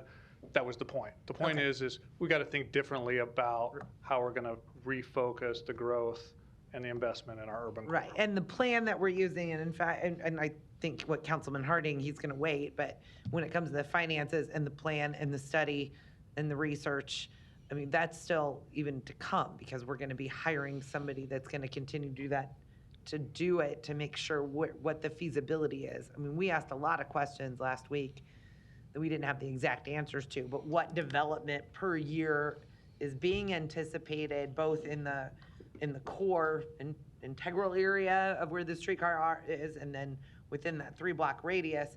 But we wanted a breakdown of how much to expect in development per year, and is that a reasonably based assessment? I think that's what this council is looking for.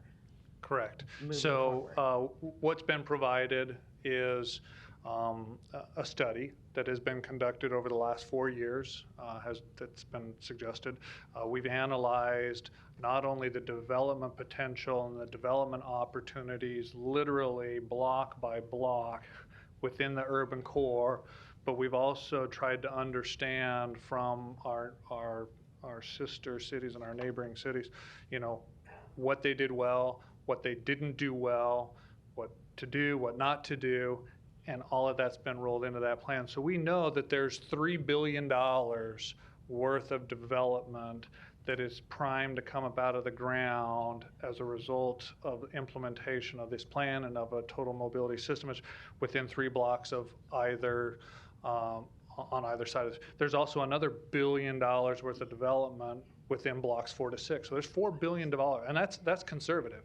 There's $4 billion of development that's primed to come up out of the ground if we can remove or at least reduce the barriers associated with having to park $4 billion No, I know, worth of and so I just wanted, all I wanted to do is, Yes, you made a comment thank about 1989, which got confused. Had nothing to do with the none of us, if you economics. brought us a 1989 study, Correct. we all would actually probably tell you I gotta go, Thank you know, like. Thank you.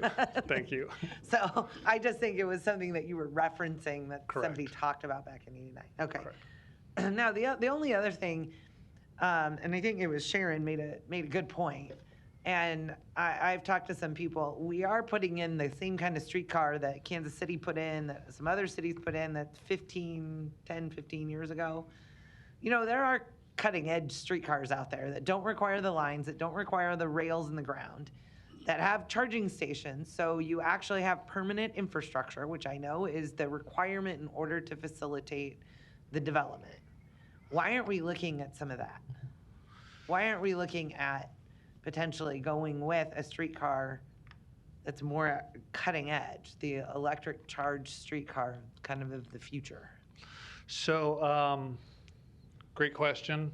We've looked, right? We've looked at some of that other stuff. Some of that technology has just not been fully vetted yet, right?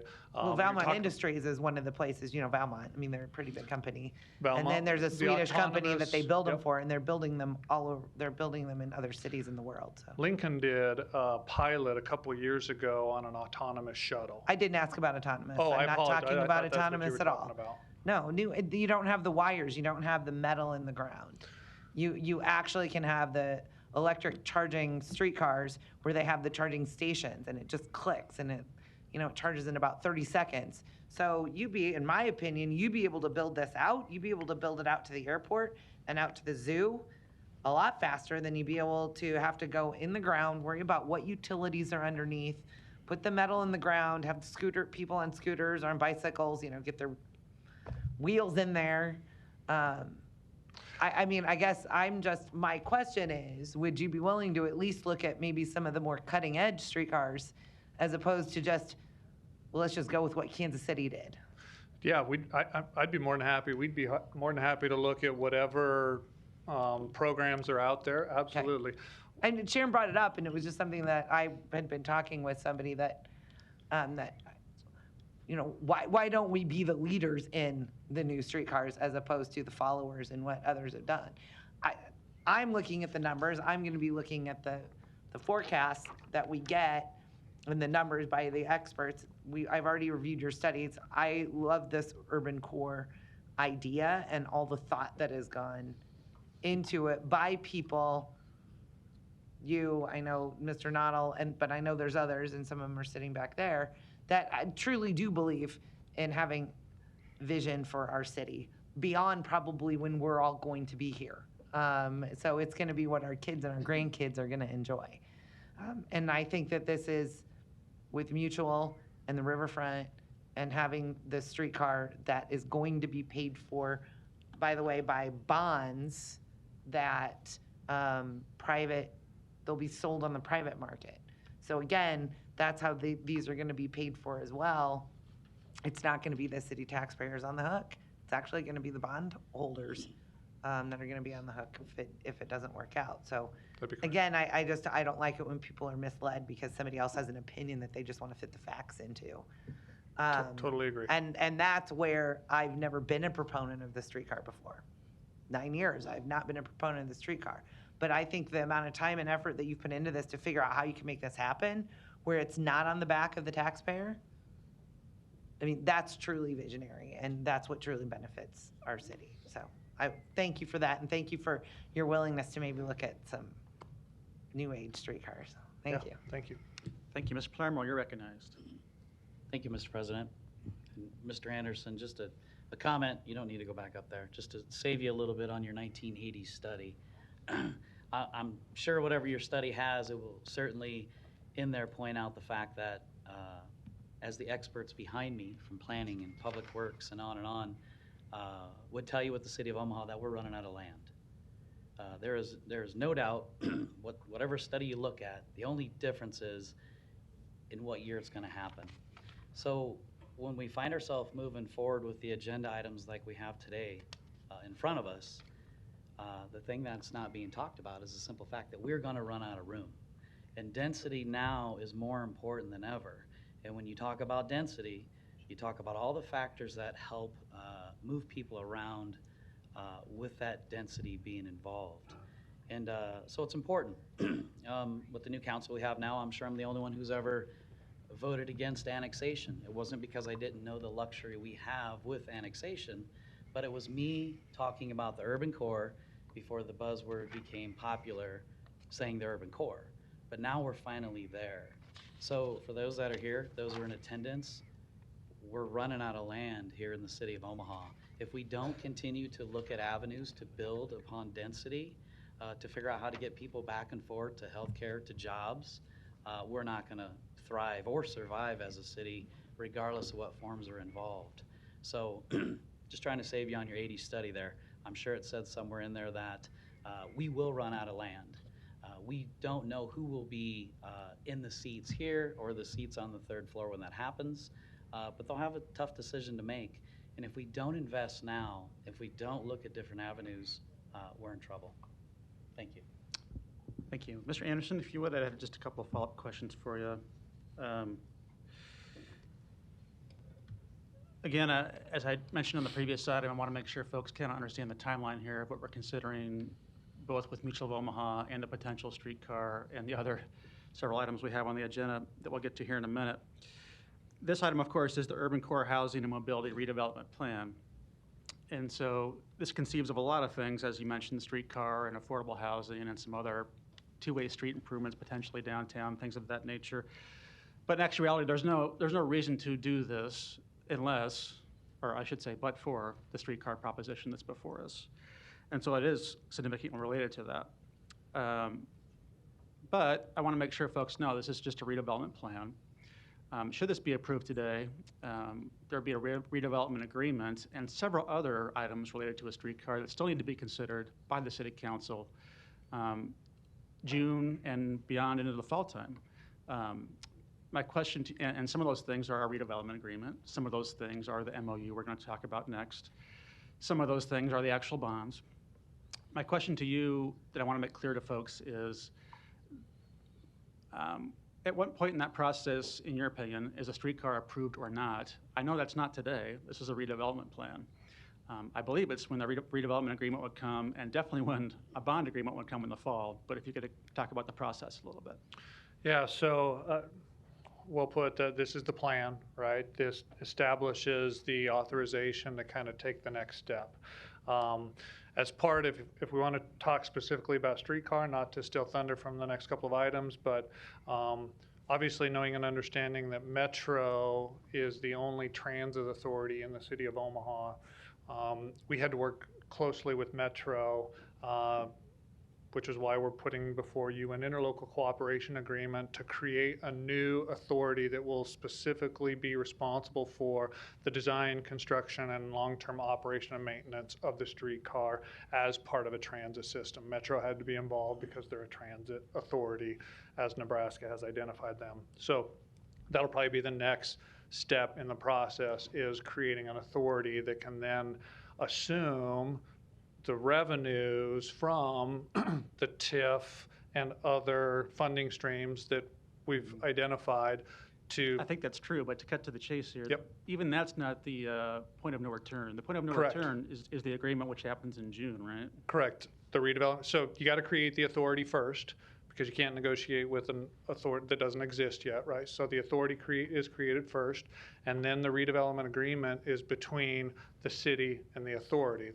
The interlocal cooperative is not an agreement between the city and Metro. It's a redevelopment agreement between the city and this new authority. So you got to prop up the authority. You got to create the authority first, populate the board. So really there will be creation of the authority, then there'll be appointments to that new Omaha Streetcar Authority board, then there'll be the redevelopment agreement, and then once the redevelopment agreement is in place, what that redevelopment agreement says in short is, as the taxes are divided and the receipts are collected and the money is collected, who that money goes to the authority to then oversee the design, construction, operation, and maintenance.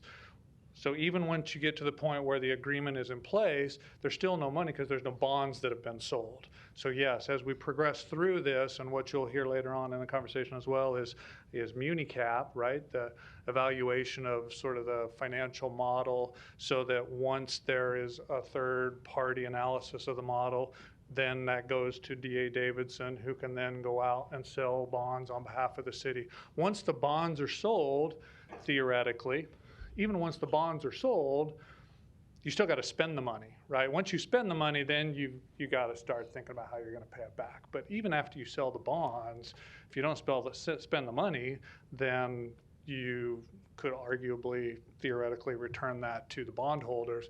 But in essence, there are still some off-ramps, I think is the term that we've used, that if in some point in the future, City Council does not want to agree to this investment, this public investment, that there's opportunities to do so. Thank you. I think that's important for folks to understand, and to understand there's many more public hearings after this one on all those items that spell out actually in a lot greater detail than what we're even talking about today. Correct. And I would say it's been a bit of a frustration of mine in the last 2 months that we haven't had those details yet. I understand this is a process and very complicated, especially as it applies to the finances around the streetcar. I know we'll talk about that here in a subsequent item in a minute. I do feel like we made some progress on that just today, but I do feel very strongly that's going to be the City Council's main role in this, is our fiduciary responsibility as to how these revenues and cash flows are going to come in. And even though that risk is assumed by private bondholders, it's a major project that we're delegating some authority for, that we're really going to want to dive into all the cash flow and operational funds. And in many cases, the operations is the trickier part than the capital part. So I feel like we have a lot more work to do before we're to the point of saying we've approved a streetcar, which even by the process you've described doesn't happen until June or arguably fall. So I want to make that point here today. And then just a couple of quick follow-up questions for you. Do you have that map handy of the TIF district in the attachment? What this does do today, it conceives of these TIF districts and a influence area by which presumably the new development would be captured to help pay for all of what we're talking about here. So in the TIF district itself, which I think is the top one, right? Hard to show, yeah.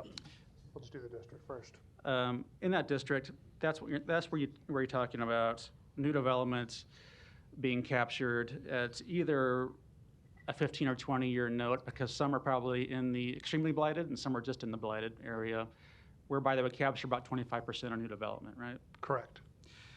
The influence area, which is the next map, that's where you're talking about same thing, new development, but could be in blighted areas or it could be in extremely blighted areas on that map, I believe.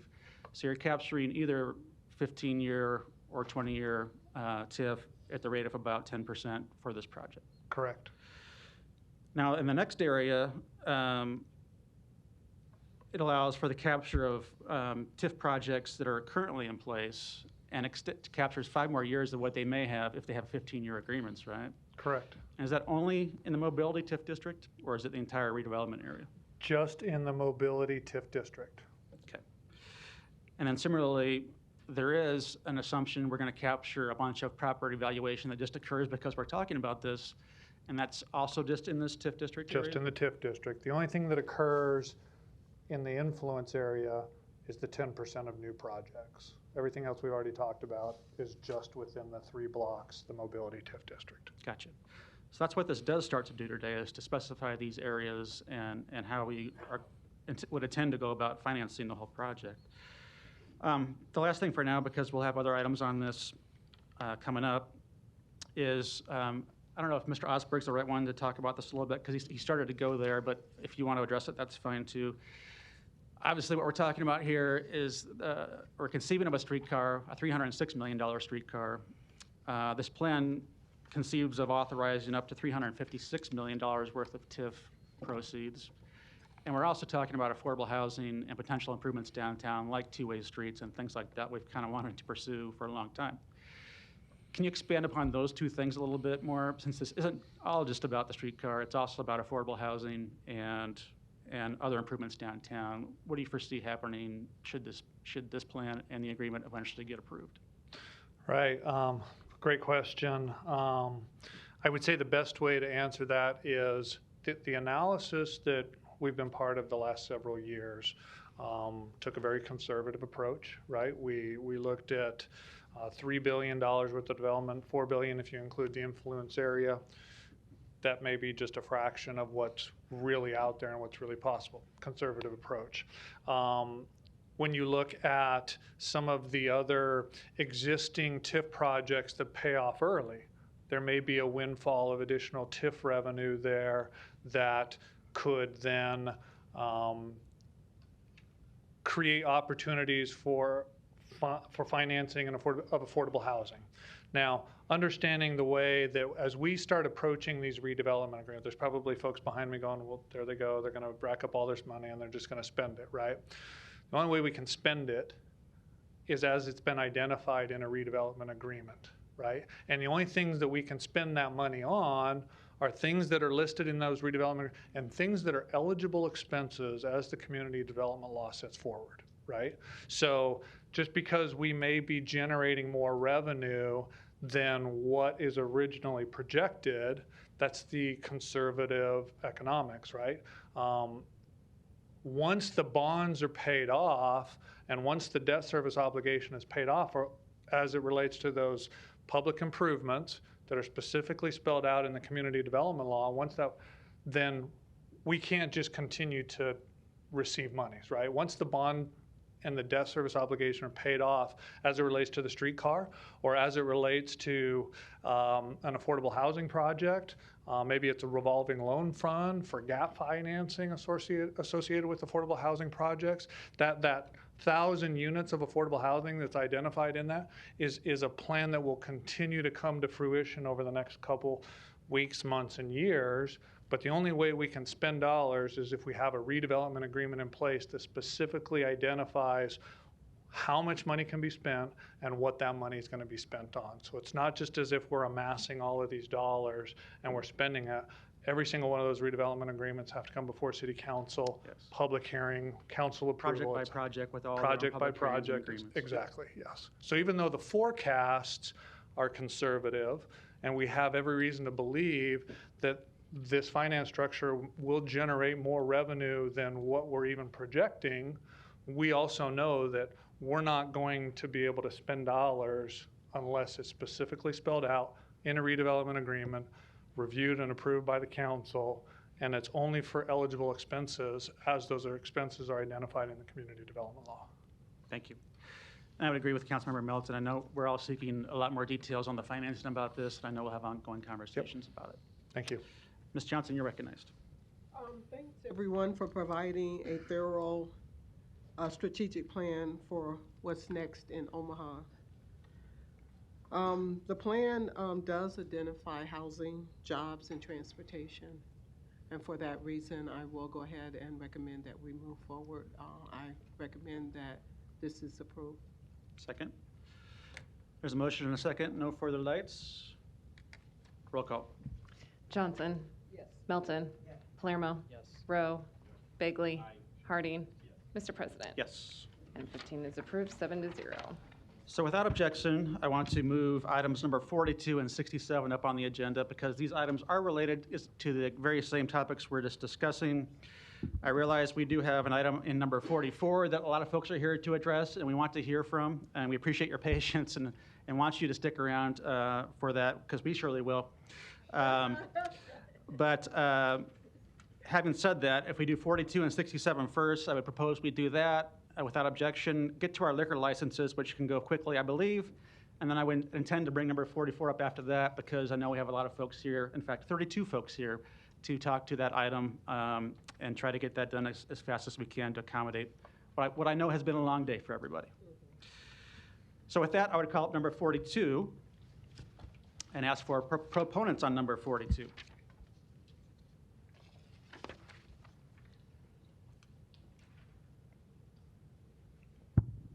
Ms. Taylor.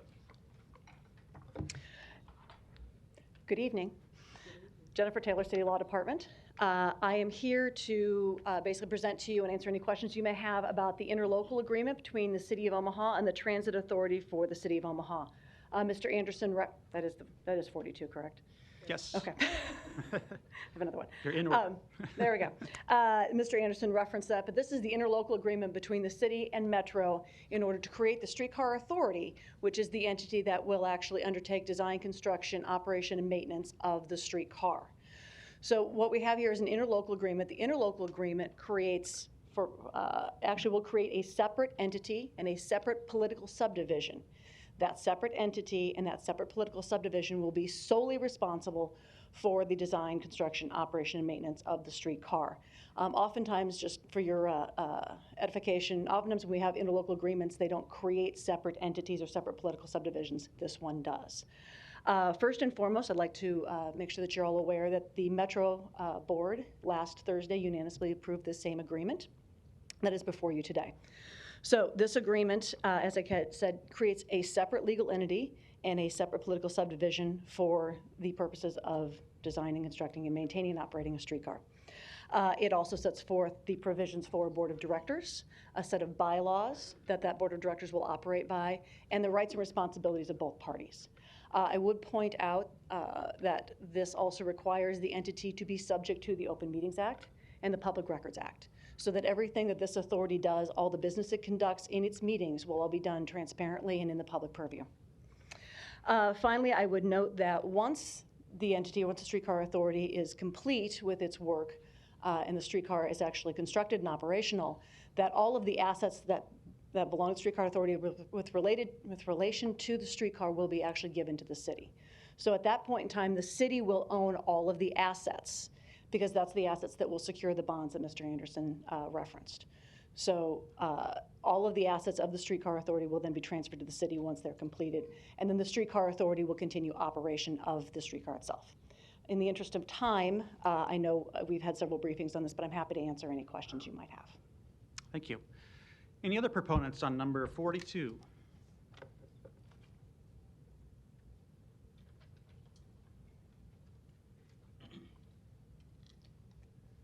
Good evening.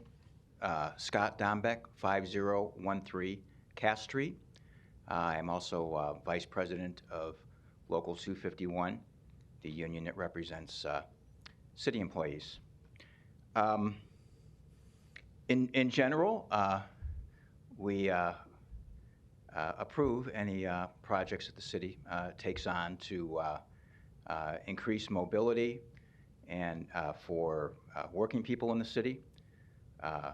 Just preliminarily looking at this project, it looks like a good win for working people. One thing that attracted my attention in looking at the proposal that's before you, under Section 6, Project Operation and Maintenance,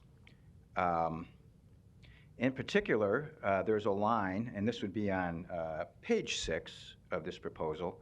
There's a line that says, "The Streetcar Authority will work in good faith to honor the spirit of labor agreements between Metro and Transit Workers Union Local 223 in contracting for operations and maintenance of the project and the project assets." I don't know if there's any representative from the transit workers here today, but our particular concern is we've seen a number of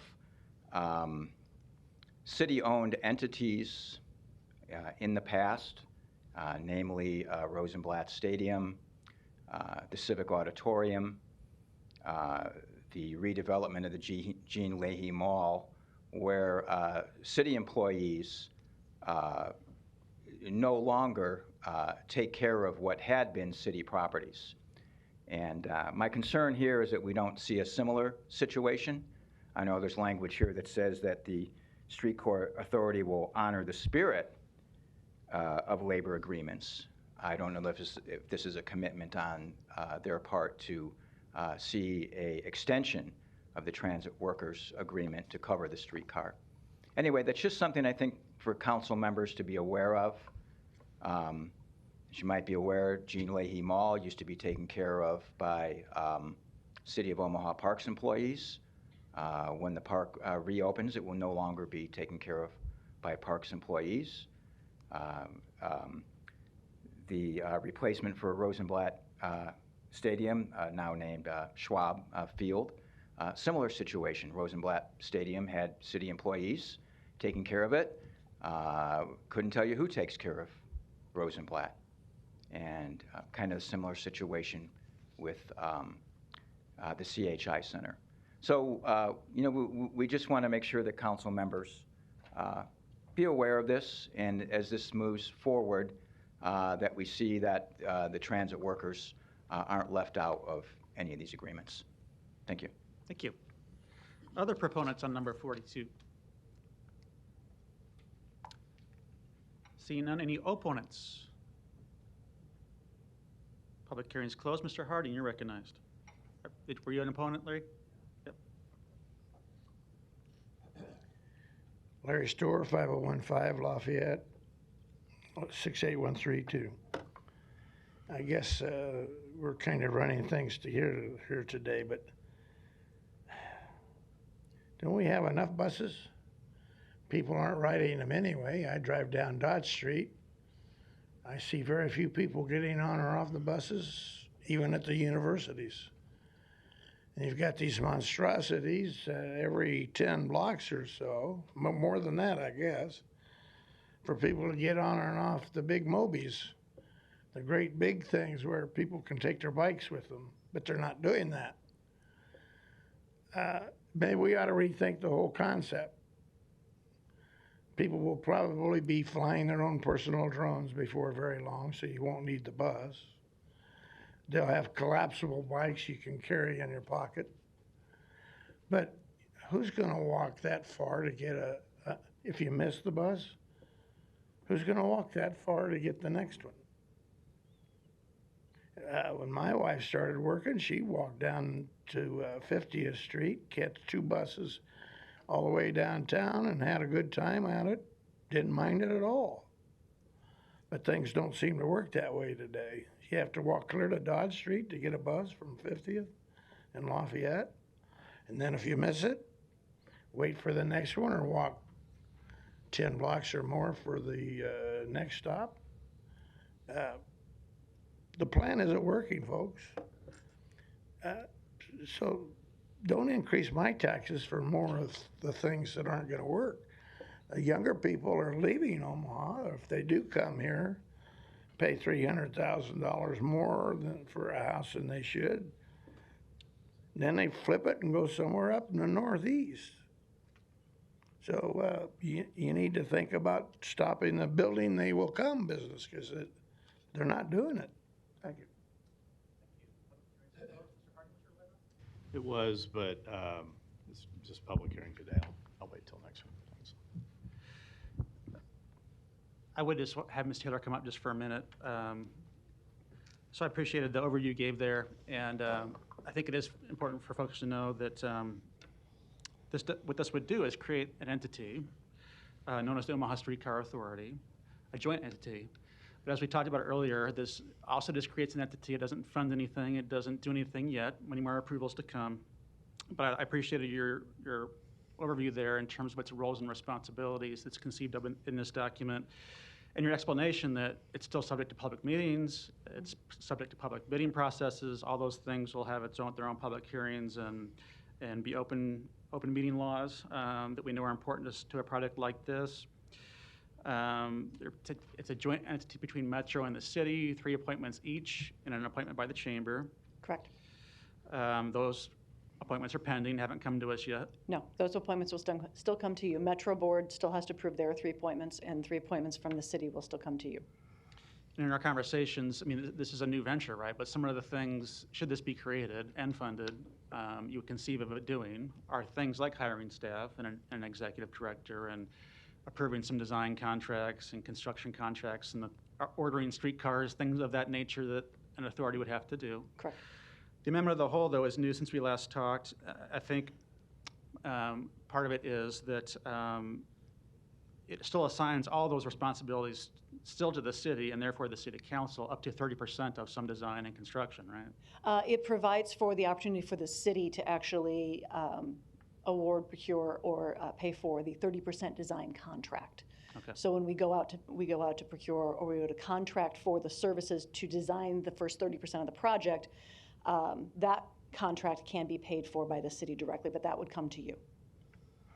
That's my understanding too, and that's a conversation I think we've all had in our briefings, is that this does spell out some of the roles and responsibilities of this entity, and there is an attachment that talks about the bylaws they would operate under and how that would work, and it's all public, like you say. But still, I think a desire for more conversations about how this will truly work in coordination with city council approvals, and I think we agreed to have a further conversation about that probably during the redevelopment agreement stage, which again is several months from now. But I think there is a desire from council members to have that spelled out in a little more detail about what would come to the council and wouldn't on what is a major project and major allocations of dollars, right? Correct. And as the city, which would be our office, and the Streetcar Authority negotiate the terms of that redevelopment agreement, which actually puts the conditions on how we would fund the project, because that's our obligation, and then how the Streetcar Authority would then construct, design, operate, maintain the project. That is all part of something that we will have to work together with you and administration and city staff to make sure that everyone's needs and concerns are addressed as part of that agreement. Okay. And certainly things like, approval of annual budgets and things like that into the future would, I think, be necessary and required, and things we'd want to see for a new operation like this. The last thing I'll mention, I think there's some other lights on, is that you also notice by reading this document that there's all kinds of language in here about non-competition with Metro, that a streetcar won't otherwise supersede other kinds of public transit we're interested in pursuing as a city. And I think that language is important because this is a new venture and in essence is an economic development project, but we wouldn't want it to compete ever with our ability to build out our public transit system in many other ways that I think is also important to what Metro is trying to achieve with their current strategic planning, and I think what we all believe is also important to citizens throughout the city, right? Correct. It was very important to both parties to make sure that we were very clear and somewhat limited in the scope of what we were addressing with this particular phase of the project. But it does open the door, leaves the door open to additional phases can continue to be operated by the Streetcar Authority if the parties agree. Thank you. Mr. Bagley, you're recognized. Thanks, Mr. President. Just a quick comment. When I went to Kansas City a couple months ago to check out their streetcar system, it was impressive. And one thing, working for the Omaha Public Power District, they said they had to build 4 substations to generate the power to get that baby rolling. So that's just a comment I know Troy, you're gonna get a million of these, but that was one that I just thought I'd share today. But I look forward to getting a lot of answers on things going forward. Thanks. As part of our next steps, obviously, we will need to have in-depth conversations with all of our local utility providers. Thank you. Mr. Harding, you're recognized. Okay, I said I was going to wait till next week, but since you brought it up, one of my earlier concerns, and I'll have more next week too, but one of my earliest concerns on this was I didn't see the need at the time for the agreement or for the formulation of the authority, since there are city of Omaha's roads, our public works, our people are going to be the ones installing the tracks. That has nothing to do with Metro. The minute we put a rider on those tracks, then it becomes an issue or something that has to be addressed with Metro. So my initial reaction to seeing this was that I didn't see why it was necessarily required at this time. So we've talked about that before. If you want to say why you think it's required or it makes more sense at this point. But now knowing that we have the amendment of the whole, I think that addresses some of my concerns. Well, the amendment of the whole, again, allows for the city and the Public Works Department to oversee at least a 30% design contract. But rather than going to a vote of the full board. Board, et cetera. Right. So, but I would actually point it to you this way too. We've talked a lot today about the streetcar and wanted to make sure that we had kind of all of our ducks in a row before we embarked upon building it.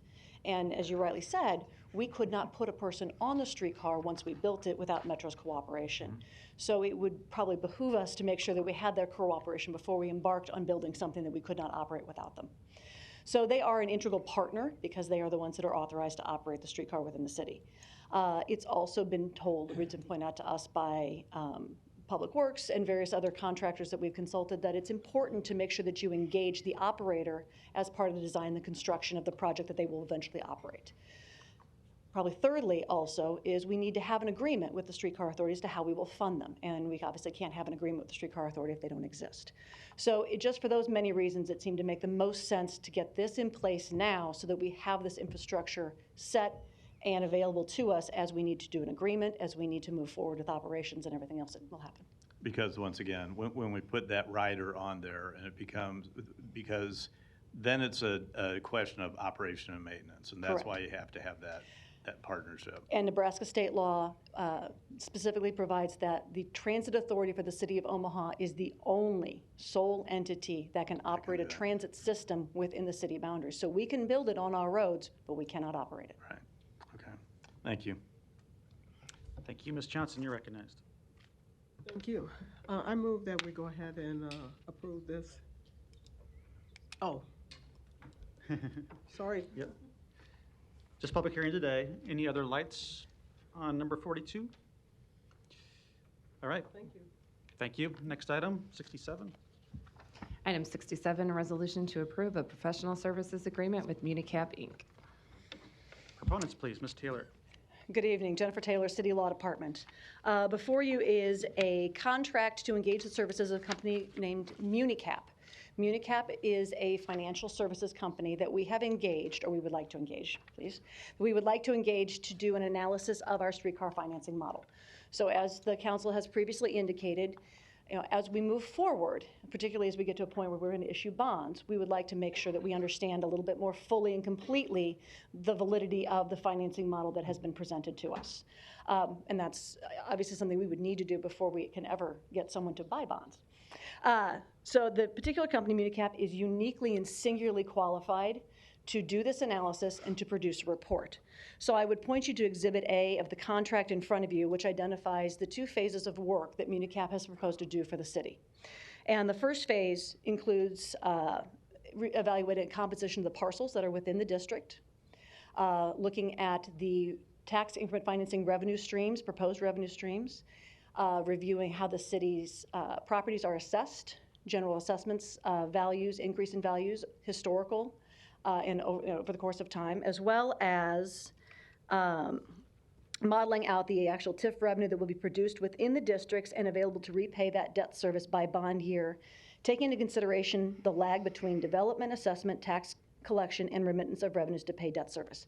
And that's a really important piece of the scope of work they'll perform, because I think that's exactly what the council is looking for. Furthermore, they will also prepare sensitivity projections, as well as possibly an economic impact of the streetcar. So there's a fair amount of work that MuniCap has proposed to do for the city as part of Phase 1. At the completion of their research and their analysis at the end of Phase 1, they'll meet with the city, they'll provide some of their initial findings, and work with us to prepare Phase 2. Phase 2 will be the report that MuniCap will put together, and that report is what will be included in any offering document for bonds and to assist with the efforts to issue those bonds. So when we get to a point where we want to issue those bonds this fall, we will also need to do an offering statement like we do with every other bond issuance we have. But that offering statement will include this report from MuniCap. We have been told by our bond counsels that for these particular kinds of bonds, MuniCap is the sole fiscal agent that is basically given any sort of credence to prepare this kind of report. So in order to sell these bonds, this is the fiscal analysis that we need to do, and this is the company that needs to do that, which is how I explained they are kind of singularly and uniquely qualified to perform the service for the city. So not only will they provide for you exactly what you have been seeking as far as validation of the fiscal model that we have, they will also assist us in issuing those bonds. I'm happy to answer any questions about MuniCap or the proposal they've presented. They are a company located in Baltimore. Thank you, Mr. Curtis. Located in Baltimore, but they have done this kind of analysis, particularly on tax revenue bonds, for a number of communities in Connecticut, New York, Virginia, as well as they did the tax increment financing revenue bond analysis for Atlanta when Atlanta did the Beltline District, which was financed through tax increment revenues. Thank you. Any other proponents today on number 67? Seeing none, any opponents? Seeing none, public hearing is closed. Mr. Harding, you're recognized. Thanks, Mr. President. Jennifer, I probably will have some questions, so if you want to stay near. So it was said by Councilmember Melton earlier too, and I was kind of in the same boat at the time, years ago, not being a proponent of what we're discussing here today, mostly because it was going to be paid for on the backs of the tax holders. And now that we have I'll say scheme, and I know a lot of people have a negative connotation of the word scheme, but it's positive in this sense. Now that we have a mechanism, I'll say, for funding this, and not only the streetcar, but also potentially for some additional public improvements and housing opportunities. I think this is an important move, not only because the bondholders tell us it is, but it also gives validation or, validation to what's been proposed or what we've been given to consider. And what we've been given to consider, at least financially at this point, is 50,000 feet. And I know Council President Festerson mentioned earlier that earlier today, we got some additional information, which is helpful, and I think we're going to also dive down into those numbers a little in more detail as we go along too. But I think this is an important step for us to have that, if you will, professional opinion given to the scheme that we're being asked to consider to pay for this. So I appreciate the city's acknowledgement that this was needed, and appreciate that we're listening to bond counsel too, that this is something that not only gives credence to, hopefully, to what we're talking about, but also will make the saleability of those bonds, the potential for that better. Correct. It's critical, and we are all actually very excited to get going with MuniCap as soon as possible. So but I want to emphasize again too, that as was mentioned by Councilmember Melton at Festerson et al., it's our fiduciary responsibility to make sure that what we're looking at, that we're confident in, and that we have the level of detail that we need to make that decision. So we look forward to receiving those, and all 7 of us will look forward to receiving those as we begin to drill down to lower elevations. And I know city staff and finance department look forward to sharing that information with you as we get it. Yep, thank you. Thank you. Ms. Johnson, you're recognized. I'll second that. We'll also emphasize, I know this anticipates a 6 to 8 week process. I would encourage that to go as quickly as possible because in 6 to 8 weeks, I know the administration anticipates having some approvals to us on these items that do start to get binding. And as Councilmember Harding said, I'll take that decision very seriously. And until I have all the information I need about how this is going to work financially, would not be in a position to approve those until I do. We have a lot of work to do and a lot of work to bring you in the next 2 months. We look forward to doing that. Assuming that we are approved here today, Mr. Curtis and I will be in touch with Municap this evening. Great. Thank you. No further lights. There's a motion and a second. Roll call. Johnson. Yes. Melton. Palermo. Rowe. Bagley. Harding. Mr. President. Yes. Item 67 is approved, 7-0. Okay. Item 16, to consider a Class C liquor license for Red Eye Tavern and Grill located at 8437 West Center Road. Public hearing on vote on number 16 is today. We have the proponent by Zoom, Mr. Scott. We'll get you off mute here in a second. All right. Name and address? Hi. Yeah, good evening. Ryan Scott, 11106 William Plaza. And I am here on behalf of myself, the applicant, and happy to answer any questions. Thank you. Any other proponents today on number 16? Seeing none, any opponents? Public hearing's closed. Mr. Harding. Quick, Ryan, I appreciate the call yesterday and your plans for the Red Eye, which is kind of a long-standing and well-known watering hole at 84th and Center. So I wish you good luck there. And again, I appreciate the call yesterday. Thank you. I appreciate that. I'll second that. Thanks for the call as well. Motion and a second. Roll call. Johnson. Melton. Palermo. Rowe. Bagley. Harding. Mr. President. Yes. Item 16 is approved, 7-0. Item Thank you. 17, to consider a Class C liquor license for Voodoo Taco located at 2615 South 180th Street. Is communication from the Planning Department regarding a permit for the outdoor area. Public hearing on vote on number 17 is today. Proponents, please. Mr. President, members of the council, Mike Kelly, 2804 South 87th Avenue. This is a new Voodoo Taco going out 180th Street. All the permits are not done yet, so I'd like approval subject to granting of the permits. Thank you. And we're here for any questions you might have. Thank you. Any other proponents on number 17? Seeing none, any opponents? Public hearing's closed. Motion and a second. Roll call. Johnson. Melton. Palermo. Rowe. Bagley. Harding.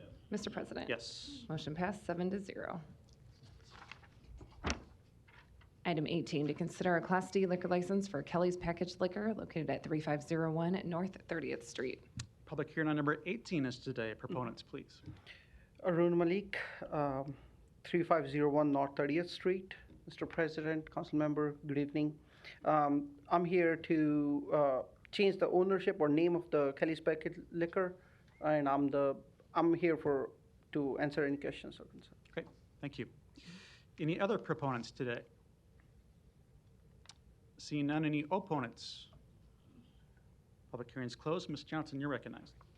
Mr. Malik, thank you for coming today. Can you tell me a little bit about your new operation there at 30th Street? Yep. So we attained the temporary operating permit as of March 3rd, and we have maintained all the same staff because they are local. We want to generate the revenue for the local district, and we are just trying to enforce few new operational structure to the company in such a way that the liquor and other under 18 or under 21 now can be secured. They were not secured before we took over, so we are making some security changes and bringing it more technologically advanced as compared to how it's being operated currently or before we took over. Okay, and what are your hours of operation? Still 7 to 1. Okay, and is there a plan for security in the parking lot? So we are working on new security system, just to maintain the safety of our crew, which is my first priority. Any idea when you might have a final plan We on that? are accepting bids right now for the new security system. We already installed new laser security system in such a way that they can press the button now, and then it's registered with City of Omaha Police Department, so that can be dispatched within minutes if some of the issues are. And we are increasing the staff member from 1 to 2 in the evening so that it can be more logistically can handle more as compared to what previously was done. I was told that there is a lot of activity over the weekend in the parking lot, where there's a lot of people just gathering in the parking lot. And I was just wondering, were you aware of that? And if so, if you have a plan to address that? Yes, a lot of activity happens when people park there and just try to buy liquor or some stuff. So in the future, we are planning to accept liquor, other items which are being sold at the store. We are planning to have them drive through, so that will probably stop the uses of parking lot less and make it a drive through. Except the liquor, because in the City of Omaha, liquor cannot be sold through drive through. So we are aware of that law. Okay. So if, we talked a little earlier before City Council, so if we could have that conversation and dive into that a little definitely. more thorough, I would really appreciate it. Yeah. All right. We want to contribute to the local community as much as we can. Cool. Thank you. I'll go ahead and motion to approve. Second. No further lights. Roll call. Johnson. Melton. Palermo. Rowe. Bagley. Harding. Mr. President. Yes. Item 18 is approved, 7-0. Thank you so much. Thank you. And thanks everyone for being here on all these items and on this next item. I realize, and we do have 32 folks signed in to speak on number 44. I wanted to be sensitive now that we're 4 hours into it to try and get to that item next. So without objection, I would bring that up to have heard at this point. To the comments about time limits, I purposely did not do that earlier today, even though I knew we'd have some very long and weighty issues on our agenda. Because frankly, those first 4 items around Mutual of Omaha and the streetcar were the first public discussion on those items. And I thought it was very important to have such major issues have an opportunity to be heard and to have folks have the chance to speak what's on their mind. That also applies to this next item. This is also a very important issue. So I'm also not going to establish time limits on them, but because there are 32 folks, I would highly suggest you be respectful to everyone, to keep your comments to 3 or 4 minutes if possible, and only on this topic, so that we can in fact hear from everyone and get to everyone in an expedient fashion yet this afternoon, or this evening, I should say. So having said that, Ms. Clerk, please read the item and we'll go from there.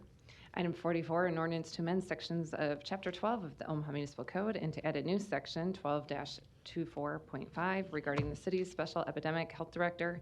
A is amendment of the whole requested by Councilmember Palermo. B is communications and support. C is communications and opposition. D is communication from the law department. Thank you. And realizing we would have a lot of testifiers, we did have a sign-in sheet, so I do have folks in order here. So when I call your name, you'll be called to testify as either a proponent or an opponent as you signed in. And we also have folks by Zoom that we, of course, will get to. So at this time, I will call for the proponents of number 44. And that first proponent is Ben Tapper. And after Ben will be Andrew Sullivan, if he's still here.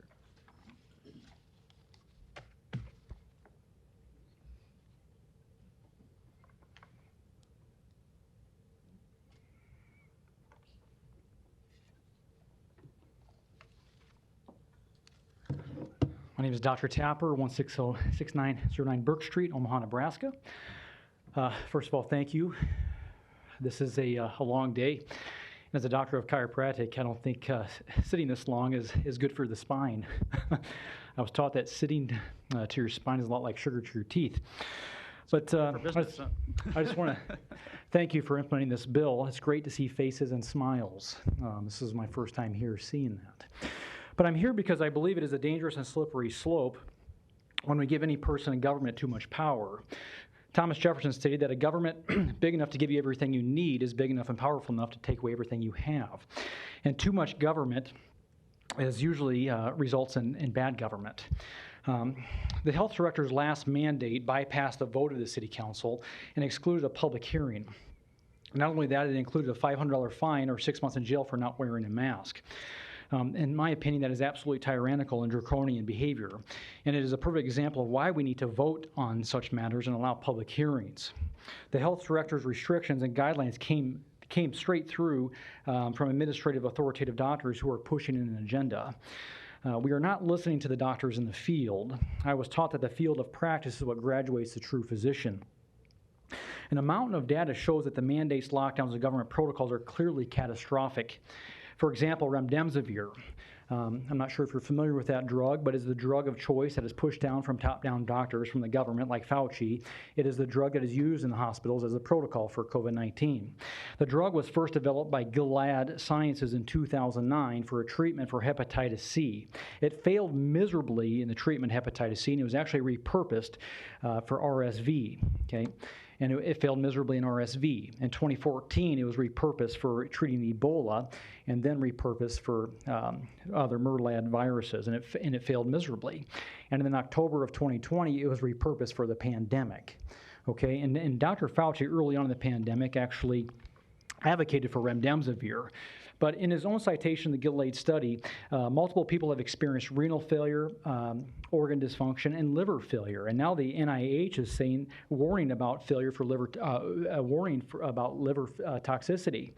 And the drug has been shown to have an increase in mortality rate with coupled in ventilators. In other words, people aren't really necessarily dying outside the hospitals. They're dying from these protocols that are from these doctors that are pushed in the hospitals. And so, in the face of all this information against remdesivir, it appears that the federal government and so-called experts are not listening to the science. And I do have a point here. It's just concerning that we're listening to, these subdivisions of the government that really don't seem to care about our health, and they're not listening again to the doctors in the field. Since the pandemic, there's been a 30% increase in drug overdoses. Suicide is an all-time high. Mental illness is an all-time high. Financial hardships are an all-time high. Chronic disease is at an all-time high. And when is enough enough? You see, it concerns me how easily these mask mandates or a mask mandate can turn into a vaccine mandate. You're seeing that right now in other countries where you're not able to function in society unless you have proof of the vaccine. Go to LA. It's very difficult to even function in LA right now unless you have proof of the vaccine.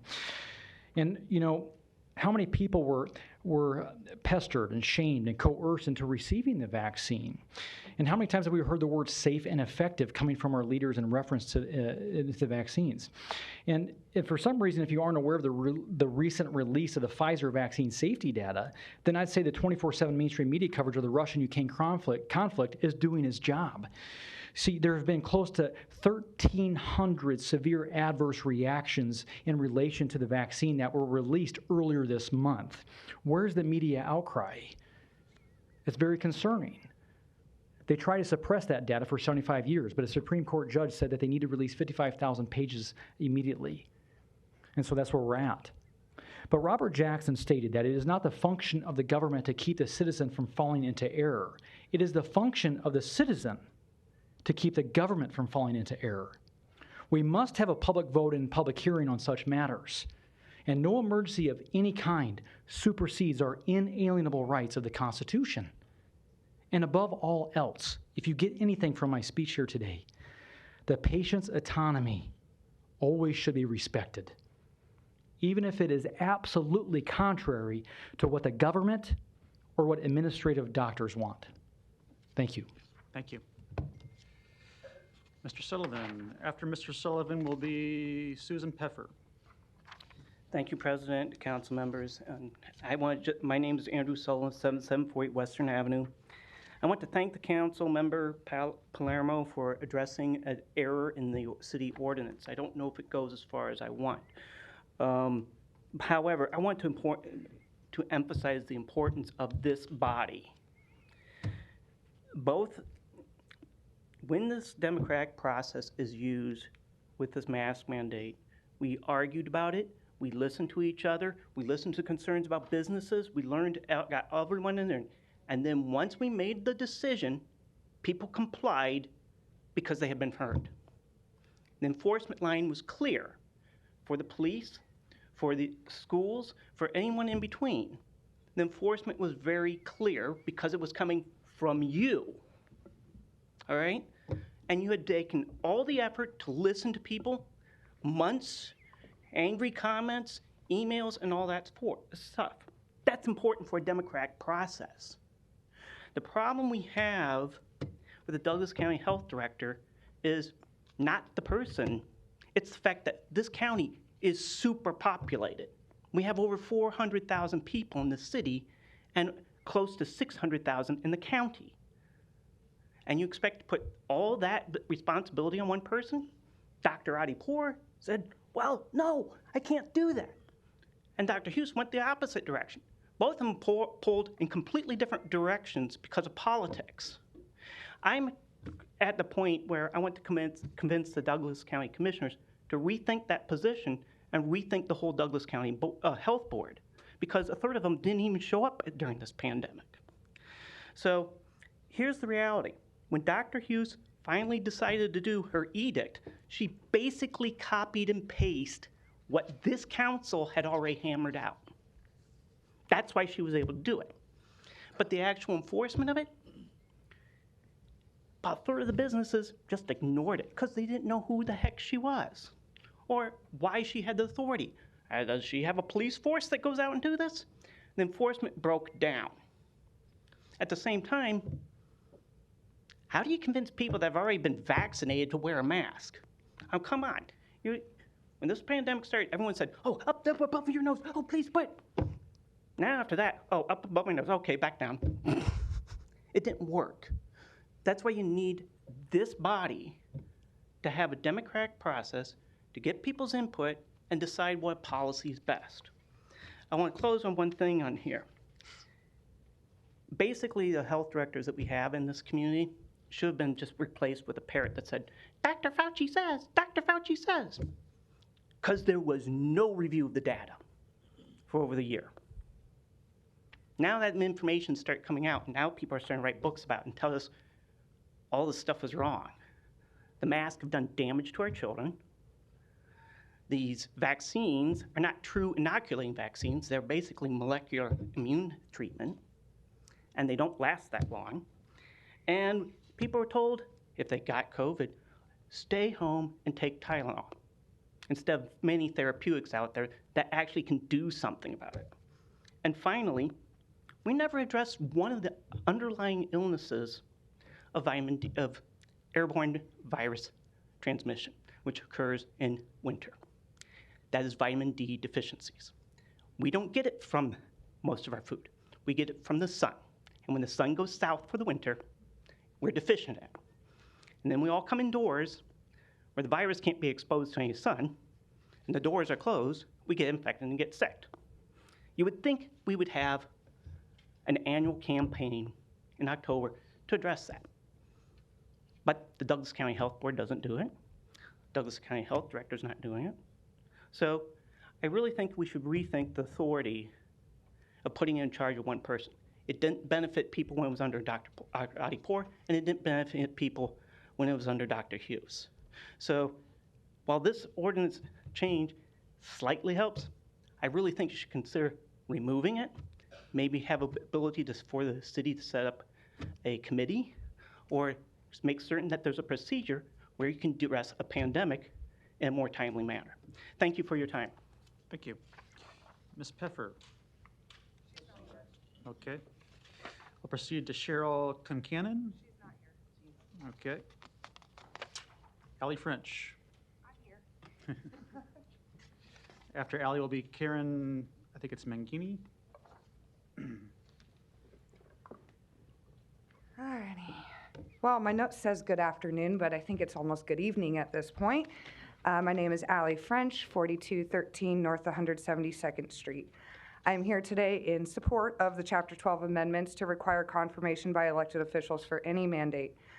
For years, our group, Nebraskans Against Government Overreach, has stood firm against all forms of medical mandates. The government was never intended to be delegated such a power. In fact, in the mid-1800s, this was nearly the identical argument being had during the debate over the General Welfare Act, at which time Thomas Jefferson stated that if we allow the government to dictate what foods we eat and medicines we take, we will soon be living in as sorry a state as the souls living under tyranny. Unfortunately, the General Welfare Act was passed, and today it allows us to claim for the greater good and be damned the consequences, or even more so, ignore them. Furthermore, when one's convictions are soundly based in personally and sincerely held religious belief, persecution and consensus of societal disbelief seem to overrule the individual's, group's, organization, or church's right to religious freedom and the right not to participate in secular practices. Most importantly today, medical decisions. A core right, again, that was never intended to belong to the government in any capacity, and an issue deeply intertwined in many faiths and personally held convictions. The tyrannical leaders who attempt to impose mandates know God, and stated in the Declaration of Independence, gives all Americans of all faiths the individual capacity and authority to govern themselves in all areas of life and to worship Him according to their interpretations of His law for liberty. Mind you, God has given the people the sovereign capacity and authority to undo any existing government at any time and restore a form of government that protects their two capacities. The form of democracy that existed in Rome is not the form of government that was created by our founders and guaranteed to exist in each of the United States. In the Republican form of government our founders did create, the individual rights of conscience of all faiths are protected. This is because God, through Jesus Christ, created a new method of communicating His laws to mankind. He gave to each adult individual the capacity to understand the purpose of those laws without the aid of another human being. Recommend all you like, till you're blue in the face. Recommend, recommend, recommend. However, you cannot force even science on the general public. The people have no obligation to adhere to it, especially as science is often the excuse made today to ignore one's moral compass, i.e. abortion. I, for example, and I know I'm not alone, have zero need for your tests, for treatment, for prevention, or for the allopathic model. And the government, nor any agent acting on its behalf, can require me to abandon my right to conscience and my personal and sincerely held religious beliefs. I do want to add that in line 3031, we'd like to add, it would be really great to add that we hold a public hearing. Never at any point for any reason do you get to remove the verbal input of we the people. Whether we agree with you or not, the constant attempts to circumvent accountability to the people each of you were elected by to serve, is asinine. And though the unelected bureaucrat is the one who gets to make the determination of how and what and when, the City Council still has the obligation to hear us out each and every time. Reminder, doctors and healthcare professionals professionals of any kind are nothing more than a business, a service, and it's not infallible. It's not one size fits all, and it's not required in order to be a law-abiding citizen. Doctors' errors are the third leading cause of death annually. They have no business telling anyone anything ever. Regardless of the decision today, I do believe that Lindsay Hughes' employment should be terminated from her position for overstepping her bounds and going against the council, the mayor, and the thousands of Omahans that voiced their displeasure. Find someone who's actually willing to serve the people. We demand our representatives support the proposed checks and balances and ensure that all sincerely held religious beliefs are upheld for all Nebraskans. Thank you. Thank you. Karen, please. Karen Mangini. About Sharon Hogan. After Sharon is Debbie Thordarson. Well, I want to say you're all much better looking in person than you are in your pictures in the paper. I sent an email regarding. Sure, all of us? I sent an email to all of you regarding my support for this amendment. I got two responses, one from Mr. Rowe and one from Mr. Harding, and I do appreciate the responses. It tells me that you're listening to me, and I know it takes time out of your day to do that, so I thank you for that. I didn't want to be here. I just wanted to send the email and then stay at home in my nice warm house. And I shouldn't have to be here because we have a representative government. As a representative of our government, you took an oath to represent me and to represent your constituents. And to me, this amendment is not about a mask mandate. It's about representative government.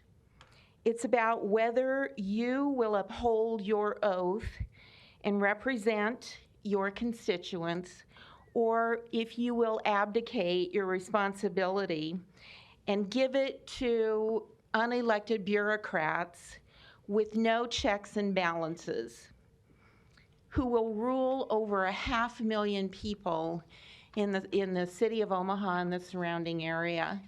I urge you not to abdicate your responsibility.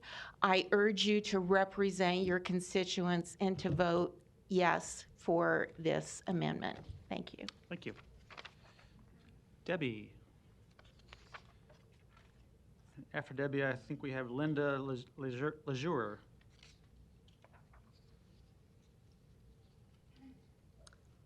Hi, I'm Debbie Thorderson, 12322 C Street, Omaha. And I just want to say good evening, and I'm here as a proponent of Ordinance 42922. I'll be brief because they've pretty much said what there is to say. When any policy can affect the lives of many people, great care should be taken to ensure that all possible results and consequences of the policy should be considered and voted upon by those accountable to constituents. No one person not accountable to voters should have the power. Whether you agree with masks used for COVID or not, the accountability of an order being passed is the issue. What other things could the health director mandate? We don't know for sure. We didn't imagine a need for this mandate 2 years ago. And just a side note, the government exists to protect our rights. That's what you're all here for, to protect our rights. I appreciate your time and consideration. Thank you. Thank you. Linda. And after Linda is Margaret Bagley. Thank you. I'm Dr. Linda Lejour. I live at 2321 Country Club Avenue, and I have a table for each of you.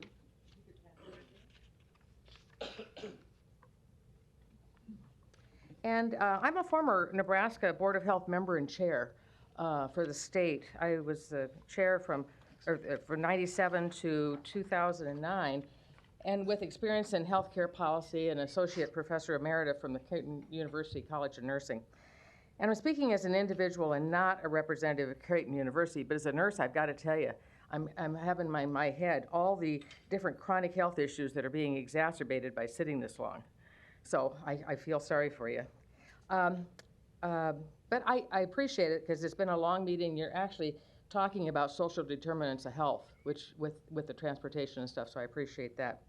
When I was initially appointed to the Board of Health by Governor Nelson and then reappointed twice by Governor Johans, I quickly realized that my critical care or an emergency department nurse background was not sufficient to understand public health issues. And the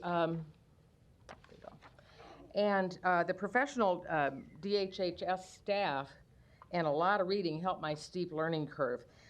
In the past Sunday's New York Times, Dr. Frieden, who was the CDC director previously, said that public health, like politics, is the art of the possible.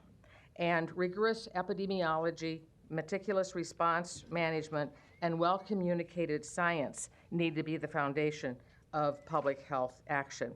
So to make the best public health policy, the community needs to be have the best prepared decision makers. And this table, I hope, depicts the differences between the public health and medicine for each of you.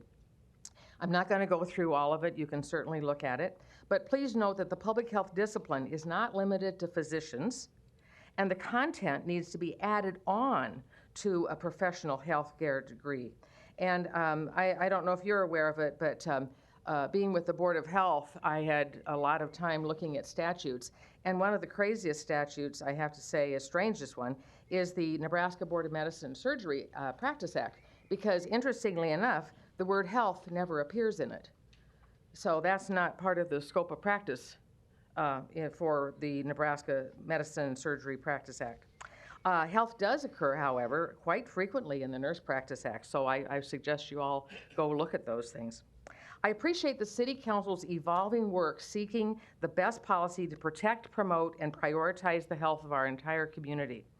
You seem to be trying to get to a place decision-making in the responsible hands of those who have scientific and clinical public health specialty expertise, rather than those lacking public health credentials and politicians who may be prone to misinformation and political pressures. And I would hope that the proposed City Council meeting that is talked about in the amendment would take place quickly and not impede the essential prompt action that you would have in an epidemic.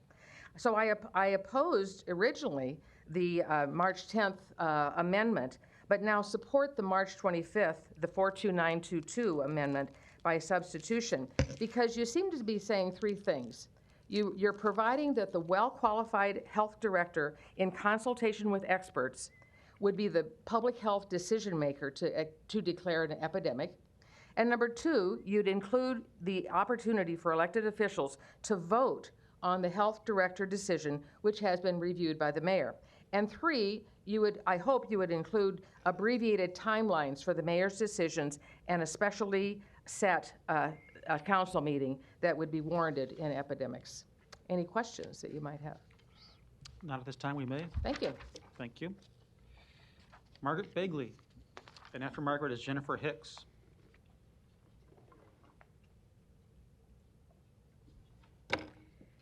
My name is Margaret Bagley. My address is 6527 South 170th Avenue, Omaha, Nebraska 68135. Good evening. I get to follow my previous professor, Dr. Lejour, and so as a student always, I guess. I want to thank you for allowing me the opportunity to appear before the council. I'm a lifelong resident of Omaha, but today I'm appearing in front of you as a professionally licensed registered nurse with over 31 years of practice and a leader within my profession. Throughout my career, I've worked primarily in critical care. I worked in the operating room as well as the intensive care units. And then I transitioned to the arena of academics. And what I've come to learn and appreciate throughout my own professional journey is that learning is an ongoing process. It's guided largely by science, which grounds sound policy. Public health advocacy has always been a top priority for nursing profession. It's what we as nurses do so well. We promote health and we work tirelessly to enhance the overall well-being of the community. But public health, just like any of the specialty areas that I worked in throughout my career, requires a specific skill set. The combination of education and skills required of the Douglas County Health Director make that individual an expert, in my opinion. I further recognize that sound policy should never be based on individuals, but rather on evidence-based standards. Long-term, our community deserves to have a person making decisions who is highly educated and experienced in the field of public health. Anything less is just not acceptable. Therefore, I'd like to acknowledge Councilman Palermo. I'd like to thank you for advancing policy that will better protect the citizens of Omaha well into the future. I was prepared to stand before you today as a staunch opponent, very concerned about the council's proposal to delegate decision-making authority to an appointed medical director within the city's fire department. Decisions of this magnitude that have the potential to affect the community should be made carefully, backed by solid rationale, and that didn't appear to be the case in your original proposal. But authority and decision-making should be retained with individuals who are properly trained in public health. As you continue to perfect this policy, please keep in mind the timeliness of decision-making, especially when you're navigating epidemics. Keep in mind also that epidemics include things like the yearly management of influenza cases, outbreaks of norovirus, and all of those other things, not just COVID and a mask mandate. I think it's critically important to keep management of epidemics and public health in the hands of those who are experts. With the recent amendment presented today, I applaud the council for their due diligence in researching, reassessing, and most importantly, listening to the constituents of their districts, all in an effort to safeguard our rights, interests, and the well-being of Omaha's community. So thank you for making sound decisions and advancing policy that's in the best interests of Omaha for many years to come. I hope you consider voting in favor of the amendment, and also, as just an aside, not unduly burden the process of decision-making when you're making this policy. So I thank you for your time. Thank you. Jennifer. After Jennifer is Tina Lassick. My name's Jennifer Hicks. I live at 73274 644th Avenue in Peru, Nebraska. And I support this because it provides a level of oversight, a check on an area where power should not be concentrated. But I still question whether or not that's actually going to fix anything, and I would really implore you to look at where the real problems are. Where is common sense being used in our government anymore? It isn't. Where are critical thinking skills being used in our government anymore? They're not. And so we have a health director who's going to go and consult with the experts. But we know what experts are now, right? They're not experts at all. They're liars. They tell us false narratives, and they mislead us down paths. And our government is going along with it from every level. And no one, as was stated earlier, the only job of the government is to defend the rights of the people. That has not been happening. And so this should be a matter of using our U.S. Constitution, and you should uphold your oath and be speaking out at every opportunity that you get. That what was being asked of people should have full and free exercise of their rights unless and until it is demonstrated that what they're being asked to give up is done for a reasonably necessary cause. That's not happening. And so you're giving us a system by which we're supposed to consult experts who lie to us. And so what I'm asking you to do is that going forward, from this point forward, fix that, correct that, so that when our experts come back to us with things that don't make a lick of sense, that defy common sense, defy critical thinking, that you will question that and push back on that. And I will give you an example of that. My son is 18 years old. He has spoken in front of you before regarding mask mandates. And we don't wear masks. We've never worn masks. He went to Peru State College last fall, and he was forced to withdraw because he would not wear a mask. So he had a full ride scholarship, paid for room and board and everything, and he gave it up. The first 2 weeks of school, they told him there's a mask requirement, and he said, I don't wear a mask. And he said, and it won't be for 2 weeks. So they told him he had to stay out of classes for 2 weeks. And in the third week, he went to class. Well, the mask requirement was still in effect. During the 2 weeks' time that he was on that campus, he could go anywhere in any building, indoors, outdoors, anywhere he wanted to go without a mask on. The only time that it was a problem was when he crossed the threshold of a door on that campus to get an education, to sit down in a classroom. Tell me how this makes any sense. And so he was met and told, these are your options. Put on this mask or withdraw. Well, I didn't raise any dummies. My kids have critical thinking skills that apparently our government lacks. And so he stood on his principles. And you know what? No one's standing up for my kid. No one's standing up for my kid. Why is that? Why does my kid, who's worked so hard to get a scholarship, full ride scholarship, have to give that up? And I know that happened in Peru State College and not in Omaha, Nebraska. But this is what's going on across our state and across our entire nation. And where are the voices of common sense, critical thinking skills, and reason? I want answers to that. I want accountability. I want accountability because this is my kid's future. And And he has it taken away because he stood on principle. We have freedom of religion, and that means not only freedom to express our religion, but also freedom from religion. The government has no right to impose a belief system upon us. And when what we're told from the experts is what we must accept, and it defies all reason, and we can prove it to be basically, I call it the cult of COVID. It's a belief system that we're asked to adopt because there's no science that justifies that a mask is a measure of a protection of health when my son can go anywhere on campus, but a classroom is the only time that it's necessary. And that has been the case all throughout COVID. And here's the giveaway. Even when you had mask mandates here, every mask mandate had an exception built into it for sports. Why is that? It's to give the people their bread in circuses. And so this exemption for sports violated absolutely every risk factor for COVID. And it made no sense. See, now, if we were really concerned about protecting people at the peak of mortality rates during the COVID response, then we wouldn't have been allowing that exception. We would have said, absolutely not. You can't do this. You can't gather as many as you want to make a team and engage in physical contact and remove your mask. We would have said that would pose a real threat to people, and we don't want them to die. But that's not what happened. We said, we're going to make an exception for that because we want people to have their entertainment. And so I'm going to have you summarize if you could. that's it. I'm done. All right. Thank you. Thank you. Tina Lasick and then Ron Anderson. Hello. Hello. What a long day. I'd like to read a quote.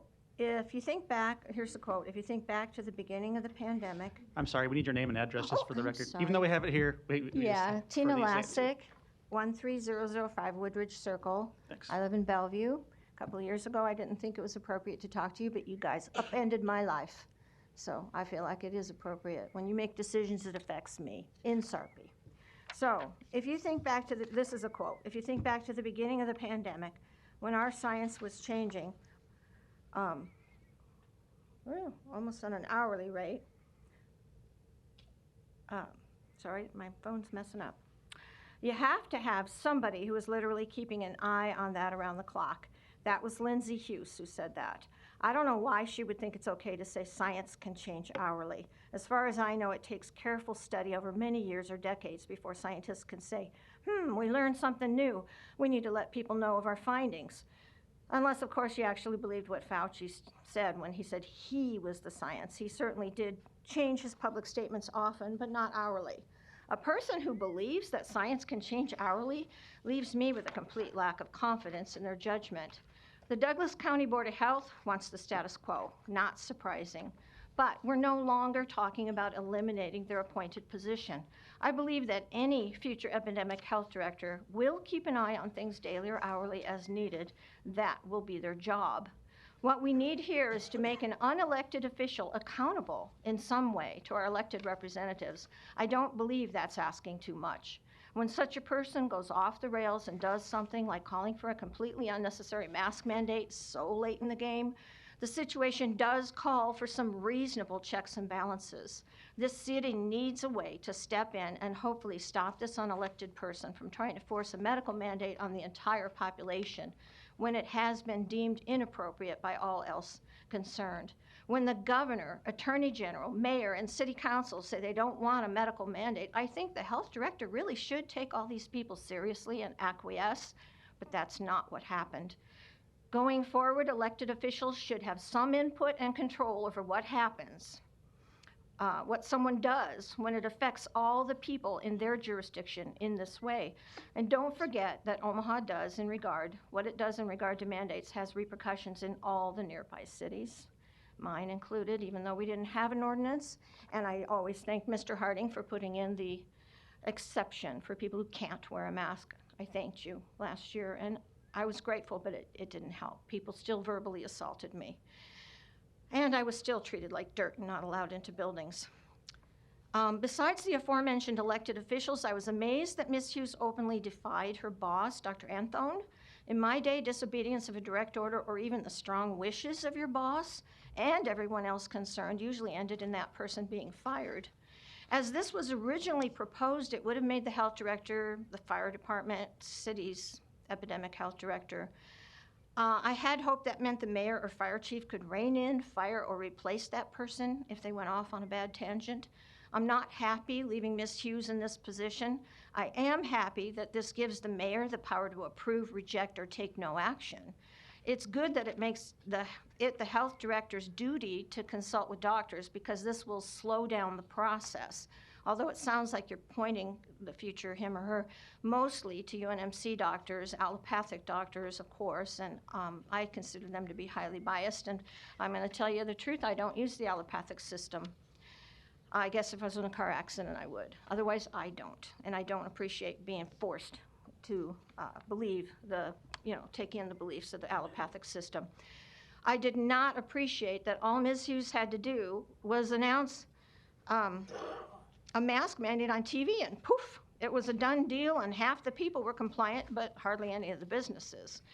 I am hoping something concrete will come of the Attorney General's lawsuit against Ms. Hughes. I believe that what she did was wrong and should not be without consequences. I also believe giving one person control over both Douglas County and the city of Omaha is handing way too much power to one unelected official. So this is a step in the right direction. I urge you to vote yes on Ordinance 42922 to amend Chapter 12 of the Municipal Code and rectify this situation. Thank you, Mr. Festerson, for introducing this amendment at the behest of the mayor, and thanks to those of you whom I know will be voting yes on this. Thank you. Mr. Anderson. Ron Anderson is next, and then Susan Anderson.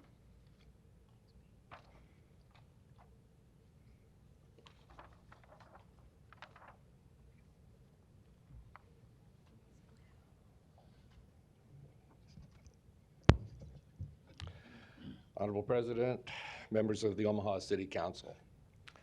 My name is Ron Anderson, 231 North 97th Court, Omaha 68114. I am a licensed physician specializing in internal medicine, and the proposed amendments to Chapter 12 are an improvement, but I remain extremely concerned about the nature and authority given to one individual. And that's what I'm going to be talking about now. I've practiced in the Omaha area for over 35 years as an independent consultant, called in by specialists generally to offer insight into the care of critically ill or medically compromised patients. I also have a PhD in hematology and immunology. I am active in clinical research, including COVID-19 vaccines, and I attempt to remain current in medical literature pertaining to my areas of specialty, which includes data pertaining to contagious and infectious diseases. I would like the council to be aware that a literature review and a meta-analysis of the effects of non-pharmacological interventions, which I will subsequently just call NPI, on COVID-19 mortality was published in January of 22. I've given this to the council president, and it's a 61-page review article. The meta-analysis conducted by the reviewers included, quote, systemic and comprehensive search strategy to identify all papers which were potentially relevant to determination of the efficacy of NPIs, which were defined to, quote, describe any government mandates which directly restrict people's possibilities.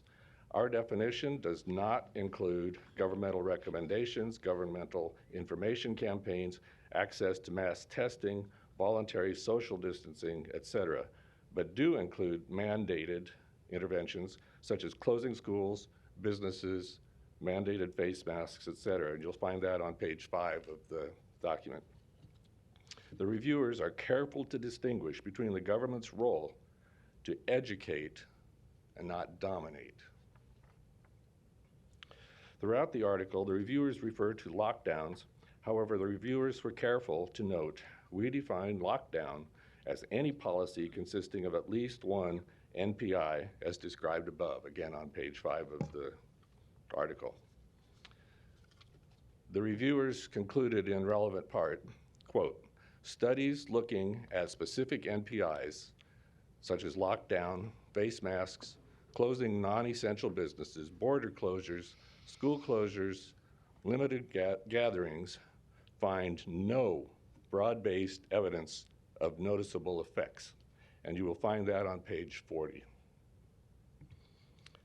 The use of lockdowns is a unique feature of the COVID-19 pandemic. Lockdowns have not been used to such a large extent during any pandemic of this last century. However, lockdowns during the initial phase of the COVID-19 pandemic have had devastating effects. They've contributed to reducing economic activity, raising unemployment, reducing schooling, causing political unrest, contributing to domestic violence, and undermining liberal democracy. These costs to society must be compared to the benefits of lockdown, which our meta-analysis has shown are marginal at best. Such a standard benefit-cost calculation leads to a strong conclusion. Lockdowns, as defined on page 5 again, should be rejected out of hand as a pandemic policy instrument. And that's quoted from page 43 of that article. Our government is tasked with serving and protecting the people. Laws are to be enacted only as essential to serve these ends. To avoid unnecessary infringement upon these inalienable personal liberties and rights recognized in our Constitution and laws, government must carefully consider and narrowly tailor any curtailment of civil liberties. Chapter 12 does not satisfy this criterion.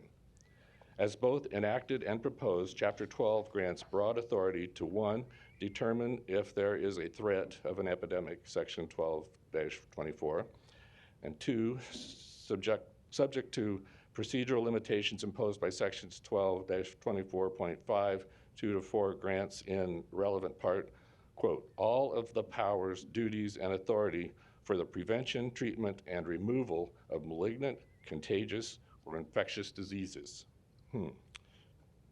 Prevent, treat, and cure. In the early 80s, Ron, I'm going to summarize if you can. I'll try to get to it real quick. Yep. Thank you. We have Susan next after all, right? She's actually bypassed hers and was allowing me to finish with hers. Okay. If I could just maybe give me an extra minute and a half or Okay. so. It's a Thank deal. you. In the early 80s, I did an immunology rotation at the NIH in Washington, D.C. with Tony Fauci. We studied 3 patients with peculiar autoimmune disorders and symptoms. These patients were ultimately diagnosed as the first AIDS patients in the United States. AIDS is a highly contagious disease, and the manner in which it was handled is very instructive. The government's role was to first inform the public, second, educate the public, and third, fund research. It is notable that the government did not impose restrictions upon personal liberties similar to those being imposed in response to the COVID-19 epidemic, including closing businesses, schools, curtailing access to social and religious activities, imposing isolation requirements, and mandating masks. I respectfully submit that it is error to entrust the power envisioned in Chapter 12 to any individual without regard to the nature and extent of his or her credentials. I also respectfully submit that the delegation of authority to any individual without regard to his or her qualifications is so broad as to constitute an unconstitutional and unnecessary infringement of our civil rights and liberties. Plenary power granted in Section 12-24.5, 2-4, is an improper and dangerous entrustment of broad authority, quote, for the prevention, treatment, and removal. Prevent, treat, cure. And it's for malignant, contagious, or infectious diseases. Dr. Maureen Tierney, on behalf of the Nebraska Infectious Disease Society, in her letter, focused on the term epidemic. She correctly includes the following examples at the bottom of the page: flu, syphilis, highly resistant microorganisms, hepatitis, Legionnaires' disease. It goes on and on. The Centers of Disease Control and Prevention describes an epidemic as an unexpected increase in the number of disease cases in a specific geographical area. area, yellow fever, smallpox, measles, polio are prime examples of epidemics. There's other epidemics, according to their definition, that are not infectious. For instance, increase in smoking, which is an expected occurrence in community that's exceeded. Other examples would be heart disease, hyperlipidemia, gluten sensitivity, peanut allergy, latex allergies, and diabetes mellitus. Here's the final part. I urge the council to reconsider the nature and extent of the authority delegated in Chapter 12 to avoid unconstitutional and unnecessary infringement of our civil rights and liberties. Bottom line is good news for you, I think, is I don't feel you need to give all this authority to anyone, no matter how well credentialed. The discussion section of the meta-analysis article discusses how well the population limited their own personal risk even without mandates. Thank you. Thank you. That's the end of those who have signed in as proponents. We do not have any proponents by Zoom. I will give a chance, though, if there's anyone who is not signed in that wants to speak as a proponent right now. Is that you, Larry? I'm an opponent and I'm tired. I'd like to speak. You're an opponent? I am an opponent. All right, well, we'll give you a minute because we're still doing proponents. Any other proponents that are here? All right. We will move to opponents, and we did have a sign-in sheet, Larry, so we'll proceed with those folks first, but we will get to you. So the first sign-in person is Lindsay Hughes.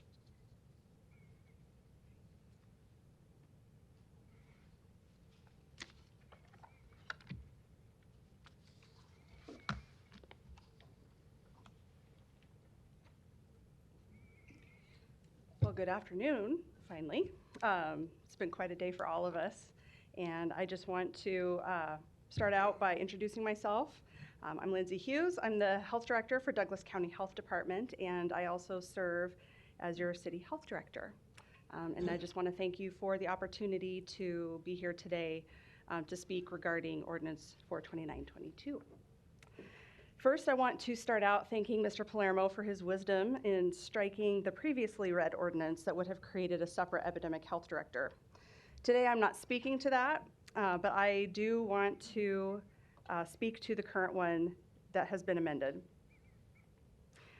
The amended ordinance, while it's an improvement, brings with it several issues that could be detrimental to the health of the people who are living here in Omaha.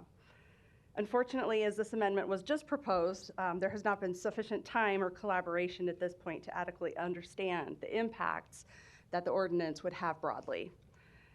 To begin, I want to point out a concern that I have with the wording of the ordinance as it currently reads with the amendments, and I believe some others that you may be hearing from today may point this out as well, and that is to point out the word epidemic. So an epidemic, as our previous speaker noted, really refers to an increase in the number or the expected rate that you would see for a certain condition. So that particular rate is above normal, and that can happen whether that is something infectious or even not infectious. However, this is a very different definition than pandemic, and they require sometimes very different approaches. We have epidemics somewhat regularly, outbreaks of disease that happen in, we'll say, very localized environments. The ability to act with extreme speed in these situations is absolutely key to how we are able to control spread and harm from reaching other people. I want to give you a little bit of an example of that just to highlight what we're talking about. Let's say there's an epidemic or an outbreak, if you prefer that language, of a foodborne illness, which spreads very easily from contaminated hands and contaminated food. We, through our investigations in public health, maybe we identify that most of the cases that are part of this epidemic are traced back to a specific restaurant. We also discover through our investigation that there are issues with food storage and preparation practices. Now, a prudent public health action at this point would be to temporarily order the closure of that restaurant while they clean, retrain, basically get their food supply back in order and put in place any other needed safeguards. This is quite different from what you see in a pandemic where you may have to make population-wide decisions. As currently written, these very focused and limited orders, such that would enable disease prevention in these more limited epidemic situations, would be very difficult and would result in a potential spread of disease. So for instance, let's apply the current ordinance as it's written to this epidemic of foodborne illness. So if we now have to seek permission to close that restaurant from several bodies, that means that restaurant is still practicing open doors, serving food for we don't know how long. That is an extended period of time where we are making this epidemic situation worse, not better. Additional language in the current order also speaks to instructions. Well, we provide instructions and recommendations daily. This is our role as experts in our community. As written, the ordinance is taking steps backwards in protecting our community. We're not able to adequately provide instructions and recommendations to the public as it's currently written. The language and the intent of the language in this ordinance as currently written really deserves a deeper dive with public health and legal experts both at the table. Now, the city code as it currently stands does authorize the city health director to take certain actions within the context of an infectious disease threat in the community. Presumably, this authority was granted back in 1949 without the steps that are proposed today, in order that the position and the necessary decisions could remain focused on the situation at hand, the best public health practice and science that we have available at that time, and not be unduly influenced by the political environment of the moment. And the city health director is not the only unelected bureaucrat making decisions for the lives of our citizens. In fact, the very person who approves directed health measures at the state level is an unelected appointee. So to say that an unelected person shouldn't be making decisions or can't make decisions that impact health and welfare of our communities is disingenuous at best. It's already happening. There are many others, and even the fire chief has the authority to lift a statutorily mandated burn ban at his or her discretion, and that impacts everybody in the community as well. The decision to require this position specifically to go through additional layers of red tape in order to protect the people that we were brought here to protect appears to be in response to an unpopular decision rather than any true concern for the public. Keeping public health decision-making focused on science and the needs of the community and keeping that as apolitical as possible is a vital need in our community. Keep in mind that sometimes difficult and unpopular decisions have to be made, and introducing unnecessary political steps into that process will not just make it longer for us to take action when we're in the middle of a potential emergency, but impact people's lives and their deaths. What happens when the unpopular but effective decision is vetoed because some people just don't like it? Are we ready to allow disability and death to occur because something is unpopular, despite what the host of our local experts, and not just UNMC experts, but all of the chief medical officers in all of our major health systems have to say? We have seen entirely too many lives ruined during this pandemic because experts were not allowed to act when and how they needed to. We want this pandemic to be over probably more than even you do. None of us go into public health with the intent of becoming rich, famous, or powerful. I promise you that. Most of us are drawn to helping other people, and that's really all it's about. It's simple as that. Public health gives us a great avenue to do that exponentially.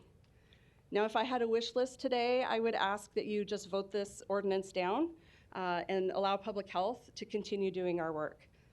If I can't have that, what I would ask is what I've offered before when the first draft of this ordinance was presented to me, that this ordinance be tabled until public health and legal experts can sit down with our city officials and first discuss the best way forward in a way to minimize negative unforeseen impacts that this ordinance could have. And that offer absolutely still stands, and I am happy to sit down with anybody who wants to have a conversation about how we can move forward. Thank you so much for your time this evening. Thank you. Next opponent is Maureen Boyle. After Maureen is Gary George. Welcome, Commissioner Boyle. Thank you. Thanks. I'm wearing a lot of hats today. So, yes, I'm Maureen Boyle, 1819 Farnham. I'm a Douglas County Commissioner and also a practicing OBGYN physician. So, I'm not here to really talk about COVID per se, but mostly just to talk about this whole process of the mask mandate and the authority of the health director. So, I hear and understand the confusion regarding the authority of the health director. Basically, she's hired by the county, but we as a county board don't have the authority to take action on anything that she is recommending. What's interesting is that state statute says that, but the city charter itself, of course, as Dr. Hughes just mentioned, has the authority, or has given her the authority to act as far as the city goes. So she actually is, again, approved by us in our department, but we don't have control over what she can do, but you folks really do. The bottom line is, with the mask mandate specifically, there were competing priorities, and like all of you, I heard from those in favor and those opposed. There were groups like schools which were caught in the middle. We knew that socially it was terrible for the kids, but we knew that for safety reasons and for passing of infectious disease, it was a good idea. It really came down to be an issue of personal liberty versus helping our hospitals and the protection of others. So these are not opposites. Everybody wants both. I would like my personal liberty. I like the fact that my hospital was able to prepare better and work with the pandemic because of the mask mandate and vaccines. So after feeling and seeing firsthand what happened in the hospitals, the mask mandate was really the right choice to make, to give us some breathing room so that we can help those folks that were coming through our doors. And it took a lot of community sacrifice, and that's totally acknowledged, but we're all now at this point better off for it. My fear is that with this new process, public health recommendations will be put to a vote. I respect all of you and your areas of expertise absolutely. Similarly, public health has experts. As an MD, I also defer to their expertise. I am not a public health expert. I am an expert in obstetrics and gynecology. So the bottom line is public health decisions will be made by folks who really might feel political pressure. And like me, I'm sure with the mask mandates, you all received threats of removal from office, threats for other reasons, tons of emails that told us, if you do this, we're coming after you. If you don't do this, we're coming after you. So the bottom line is it was a lose-lose situation from a political standpoint. I also feel and understand the importance of being accountable to voters. But we need to be careful not to be accountable to get votes. So, and there's a difference in that. I think it'd be very easy to go to our constituents and have what they say be the reason we choose a side. But public opinion should not always dictate public policy. An example actually is earlier today with the TIF talk. I mean, all of you voted in favor of it. There was a lot of public opposition to it. Sometimes you have to do what you think is right for the community. The difference with this is that we have a public health expert who is telling us really what the safest thing to do was. And it's tempting, because of what constituents are saying, not to follow that advice. So if we can get beyond the politics and stay beyond the politics, I think the real careful thing is if the current proposal passes, is that there may be a tendency to follow what your constituents think because that's right for the business or community, but this is public health. So you have to put a public health hat on and say what is right to save lives. So with that, I appreciate you letting me speak today, and I, again, oppose the motion for that reason. Thank you. Thank you. Gary George, and after Gary is Beth Furlong. Gary George, 2565 Newport Avenue, Omaha 68112. I am also a registered nurse and happy to be having a couple of my instructors out in the audience today speaking to this for or against this amendment. While I appreciate the substitute ordinance brought forward, I stand opposed. First, I submit the ordinance is poorly timed. It's too soon. Even if we are hesitantly hopeful that we are in the waning days of the pandemic, it's much too soon to be proposing changes in pandemic oversight. It is also poor timing because some elected leaders have filed a lawsuit against actions taken by the Douglas County Health Director a few months ago to protect the citizens of Omaha for a period of time. That lawsuit ought to be allowed its hearing and ruling before taking further action. Next, it's poorly conceived. The plan is to place the approval of public health recommendations during a pandemic in the hands of the mayor of Omaha and potentially the Omaha City Council, typically none of whom hold expertise in population health, much less managing and quelling infectious diseases. Finally, it's poorly veiled as not political. It seems to me, and I believe it would also be clear to proponents of the ordinance, that it is fully political. It's disingenuous, in my opinion, to cast it otherwise. In summary, please step away from the proposed ordinance at this time. Allow us to navigate what we would all hope are the final vestiges of COVID-19 before setting new policies. There are lessons to be learned for all of us who have lived through the pandemic, lost loved ones and friends during the pandemic, who have been angry, outraged, probably isolated, mostly fearful over the last 2 years. It's too soon to be enacting these proposed changes. We need time to learn the lessons and analyze them. I trust all of us want to be able to persevere through subsequent pandemics with more wisdom and more grace than has been the case with COVID-19. I urge you to vote against this proposed ordinance and allow us time to heal and to breathe. Thank you. Thank you. Beth, and then Larry Storr.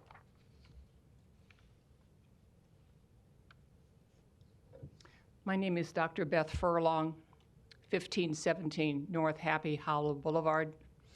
I speak as a registered nurse with 54 years of experience in public health nursing and public health nursing education. I speak against this ordinance for 2 reasons. The first is that the current system is working because we have a specialist. Dr. Hughes has the education, the knowledge, and the experience. The system is working. I value the collaboration between the city and the county. I celebrate these 2 things. The second reason, I'm concerned about decision makers making decisions in areas of specialization and non-specialization. My knowledge is that the mayor and the 7 of you do not have the education, the knowledge, and the experience in making public health decisions. I'm going to give 2 perspectives of the phrase, the patient. For people like myself in the area of public health, the word the patient means the public, a population. And in this example, it means the city of Omaha, about 500,000 people. That's who the patient is. And for pandemics and other concerns, I'm concerned about the health of the public.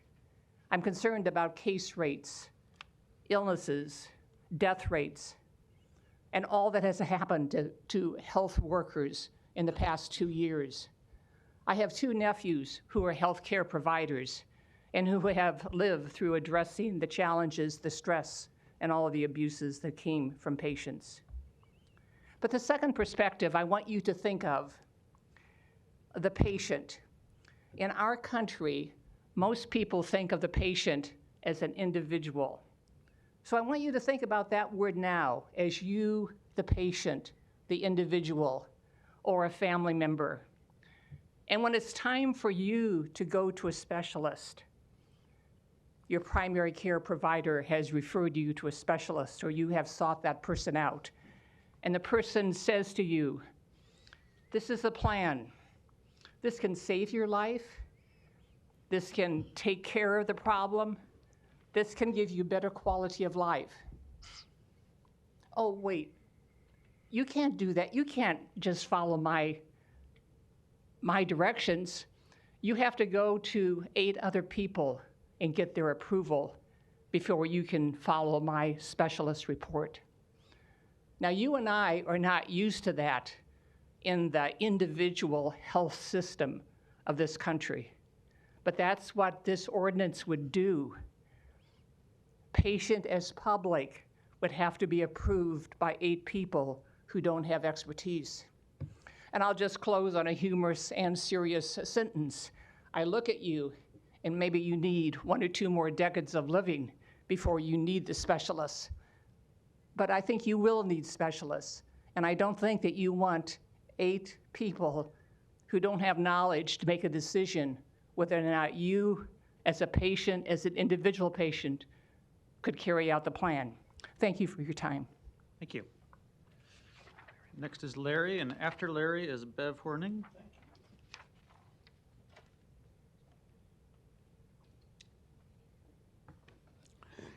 Larry Storer, 5015 Lafayette Avenue, Omaha, 68132.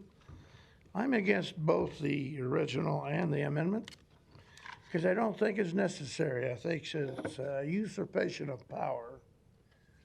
You've heard a lot of citizens here today that normally don't show up. And most of the citizens here know something about the Constitution, which apparently this body and the one that meets in the morning must not understand. It's totally unnecessary. The federal government, Constitution, under the concept of federalism, did not give you that power. They didn't express it, they didn't delegate it. But it so violates citizens' rights that it is unconstitutional. So you need to back up, retract, whatever you can do. You can't change what you've already done. But you need to think about this. We are a republic, not a democracy, never was a democracy. Well, maybe during the time before the Declaration and the Constitution was actually signed. But we fought tyranny against a king that thought he was everything. He even overruled the legislatures here in the colonies and told you to mind your own business and disbanded some of you. And we didn't think that was right, so we decided we ought to dispose of this tyrannical king. Well, we're facing tyrannical kings again, aren't we? And we're facing something like Hitler. Oh, Hitler had emergency powers, didn't he? But how did he get it? Because the population let him get it somehow, and because they murdered a few people, and they beat up on people, and they broke things. But he ended up with the emergency powers to change the whole country, and where did that get us? Yeah, well, here we go again, aren't we? Forcing us to jab it is against my rights and every right of every citizen. Now, if you're here illegally and you're not assimilating, don't expect to have the same rights. Let's have you summarize, Larry. Okay? No. Okay. Don't interrupt me. You've let these people rattle on. Don't interrupt me, Pete. I've asked several people to summarize, and I'm asking you to do the same.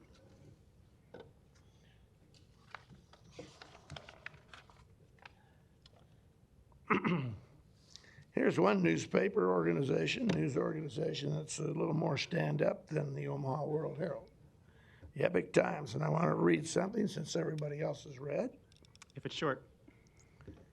The title is Our Democracy, Their Oligarchy by Rob Nadelson, very accomplished historian, constitutional expert.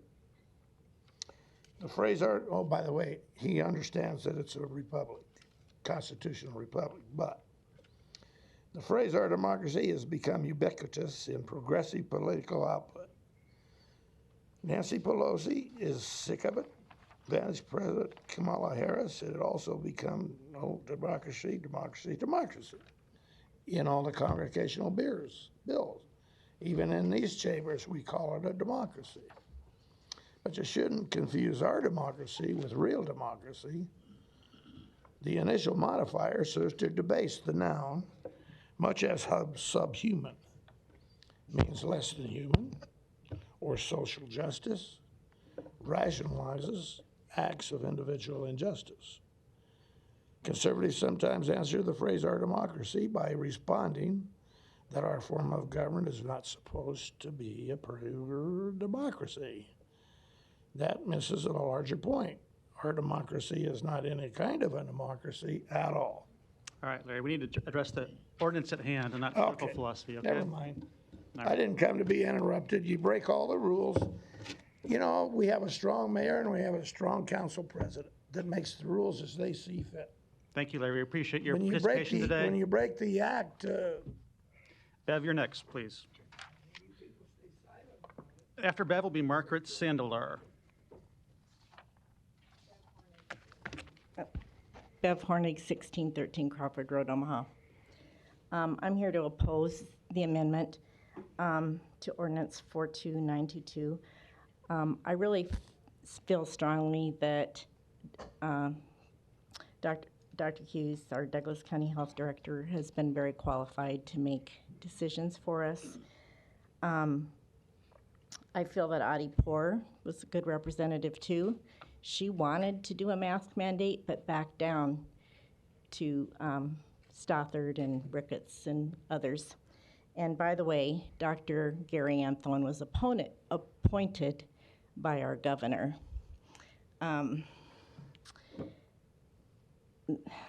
While the mask mandate is not exactly a law, it's kind of a temporary law, I don't feel that it infringed on any of our rights. We still had all our rights given to us in the first Bill of Rights and all other laws. It didn't prevent us from doing that. It's kind of a be kind, because nobody was being kind during the pandemic. And we have a lot of laws that are designed to protect the good of all, like speed limits, seat belts, and assault. I mean, you can't just go up and punch somebody like Will Smith did, but you have to be held accountable for it. And it's kind of the same thing with us. Nobody knew if they had COVID or could spread the germs. It was just to protect the other guy. You know, it's been on the news so much. You know, anybody with a compromised immune system, you don't know who that person is or who that person might be at somebody else's home. It was just a matter of being kind to one another. And if you look back at pictures from the the influenza pandemic in 1918, there were a lot of people wearing masks. Probably wasn't mandated, but they just did it. I really appreciated Dr. Hughes giving the analogy of the urgency that we were faced with, that 2 months' time additional of wearing a mask didn't really infringe on us. Yeah, it's uncomfortable, especially if somebody has to wear one all day, but it was the urgency. It had to be taken care of, so I don't feel that whatever the Douglas County Health Director mandates, if it has to come back to you and have another hearing in 2 weeks, that really doesn't work in the situation of a pandemic. And I feel that people that are experts in their field deserve to have the respect. I feel like during this that I've been able to trust them more than elected officials in many cases, because it always seems that they kind of lean toward the people that have money rather than the everyday middle-class citizen in listening to them and honoring what they feel. Again, I thank you all for all that you've done. I was just going to read the preamble to the Constitution that kind of says this: we, the people of the United States, in order to form a more perfect union, establish justice, ensure domestic tranquility, provide for the common defense, promote the general welfare, and secure the blessings of liberty to ourselves and our posterity. Do ordain and establish this Constitution for the United States of America. And I know people can interpret that in many different ways, but I don't feel like our rights were taken away by having a mask. Thank you. Thanks. Margaret Sindlar. Is Margaret here? Okay. After Margaret's Christy Knorr.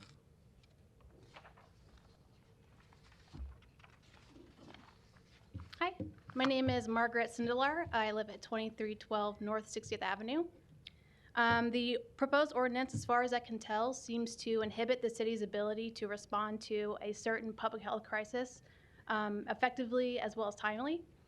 That seems like a really strange thing to do on purpose, but I think the true intent of this ordinance is plainly apparent, and because of that, I want to ask all of you city council members to reflect on your role and the responsibilities therein, and to exercise caution before maybe promoting political gain over the public health. Thank you. Thank you. Christy. Is Christy Nora here? Okay. Marie Myers. I don't see Marie. Ash Bonanzik. I don't think I see Ash. Boris Forte. Please come down. And after Boris, we'll proceed to our folks on Zoom. Greetings, Mr. President and Councilman. Today I'm representing the Omaha branch of the NAACP. I am the Political Action Chair. Today we submitted a opposed letter in writing to the council chamber. I'm only going to say a few things. Can I have your address too? For the record. I would like you to submit that letter for the record. Okay, and your address too?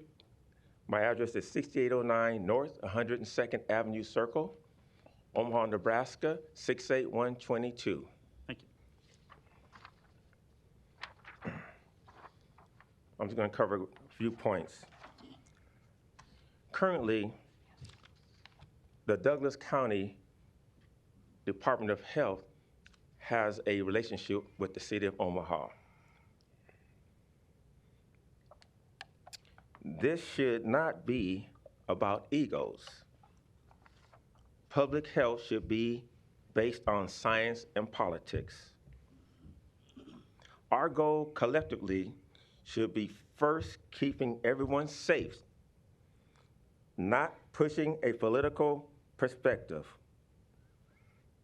We ask that you vote on no on ordinance 42922. Thank you. Thank you. Okay, we'll now proceed to our folks that are by Zoom. And the first one we have by Zoom is Dr. Mark Rupp. We'll get you off mute here in a second. Okay, I think we've got you. President, members of the City Council, my name is Mark Rupp, and I reside on Park Avenue in City Omaha. So Mark, I think we have some kind of echo happening there. I'm not sure if that's something you can handle on your end. Sorry, I don't know. I'll see if you guys that still echoing. Still a pretty big echo. Or distorted, it sounds like. Is there maybe a microphone too close or something? I'm sorry.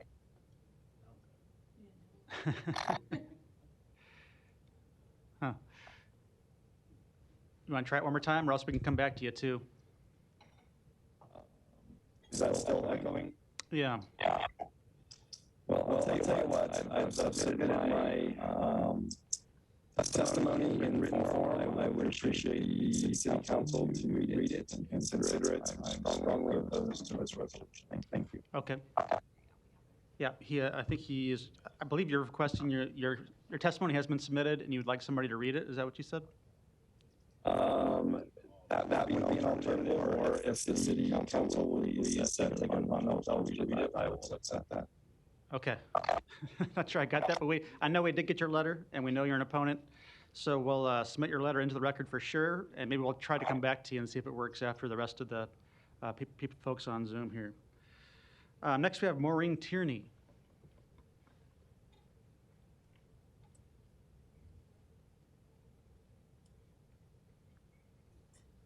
Hello, my name is Dr. Maureen Tierney. My address is 5103 Cass Street, Omaha 68132. I am the Associate Dean for Clinical Research and Public Health at the Creighton School of Medicine. but I am not speaking for the Creighton School of Medicine. I'm speaking for myself, but I'm also a representative and president of the Nebraska Infectious Disease Society. The Nebraska Infectious Disease Society consists of over 90 specialists in the field of infectious disease. So that includes physicians, pharmacists, physician assistants, and nurse practitioners who focus on infectious disease in their professional lives. Many of those individuals also have specific training, like myself, in public health. We practice in academic centers, in the community, in the Omaha metro, and all around the state. But about 80% of the specialists in infectious disease are actually either residing and/or practicing in the Omaha metro. We oppose, my comments that I had actually submitted and were written prior to this new amendment in whole. So I'm going to amend those comments because those, I think, included a lot of details that really weren't necessary in terms of discussing this particular amendment. But I would like to thank the council for listening and for Councilman Palermo for changing the amendment. But we are still in opposition, and I'd like to now describe why. The health director of Douglas County, who you had the pleasure of hearing earlier, who's also the city health director, but whoever that person is hired based on having public health education and experience that provides the understanding of both detecting and managing outbreaks of disease. Dr. Hughes has this knowledge and expertise because she gained a Doctor of Nursing Practice degree, and she earned a master's, both in Masters of Public Health and as well as a Master's of Public Health Leadership. She has extensive experience in communicable disease epidemiology and infection prevention. So therefore, she is qualified to make public health decisions for Omaha and for Douglas County. And we as a group have supported her management of this pandemic. But as many before me have mentioned, this proposal is really being based on a 1 in 100 years event. Epidemics occur daily, actually, in Omaha. And the term epidemic is not the same as pandemic. It's similar to outbreak or cluster of disease. And as you've already heard, basically means that there's more than the expected rate of a particular illness. These are usually secondary to infectious diseases, but not always. Epidemics often require extremely quick intervention, and I think that's been mentioned before, but I'm not sure it's been emphasized how quick that really must be. Delays can cause lives or cause serious morbidity, and I'm just going to give you a few more examples, some of which I've been personally involved with myself. Every flu season, we have an epidemic of influenza. And often the most vulnerable folks in our community, particularly those residing in long-term care, are actually extremely vulnerable to higher rates of death. If decisions get delayed in terms of, for example, closing a nursing home to admission, which is never a popular decision, a nursing home will often resist that intervention, but you could have cases spread, new people admitted who actually acquire disease, and definitely have deaths occur as a result of not moving within less than 24 hours, really within 12 hours of having multiple cases within a long-term care facility. In my former position as head of antimicrobial resistance in this state, we would have outbreaks of highly resistant organisms in neonatal intensive care units or burn units, and requiring hospitals to potentially close a unit to new admissions. Again, an unpopular decision, but lives were clearly saved by making those decisions and making them in an extremely rapid fashion.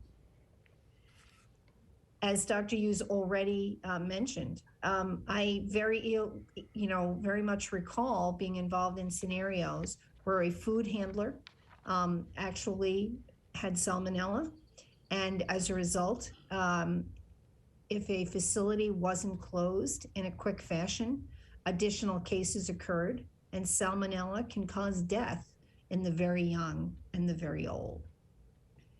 So we would argue that managing an epidemic involves very complicated decisions. It's not only the capacity to pick up and recognize that an epidemic has occurred, but how you manage that epidemic is dependent on the particular organism that's causing it, how that organism is transmitted. So for example, one of the proponents discussed the AIDS epidemic. Well, AIDS is transmitted in an extremely different way than COVID is. And so therefore, the methods you need to put in place to manage that particular illness are markedly different. So it's based on the pathogen, how it's transmitted, the population you're concerned about. And so those complicated decisions actually have to be made, as I think I've argued, in an extremely rapid fashion. So to add on 2 political layers on each decision in the management of an epidemic would be so labor intensive and time consuming that would really impede the capacity to act in a timely way to reduce spread. And so because of primarily that reason, we oppose this change in the management of epidemics in Douglas County and the city of Omaha. And we agree with Dr. Hughes that if you're not going to vote against this, at least there needs to be better consideration of the language and the timely decisions that need to be made. Thank you very much for your time. Thank you. We appreciate it. Next is Carrie Neiman.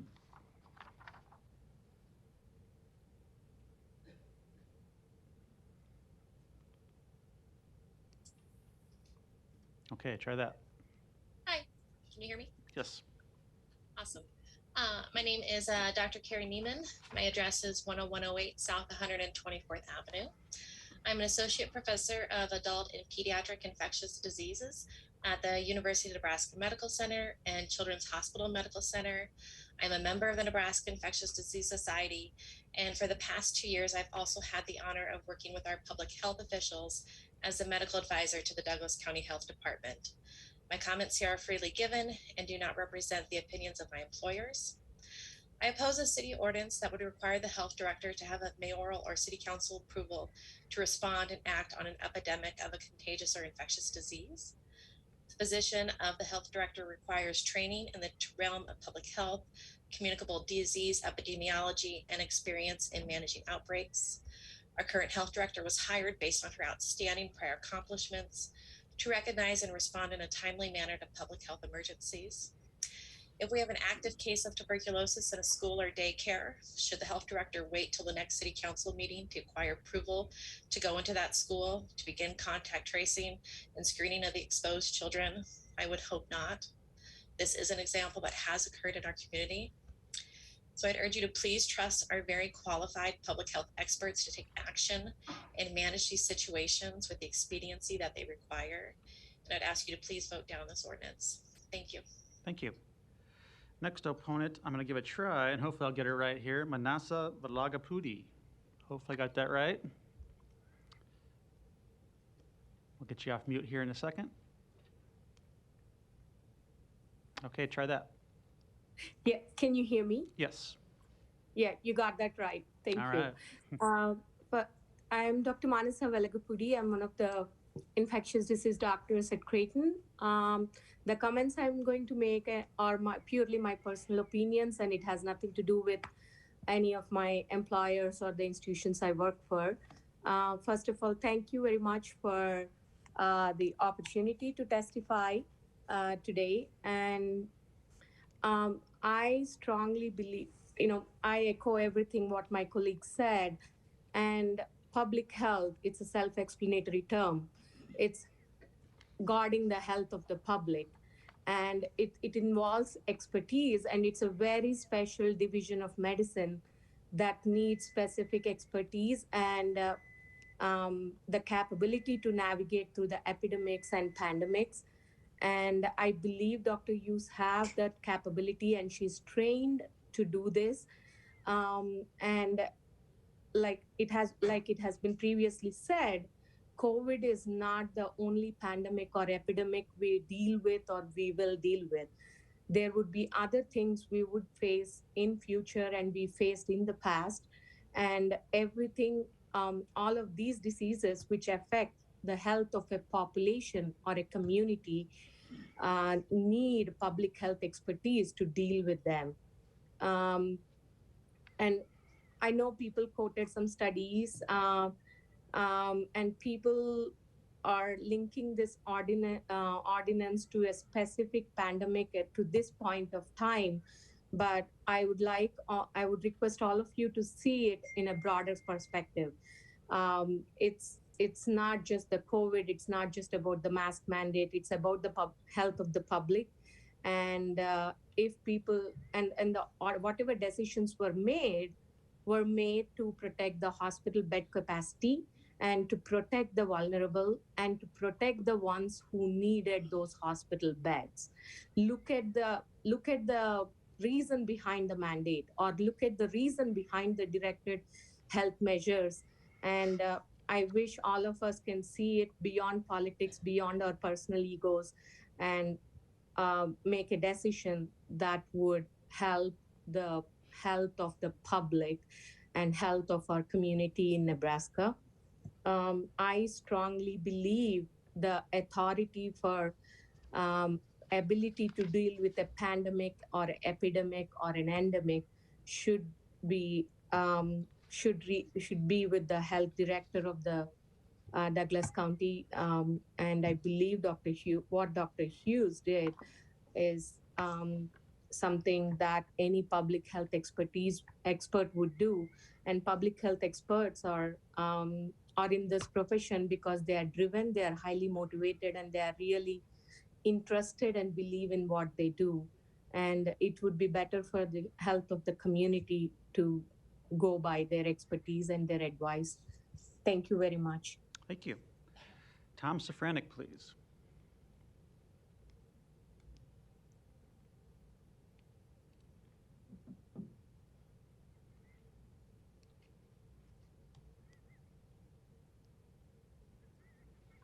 We're working to get you off mute here, just a minute.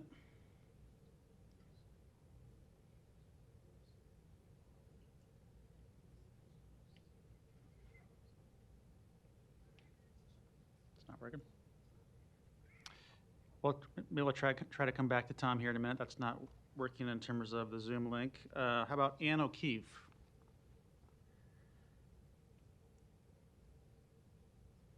Okay, gotcha. I'm here. Hello? Yep. Hi. My name's Dr. Ann O'Keefe. I live in Omaha, and I have an exemption from providing my address. I'm a specialty trained, board certified public health physician and epidemiologist. And I wanted to disclose that I am currently the senior epidemiologist for the Douglas County Health Department, but I'm not speaking on behalf of the health department. I'm speaking for myself. I've been working in public health practice for the last 25 years, and 15 of which have been with the health department.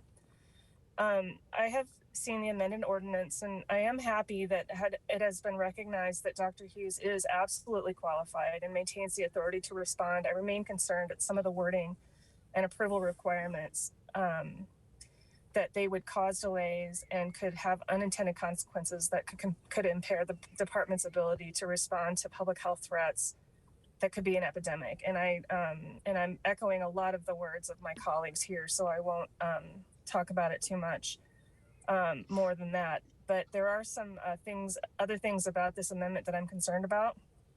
One of them is the term instruction on lines 11 and 13, and I think Dr. Hughes also mentioned this.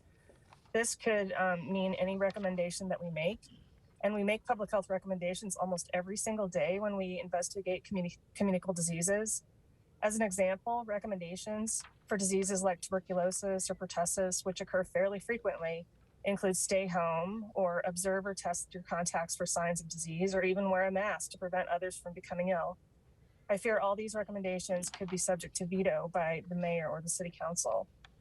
Additionally, I understand the thoughts behind lines 13 to 16 about consulting with experts, but I believe this is not necessary to state here and could create questions about how that should happen.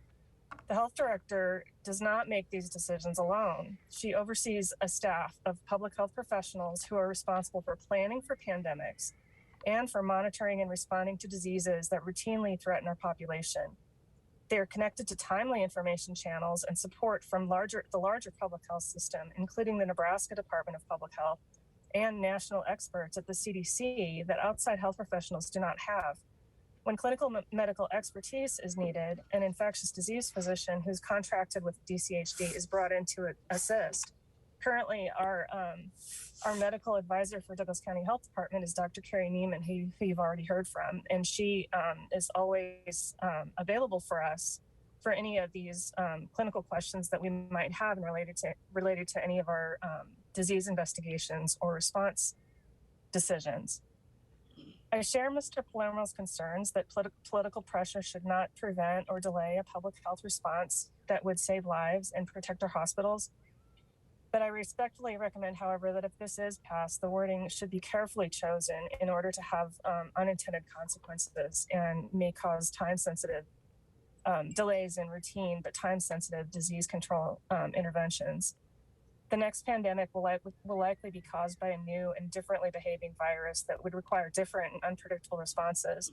It's imperative that we can remain flexible to respond to threats, including viruses that constantly adapt themselves and will continue to threaten us. Thanks very much. Thank you. We'll now move to Renuga Vivekanandran.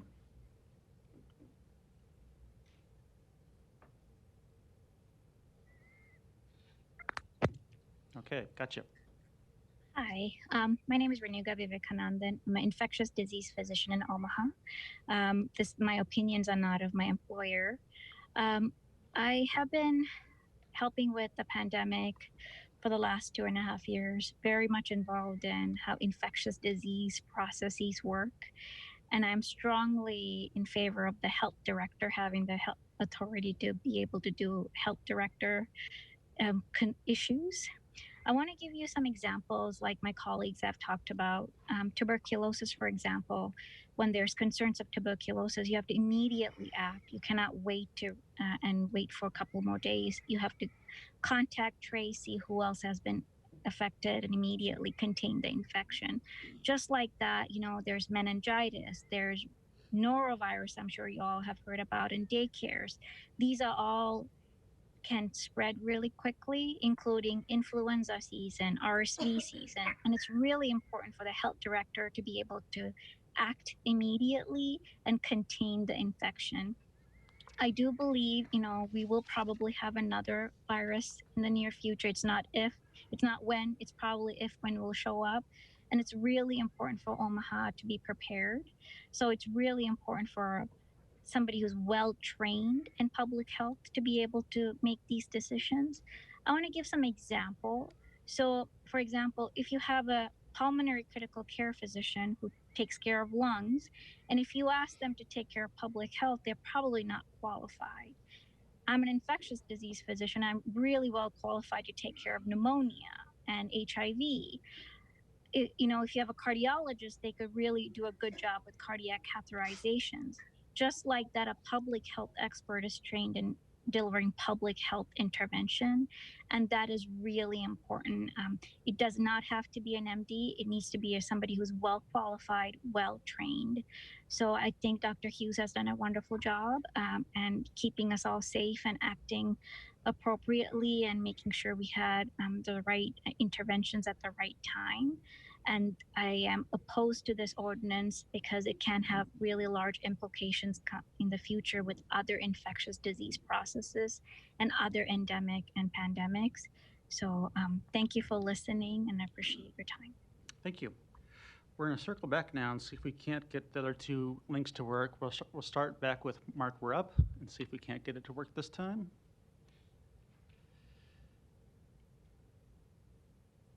Okay, try that.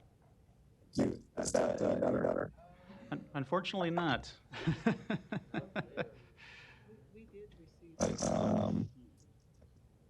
So I apologize. I don't know why that's happening. Okay. It's almost unintelligible, so we'll definitely submit your letter for the record, and we appreciate you being here. Yeah, my microphone is any better? No. All right. Thank you. Please take my testimony into account. Thank you. And we'll try Tom Safranek, too, one more time.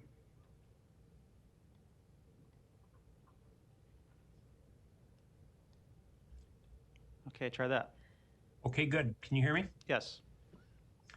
I just have a couple of brief comments. I kind of have my foot in two different cities. I was born and raised in Omaha and have a registered residence there, but I have worked in the last 31 years in Lincoln, Nebraska as the state epidemiologist for the state health department. I've kind of had a ringside seat to the whole evolution of COVID and worked as a state epidemiologist for about 30 years. I just have maybe a brief comment that people should consider, and the issue is the matter of trust.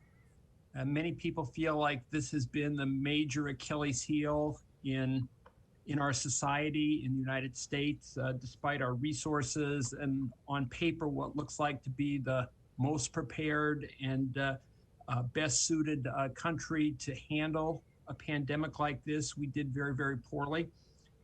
So I would just like to put out a plea for an approach that broadens the trust and enhances the trust of the public for the kinds of decisions we make.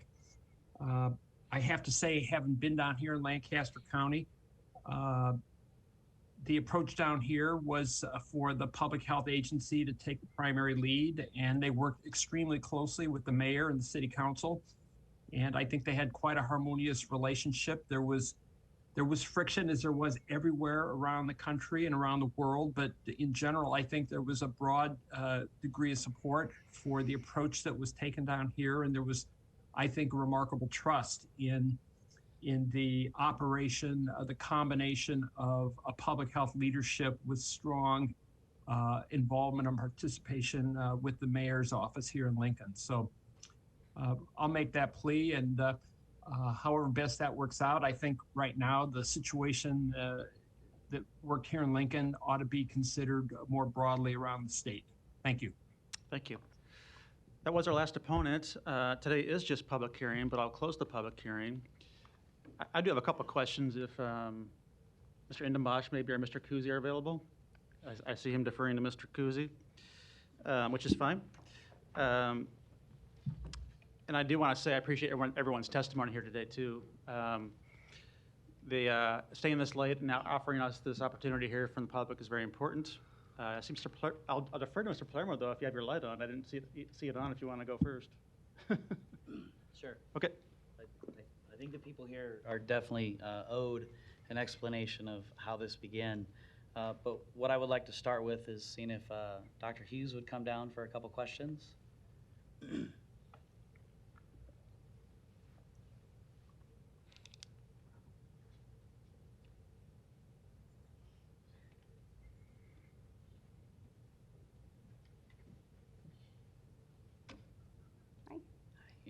You gotta say it. Oh, I got to say it again. Sorry. All right. I'm Lindsay Hughes. I'm here as the Douglas County Health Director and also the City Health Director for Omaha. And then, thanks for being here, especially so late. You and I have never actually met, have we? We have not. It's nice to meet you, sir. I told that to people before, and they just didn't believe me, so we've never actually met. I can confirm. So nice to meet you. You as well. Thanks for being here. Now the hard part begins. Received an email from Dr. Rupp, and I quickly glanced through it, and I grabbed a paragraph, and I want to ask you this question. Okay. Because I'm not sure if you'll be here next week or whenever we... I will, yes. You will, okay. Plan to. Well, that'll help with the rest of my comments as well, but this will help me to move forward. Okay. In his email, he states, when an epidemic of infectious disease threatens the health of the community, it is imperative that an individual with appropriate education, training, and experience, as needed to preserve the public well-being, is the person you need in this place. So let me ask you, because you're the second health director that I've been associated with, obviously being a Douglas County employee, not a city employee, except for times when needed based on the ordinance. Do you believe you acted in time with the mask mandate that you imposed in January? Do you think you acted in appropriate time? That's a good question, and I would say that the answer to that is not as simple as yes or no. I would have liked to act sooner than I did on that particular mask issue. The reason that I didn't was in conversations, having talked to the mayor, emails, text messages, these sorts of things, trying to really explain or ensure that she understood what was happening in the community, especially as our rates were rising, and knowing that there was not support there for a mask mandate. I had actually hoped that she and I would be able to tour UNMC's COVID unit. I was able to secure an invitation for the two of us to go so that we both could get a much better picture of really what was happening in our hospital systems with our sick COVID patients. And unfortunately, that visit was canceled at the last minute.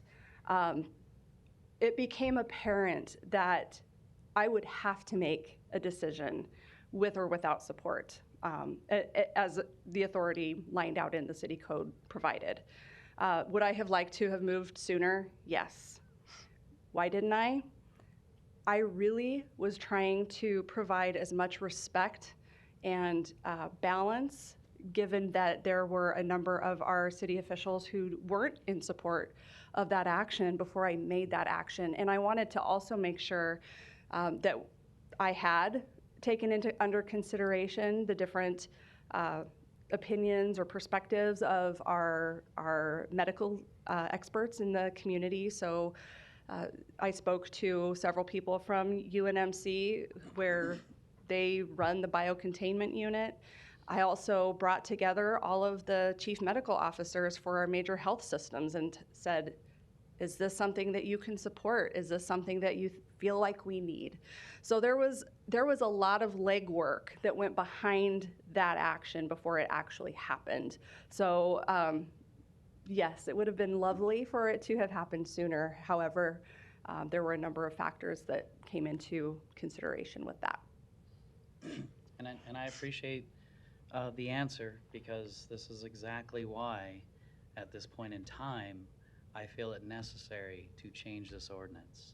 With all due respect, we've never met. I'm not judging you based on your credentials. I know you're highly certified in exactly what you do. When we talk about knowledge and managing, and just as I said, education, training, experience, you have that to make the decision. But what happened with the public health of our community is you didn't make that decision in a timely manner, as you just said. So for every expert, and we're not in the medical field, for every expert that we've heard from today, that I've heard from over the last week, for those I haven't got back to yet, I appreciate the knowledge they have, and I'm listening. But the reason I'm moving forward with this is because of just that. And let me back up. Let me ask you one more question, and I'll have you sit down. I think others will have a question for you. It was tough to make the decision, but when you made the decision, did you first reach out to Councilman Festerson to say, I will not make this decision without the majority of the council's support? Could you find out where they are? I did ask. I had talked to Mr. Festerson earlier, well, late in the previous week, and said, this is where we're moving, this is what we're thinking. And he said that he knew that there were four individuals who were in support, 3 who were not. So I was aware that we had majority support, essentially, for moving in that direction. But we have never spoken until today. Correct. Okay. Stay close. I may have more questions, but I'm going to back up because people close to me still question because they see an ordinance change with the mayor, myself on there. Obviously, the mayor's staff, the law department wrote it, so her name's part of it as well. But what happened was 2 years ago, see, a majority of this council have lived through the DHMs and the inaction of those in the community who have the power to make a decision but haven't made it. I've lived through 2 different health directors in a relatively short time frame that made 2 different decisions. So I don't sit here and act like I have the answers, but what I do sit here is I have the knowledge and the privy to have that behind the scenes knowledge that quick action helps our hospitals not be filled up, and the schools not to be flooded, and the teachers overworked, and our nurses overworked. And I know that happens with quick action, and we lacked it both times. So as I sat here exactly 2 years ago, not this president, but the former president, Chris Jerem, sat here, and we lived this. It was a very difficult decision. And maybe I should have practiced what I preach, because my new colleagues here, I told them day one, there's no win with masks. It is so divisive in our community, whether you're for it or against it. Well, that being said, the knowledge that I got from former President Jerem, who said, at the end of the day, it's for the public health, well-being, and the citizens of Omaha's safety, that you should always make that number one, your number one choice. Otherwise, nothing else matters. And he was exactly right. So a couple of years ago, we started the discussion of we need a city health director. This didn't happen with your decision that you made in January or when you got the job. It started a couple years ago because we knew that the citizens in our community were affected by this indecision, especially those in my community, the marginalized communities.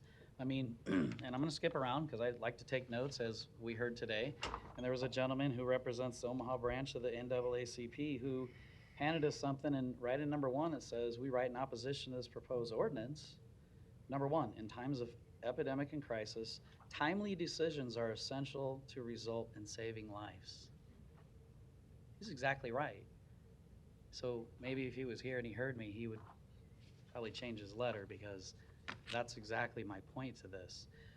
So this is a 2-year process of us saying we need a city health director. We need somebody paid by the city, that works for the city, that answers to the city. I haven't heard from you, although it's not your job to tell me what your thoughts are, because you have the power to make that decision.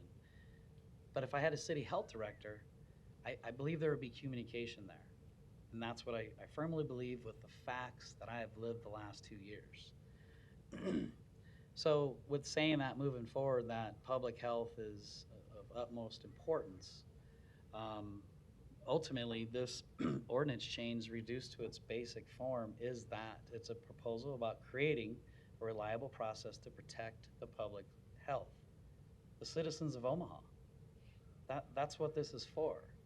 Because as I mentioned, when I tell my colleagues there's no win with masks because it's so divisive, I also sit here that if I'm elected and I know there's a problem, especially when it has to do with public health, and I don't take action on it, then shame on me. And I've lived through it. And I know people that I represent, those who maybe don't have health insurance or the best health insurance, those who can't miss work, those who end up in the hospital, they're bankrupt. Who knows what happens to them? So for those who along the way maybe presented at the Douglas County Board of Health, who I don't know who them people are, quite frankly, I really don't care. They passed a resolution, which to me means they didn't read my ordinance, because if they had, they would have flipped the page and seen that there was still a requirement in there. It's unfortunate that sometimes Douglas County pays people to be activists in the community, and they're no more professional than I am, except for I answer to 70,000 people to make a decision for them. So I take offense to that, and especially those people on the Board of Health.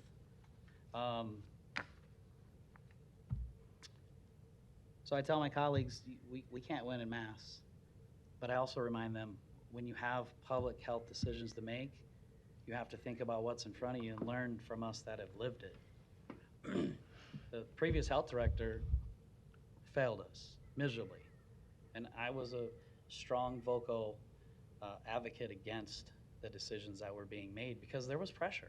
We know, we lived it. We know there was pressure from all around. Even though the power was there to make, there was pressure and the decision wasn't made. So as we're moving forward from the 2 years of thinking back of living this, we actually changed and wrote the ordinance for a mask mandate. We're the ones that brought it forward. I, on the record, voted for the mask mandate. I, on the record, believe in science. But what I also believe in, if you're not going to stick up for your constituents for something that you know is wrong, for something that you've lived through, for the hardships that the communities we represent have been through, then we shouldn't be here. Because we're not the experts on almost everything in the city. The experts are behind us. That's who we talk to. You want to build a shed? Get approval from planning. The experts will tell you why and how big and where. You want your alley resurfaced? Reach out to Public Works. They're going to tell you how and where. But in the most desperate times of knowing information, the city doesn't have a health director. That's not true. You have a city health director. It's in code. You're right. The code that was written in 1949, that now we know is a problem because decisions can't be made. They're pressure decisions. Well, I wasn't here 2 years ago, if I may respond to you. I'll give you time. Are you sure? Yeah, I can talk a long time. I promise I'll give you time. If you need me to stop, because No, I just want to make sure I have an opportunity to speak to your concerns. I promise we're not going anywhere. Pizza's on the way.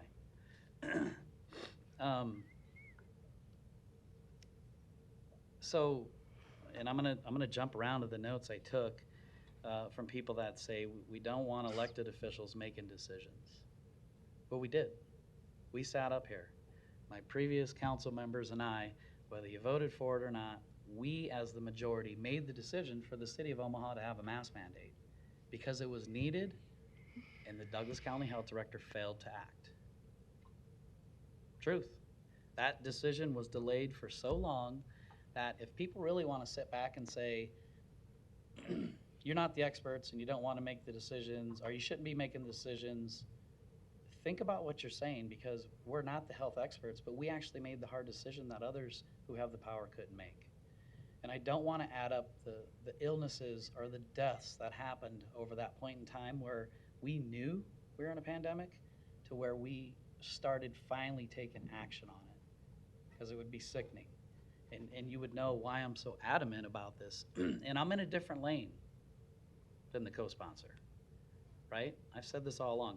I am in my lane for my own reasons of being in this seat and knowing the failed issues we've had before us. So,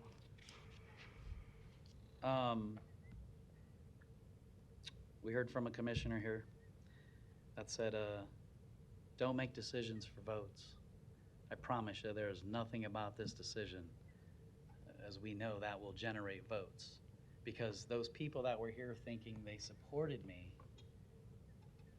they forgot that I voted for masks and I believe in the science. So they're going to be disappointed that it isn't for them. It isn't for taking this buzzword of unelected bureaucrat out of the decision. It's not that. It's about taking the position of power that couldn't make a decision for the health, safety, and well-being of our citizens in Omaha. So that's why now. That's where it originated. And there is a pending lawsuit. I've been advised not to say much about it, but I'm not involved in the lawsuit. But I have asked how much we've spent, along with my colleagues. And I believe with the recommendation from law, this could probably help resolve that lawsuit, because although it was awarded that, as our law department said all along, that they could defend you and you have this power to do it, there is a next step, and that next step won't be in Douglas County. And I believe if we don't try to help resolve this lawsuit now, that next step that it takes, if it does go that far and we lose, we won't have to worry about you as the health director or us as the council or the mayor as the mayor making a decision. That decision will be made by the state health director, who is appointed by the governor. So when you say you don't want your elected officials locally making the decision because you're not experts, we're not saying we are. But I promise you, if we lose the power with hopefully resolving this lawsuit, we won't have to worry about this again. You won't have to worry about being the health director for Douglas County, having the power over the city, and I won't have to worry about how I'm gonna try to figure out how to get a city health director, which I did listen. There was compromise. I listened to my colleagues. When I first introduced the original amendment, I did have in there to create a health director, and that's because, as I explained, how we needed that person that answered to the city. But I'm open for change, but I cannot consciously sit here and know what I know about the inaction of the power of the Douglas County Health Director to benefit our citizens in their most desperate needs of that health care that they need when I know it didn't happen on time. So I got a lot more, but you look like you want to say something, so please do. I'm happy to listen as long as you need. Did you want to add something or say something? Wanted to just, first of all, there's a lot there, and I probably will miss a lot because, yes, a lot there. Dr. Poore and I were making decisions in extremely different environments, believe it or not. Dr. Poore was up against some constraints with the state in terms of funding. Very early on in a pandemic, when we really did not know what was happening, what was going to happen, what our needs were going to look like, what this pandemic was even going to look like. It's a very different environment for her than for me. I was not here. I was not privy to those conversations.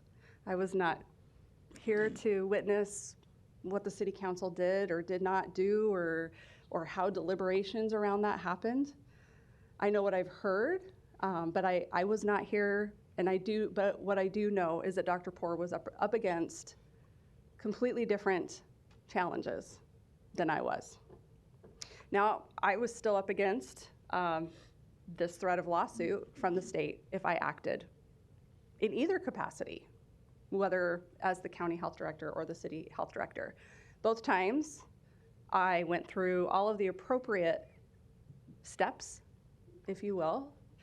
So as the Douglas County Health Director, I reached out to Dr. Antone, made an official request for a mask mandate for the county, and at that time, he declined that.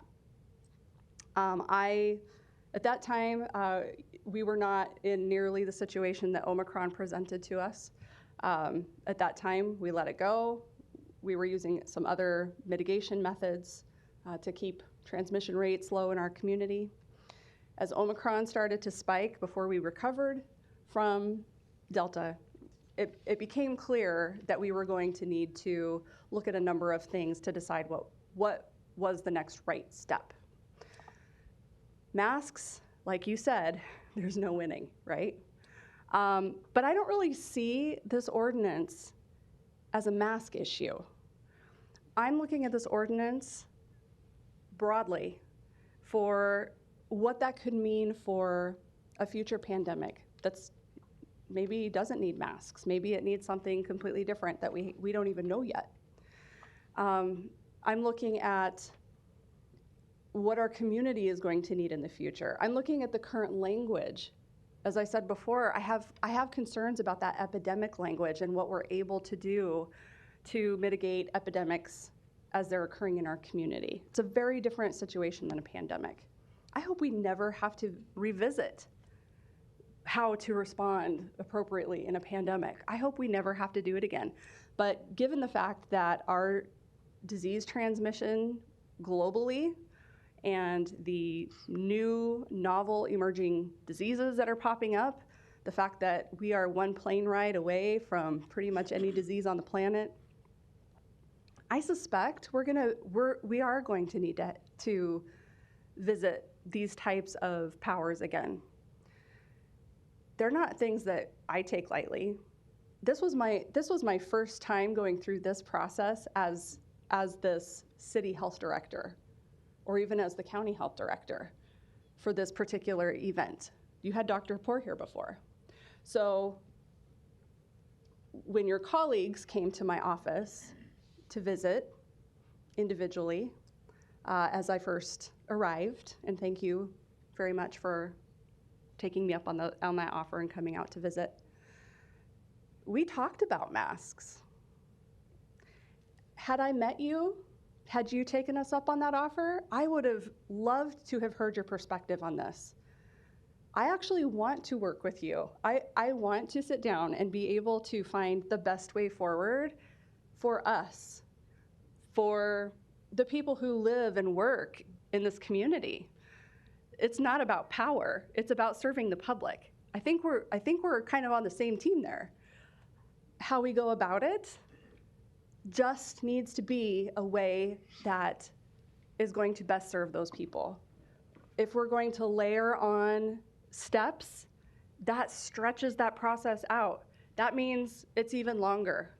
Yes, we had, it was a little further on in a particular spike when masks were brought up, or the mask order was implemented. There were a lot of things. Leading to that. There were so many conversations leading up to that I would have happily shared with you. I talked to Mr. Festerson about why I had gotten to where I was and why it was the right time. I didn't do that before because I was balancing all of the different things that are happening in the community, all of the different perspectives that are in the community. That's what it means to be apolitical. To look at, yes, this side feels and thinks this way. They want this side wants this. How can we best keep everybody healthy and keep everybody's economy moving forward and keep all of our balls in the air and still protect people? It's a balancing act. It's not always do it right now. It can't always be a knee-jerk reaction. There are many things that we have to take into consideration. So it's a little different in an epidemic because we're talking about very localized and very environmentally constrained actions usually. We're not talking about shutting down an entire city. We're talking about shutting down a restaurant or two or a child care center or two for a couple of days. It's just very different approaches depending on the situation that you're in. And Dr. Poor and I were we were in very different environments making that decision. She probably would have pulled basically undertaken that action to implement a mask order at that time had she not been basically told that she would lose funding that was necessary for us to respond in the pandemic. That was money that we needed to be able to supply PPE to our healthcare providers to make sure that we were doing all of the various activities that were necessary to protect the public. So I need to say that and make sure that it's understood that it's not black and white. Yes, she didn't do it, you did it. She did it late, you did it late. It's not that black and white. I agree with you 100% that better communication needs to happen. I don't think that I should find out that somebody I thought was supportive of public health, and by your words seems to be supportive of public health and the actions that we take.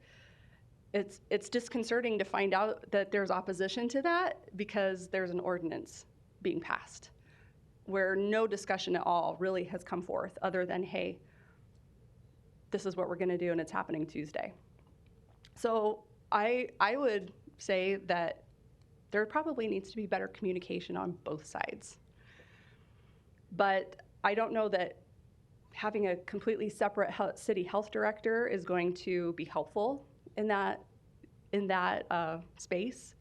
I think you're going to find more conflicts of interest than not when it comes to a city appointee and a county appointee, and I think there are going to be a number of challenges, and that is one of the reasons that I asked. If this is really where your heart is, if this ordinance is really what you feel needs to happen, let's talk about it more before we get there. Let's sit down with public health, with you, with the people who have the expertise in really what the impact is going to be from that written document, from that law, and make sure that we are being considered in all of the angles before we go into that. I will say that I rooted for you.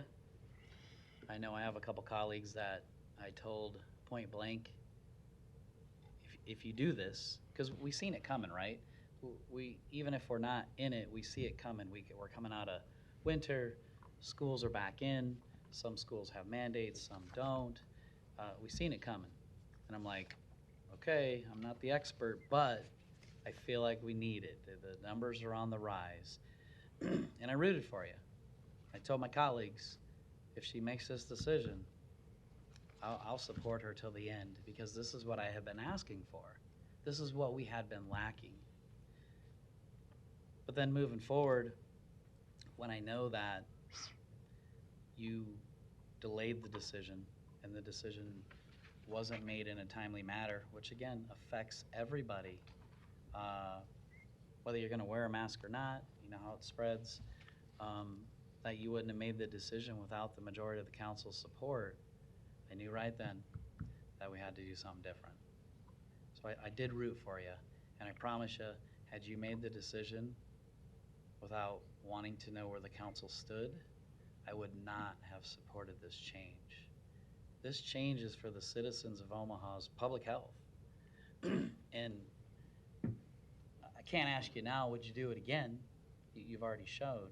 And I understand that you're new to the job, but part of that job is that decision you have to make, the most important decision you have to make, the one that person you had the job before you failed to make. It was like the only decision, the magical decision they have to make for the safety, health, and well-being of all of us, and it wasn't made. And I don't feel you made it either. I'm not saying I won't work with you, and I have heard, and I did write down, and I would like to ask the law department, because he gets mad if I don't ask him at least a couple questions anyway. So we've heard, and I try to write some of these down, Mr. Kuzi. Yes, sir. Matt Kuzi, Law Department. The way that the ordinance is wrote, when we hear from the experts in the field, who I have a lot of respect for, yourself included, a retirement home illness, closure of a restaurant from a foodborne illness. I think I even heard yesterday from a phone call of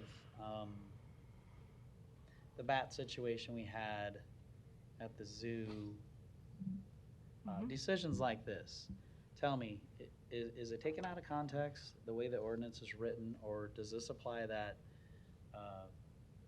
Douglas County Health Director would not be able to make these decisions as well? It's my opinion, in looking at the ordinances, plural, that situation is not as disconcerting as it has been presented. Section 12-24, both the original form and in the amendment, talks about making orders, regulations, and instructions with an epidemic of contagious or infectious disease. However, with some of the statements that have been made about foodborne illness, this bat thing that you're referring to, Section 12-23 says that the health director shall have authority to adopt such rules and regulations, restrictions, or measures as he or she shall deem necessary to protect the public health of the city. I think it's fair to say that these situations that are being mentioned as potential pitfalls to the amendment to the ordinance could be handled still by the health director under the authority in section 12-23. Thank you, Mr. Kuzi. That's actually pretty helpful to hear from Mr. Kuzi on that. I hadn't heard the city attorney's take on the interpretation of it, so that's helpful. Thank you. Yeah. And again, in the beginning, the headline that first came out, stripping the health director of her powers, that certainly wasn't the intent of this. But we also heard from a lot of experts that said, this is probably going to come up again. We know we're not in the clear. There was a reason I gave out 100,000 masks out of my garage, which came from Douglas County Health Department, so I appreciate that. But I can't sit here and having lived through this and knowing that it affected my constituents and have the faith that the decision will be made again without the pressure. It's real. It's a hard decision to make. It was hard for us up here, right? Mm-hmm. But at the end of the day, for me, I believed in the science, and I assumed we had the majority. Now, with that being said, 2 years ago, the way this is written, it probably would have, depending on how it moves forward and if it passes, the way this amendment, this proposal was written, it would have played out the same, because there was inaction. We took action because we had to. I believe we had the votes, and I think it was back and forth. Maybe we had 4, maybe we had 5. But nonetheless, the mayor did not veto it. That was pre-vaccine, right? The world's ending, restaurants, businesses, everything's shutting down. So it would have played out the same. Moving forward to January,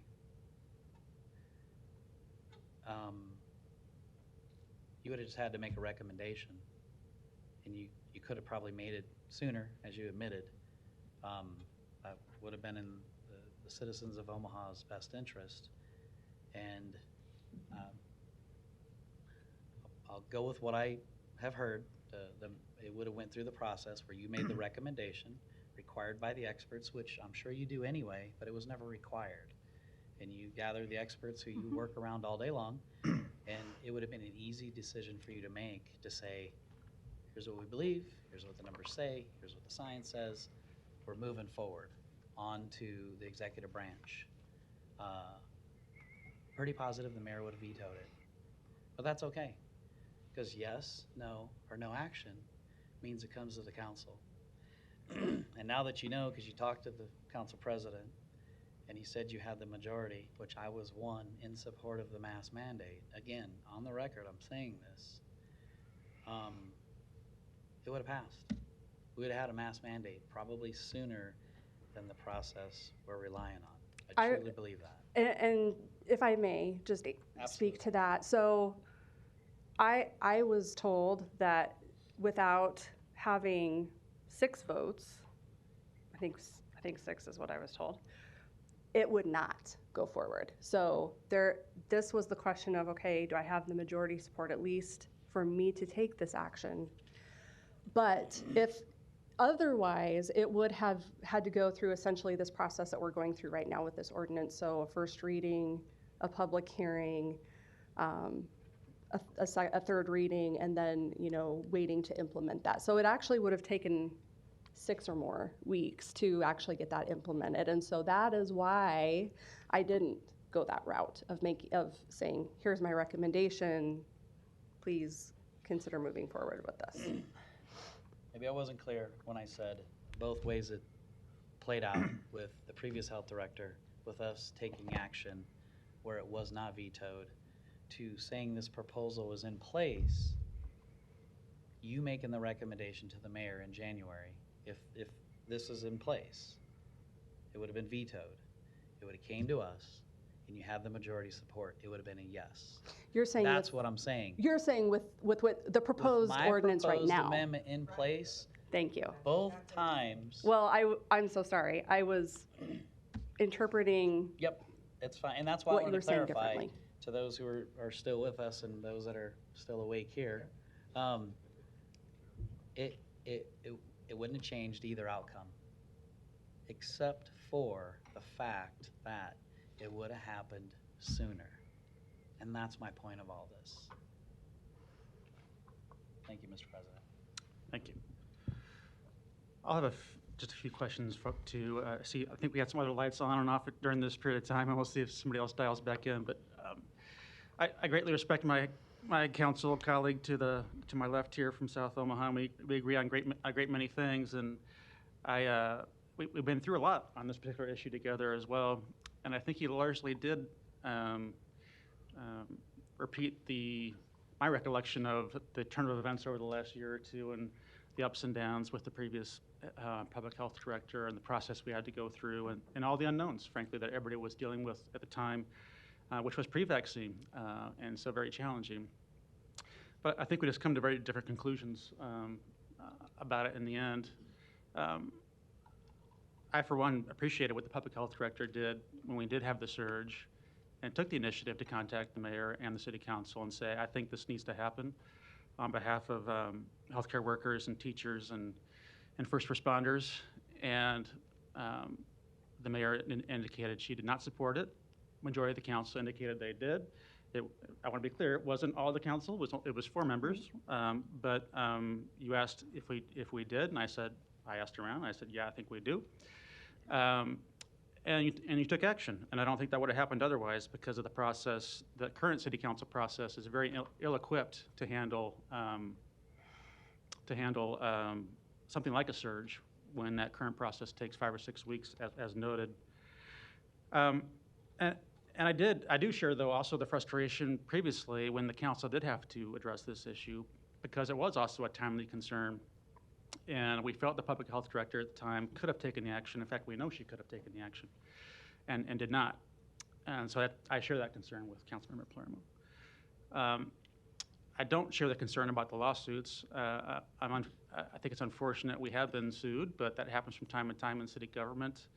I know we're confident in the city's position and in what city code says, and I know you are too, or else you wouldn't have done what you did. And I'm not confident that either of these proposals would resolve that issue, but I don't think that should be our main concern. So I'm not supportive of the ordinance that was introduced, and I think I'm hearing that's not on the table anymore, but I thought it made no sense to try and authorize a special epidemic health director that was not an expert in infectious disease or public health. We should be advised by those folks no matter how we organize the approval process. And I am open to considering the approval process, but I just thought that was a total afterthought and not an improvement upon what we've experienced over the last couple of years. So I'm hopeful that it's no longer a thing. I'm sure Dr. Chaplin is a capable physician, but he's a pediatrician, and that's much different expertise than what we're looking for here. I'm also very interested in what we heard today about the terms epidemic and pandemic. I don't know, Mr. Kuzi, if you want to address that issue as to why it was drafted using the term epidemic as opposed to pandemic. Mac-Husey Law Department, I guess I can't attest to 1949. So we just left, when the law department drafted this at Councilman Palermo and the mayor's request, we left the term epidemic in there because that's the term that was originally in there when it was first drafted in 1949. There wasn't any request, or quite frankly, I guess, any consideration in the law department to change that particular noun. Is that something that you're open to, or open to having a dialogue with the health experts that have testified here today as to the implications of that term? Was that to me or Dr. Hughes? To you. Oh, sorry, Mac-Husey Law Department again. If the council wants to have this terminology changed, that can certainly be done. It will involve probably a change in that an additional ordinance would have to be written rather than the full amendment to the one that exists now. There might have to be one that would be requirements for the health director to act in a pandemic as opposed to an epidemic. Mm-hmm. Well, it sounds like that's a discussion we should have over the next week for sure, right? And you're willing to have that conversation? Yes. Okay. A couple other questions. This came up this morning as to section 1224.3. As designed in both the original ordinance and in the amendment of the whole, it indicates that the mayor may approve, reject, or take no action on an order that would come to the mayor, and then it would go to the council. The question about that was, why include take no action in there? Shouldn't there be, if the idea is to increase accountability amongst elected officials, why should there be take no action included in that sentence? Maccusey Law Department, the reason that language was included in is that we had to take into account every permutation that could occur in a situation like this. So there could be a situation where a mayor is incapacitated, not available, sick with COVID and quarantined themselves, some sort of situation where the executive officer wouldn't be available to take any sort of action on this. So that is why that language was included, to account for that possible contingency. Okay. I see Councilmember Bagley's light's on too, so I'll let him follow up on that maybe. I think that was a concern he had this morning as well. And then section 1224.5, number 4. This came up, there was a few questions about this today as to the process. So should it be recommended, and should it, and regardless of what the mayor does, it comes to a city council at its next meeting. At that city council meeting, does that include a public hearing? The matter would come before the council in the form of a resolution for the council to vote on, and just as resolutions now are entitled to some consideration of a public hearing, that not necessarily having one, but it would come to the form of a resolution for the council to vote on. Okay. And so a resolution, for those that aren't familiar, can be done if it's placed on the agenda. Presumably, it has to time for our agenda, I suppose, for a Friday afternoon, or I suppose as late as a Monday at noon to be considered on a Tuesday agenda. But should it be then considered on that agenda, it's a public hearing and a one-time vote that day, right? Correct, and there's also a provision within the amendment to allow that for the council to call a emergency meeting. And we can do that, but as Dr. Hughes was observing, that takes, I believe, 6 votes to do, or certainly 6 votes to approve something at an emergency meeting, right? Which we did do early on in the pandemic, but not since. I think that was to suspend the rules and to have the ordinance process go through much faster. I have to look, I don't recall. I was looking at the rules earlier today, and I'll defer to the clerk about how many council members it takes to call a special meeting, but I was of the opinion that it's a majority. Okay. I think it was an emergency ordinance, not an emergency meeting. Correct. Yeah. Mm-hmm. But to have something to go into effect immediately under the current rules, that's the 6-vote threshold that was problematic, frankly, early on in the pandemic. A couple more questions about that. So it comes to the city council. It's been written presumably by the public health director. It's accepted or not accepted, or no actions taken by the mayor. It comes to the city council. There is then a resolution with a public hearing. Can what's been written be amended by city council members at that point? The order that was looked at by the mayor first, is that what you're referring to? Mm-hmm. Well, I presume that the council, it's a legislative function, that the council could take the action of amending it. It does create a bit of a quagmire, I suppose, in the sense that that's not what the mayor would have looked at originally. Right, so how would that work? I honestly don't have an answer to that.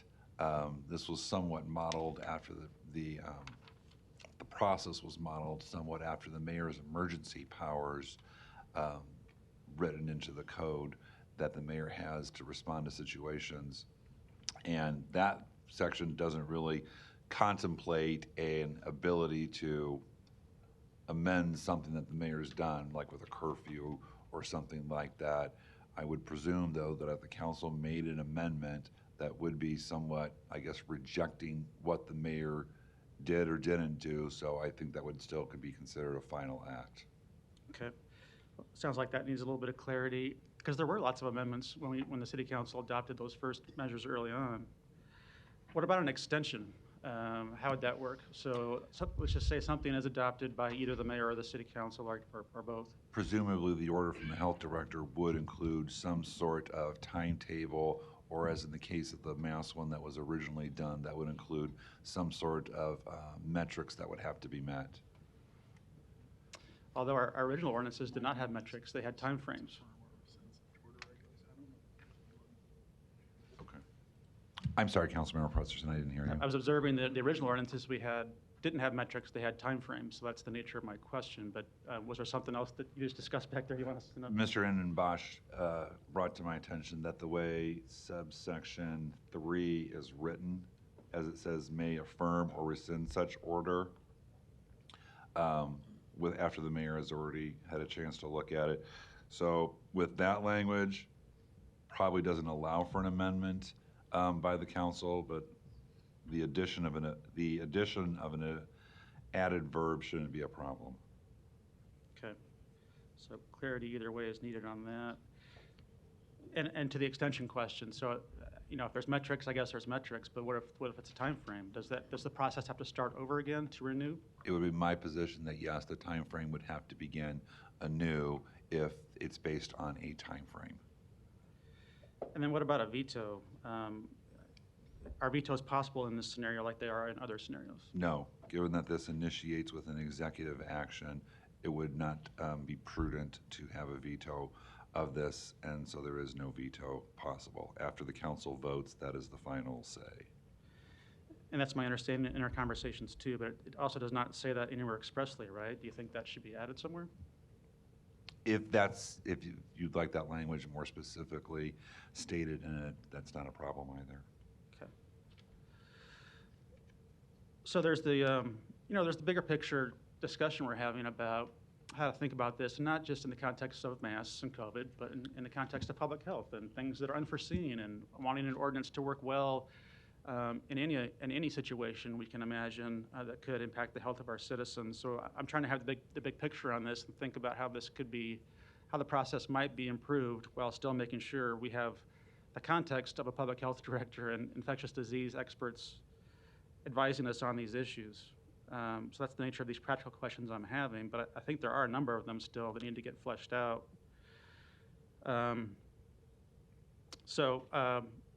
I think I'll stop talking there. I think there's some additional lights on, but those are some of the reasons why I do not support the original ordinance, and I think even the amendment of the whole would need some work. Mr. Harding, you're recognized. Thank you, Mr. Festerson. Mr. Kuzi, let me ask this question. At any time, regardless of what's happening in the city, could a Douglas County Health Director make a similar request for a health order through the state? For the city of Omaha? No, for Douglas County, which includes the city of Omaha in its entirety. The health director can make a request to the state for Douglas County, yeah, which would only affect the citizens of the county, not the citizens in Omaha. There's an exemption in the statute that exempts cities of the metropolitan class. The statute contemplates that cities of the metropolitan class, which is always Omaha, are to make their own health decisions, okay, public health decisions. Right. Thank you.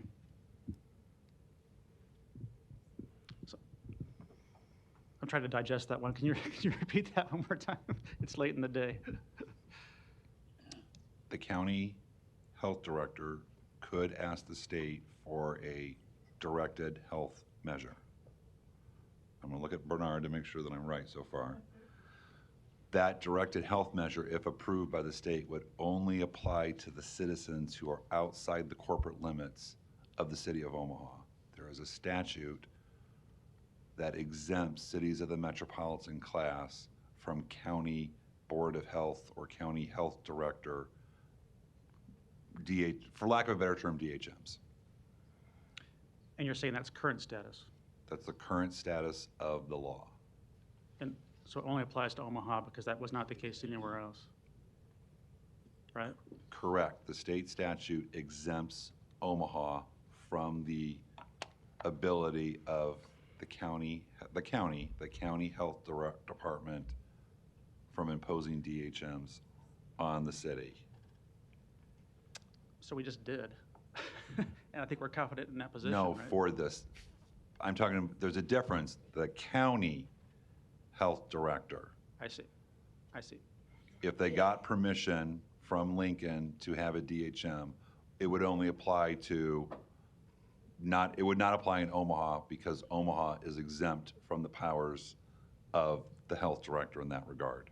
Okay. Which is why we need something in city code. Correct. All right. Gotcha. Any further lights for now? Councilman Begley. Thanks, Mr. President. Dr. Hughes, I'm glad you're here tonight. Thank you for your patience. In discussing, and I've talked to my colleagues to my right and left of me here today and staff to try to get this thing right. I wasn't on the council when your predecessor in 2020 went through what she did. So you, in your position, and my colleagues, Mr. President, good job covering a lot of ground there for people that have been patient enough to listen in almost 9 o'clock at night. And Councilman Palermo, I think your work on this to change the original one that you proposed with the amendment of the whole, I think it goes in the right direction. So I appreciate you guys working on this and the discussion that all of us have had on this. So Dr. Hughes, can you walk me through briefly how you get put in your position? What are the steps? Into the position as the that county you're in health right director? now? Yes. Sure. So that process was essentially an initial interview. Obviously, there was an application. An interview process. That panel was made up of a number of individuals from around the community, the Board of Health, of course, and others outside of that entity. That was step one. Following that, when it was essentially decided that I possessed the skills, the training, everything that they presumably were looking for, they brought me here to Douglas County and set up a number of public meetings, essentially. I'll walk you through what I'm getting at here. Okay. I don't mean to interrupt you. So the Board of Health, that's one, correct? Mm-hmm. Yes. Douglas County Board of Commissioners. Yes. Is that correct? Yes. Please correct me if I'm wrong. And then the last part is the state director. That would be Dr. Anton. Is that how you pronounce that? Dr. Antone, yes. Antone, okay. Mm-hmm. So the Board of, the Board of Public Health, unelected bureaucrats, and I don't use that in a bad way. That's some people do, but I don't. Elected Douglas County Commissioners, one that is still patiently sitting here tonight, and then Dr. Antone in Lincoln, the old unelected bureaucrat. And again, all these folks, including yourself, when I look at your resume, public service with the military and public health, you got a great resume. I think you got great credentials. Thank you. Your work kind of speaks for itself. Now, we're here today because of, I won't rehash what my colleague and friend, Councilman Palermo, went through, but when I look at the local control that you have in public health, the position you're in, the ordinance, the amendment of the whole that we have here that we've been discussing, so I was comfortable when they inserted, and this is through discussion and good government, I think, that we actually, heaven forbid, we talk to each other and try to get something that we can move to try to agree on. So when it says, prior to issuing an order, regulation, or instruction, it shall be the duty of the health director consult with experts in the field of infectious and contagious diseases, physicians, epidemiologists, and other relevant healthcare authorities. To me, not a doctor, but I trust in those folks we just that I just articulated there. That's who I listen to. And the reason I'm glad that's in there is because I didn't want to speak for you or your predecessor, that I'm assuming they and you already did that. Is that fair to say? Absolutely. Okay, but I'm glad it's spelled out in here so when people are reading this, they know you just don't roll out of the rack one morning and say, hey, I'm going to do this. You actually are consulting with a lot of the people I see, Dr. O'Keefe, Dr. Rupp, many others that are people in your profession that you rely on for information. Absolutely. Okay. And quick question, Matt, Mr. Kuzi. The salmonella, TB, and norovirus, are those things that would be covered under this, or tell me how that would work under this as it's written now? Matt Kuzi, Law You might already cover that. I did, well, I did, but I still I gotta log back in. So I'll buy time by saying Matt Kuzi, Law Department.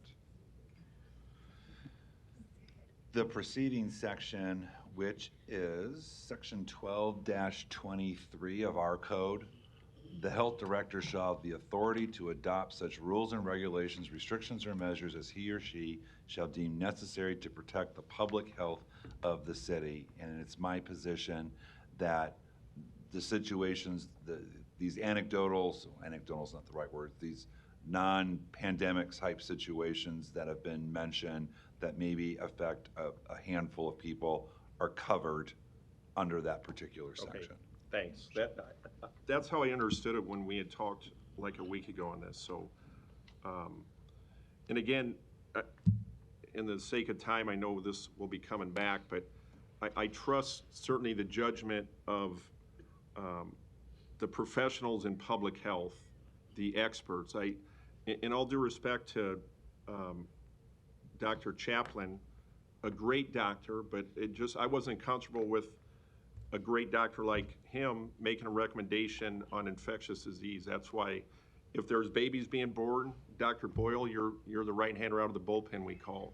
That's who I'm comfortable with. So I know when we're going through all these different layers of bureaucracy or government, whatever you want to call it, to me, the work that Councilman Palermo's put in and talking to us, and we're going to still have discussions, that we'll try to arrive at something that I think hopefully it'll be good and it'll spell out for people that in public health, at least speaking for myself, I'll trust the experts making the recommendation, and I'm comfortable with, and we can kind of get around the edges of it going forward, but that it goes to the mayor can make a decision, and it comes to this body. And again, it's not ignoring your recommendation or the experts that you are relying on. So that's the comments. I had a lot of things that you guys already covered, and I know we'll have more discussions.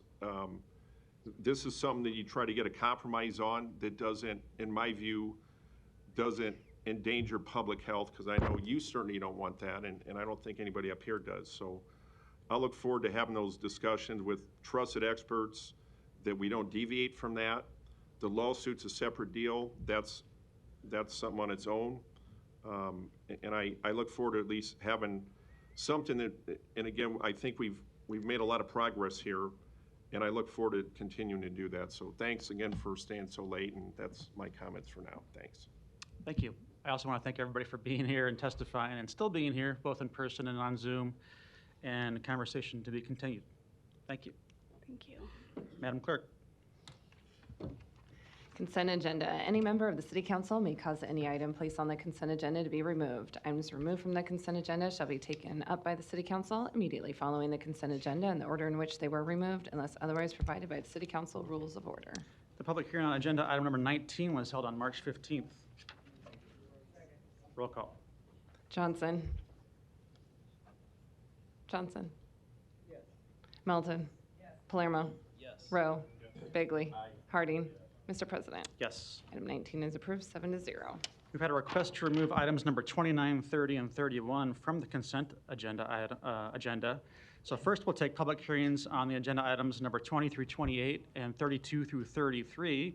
If you wish to address the City Council regarding these items, please come to the microphone, indicate the agenda item number you wish to address, identify yourself by name, address, who you represent, and if you are a proponent or an opponent.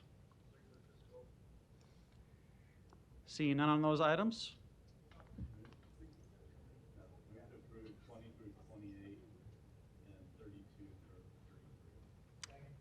Motion and a second. Roll call. Johnson. Melton. Palermo. Rowe. Bagley. Harding. Mr. President. Yes. Motion passed 7-0. So we'll now return to items number 29, 30, and 31. Shall we take those individually, or can we take those at the same time? I believe they're all individual, yes. So we'll take item number 29. The public hearing on 29 is today. Are there any proponents?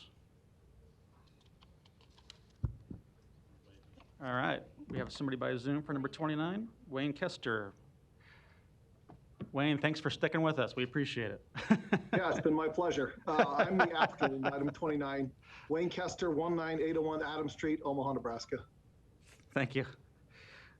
Are there any other proponents today? Seeing none, any opponents to 29? I'm not going to close the public hearing because I think Councilmember Johnson has some remarks she wants to make or some questions. I do. Hi, Mr. Kester. How are you today? Wonderful. How are you? Good. Your interest to acquire property in the Long School area is greatly appreciated. However, more attention, more information, more engagement is needed to proceed forward. Were you in contact with the neighborhood president or the neighborhood at all? No, I didn't know there was a neighborhood president. Okay. And were you advised to reach out to the representative, city council representative? No, I've been working with the planning office through this whole process. Okay. Well, just so we can have transparency, those are some things that we really need to do because public input is needed. And so I'm going to ask that we lay this over for 2 weeks so that we can have that engagement with the president of the neighborhood association as well as other members in that neighborhood, and then also with me. I would welcome having a conversation with you. So I move that we lay this over until April 12th. There's a motion to April 12th, which I will second. Mr. Harding, you're recognized. Thank you, Mr. President.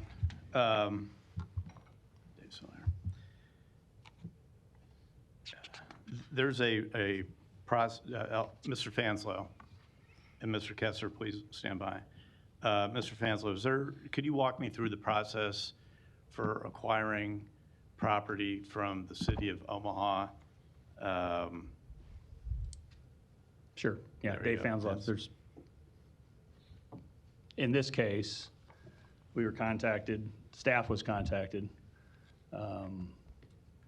by the person who wants to purchase this and asked if we were willing to sell it.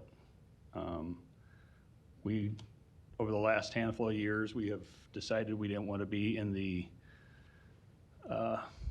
property business as far as ownership goes. So yeah, there's a process where once they contact staff tells them to send a letter to me. I then in turn pass that along to staff and we evaluate the request, and if we deem that it's a good thing for my department and for the city to dispose of the property, we tell that person as long as we get the value that we need out of it, it gets placed on a planning board agenda, which this one was on February 2nd, as were the other two on today's agenda, I believe, and goes through planning board and then on the way to city council. So the city cannot sell it for less than the appraised value. Correct. Unless if it's in a redevelopment area and there's special accommodations for that.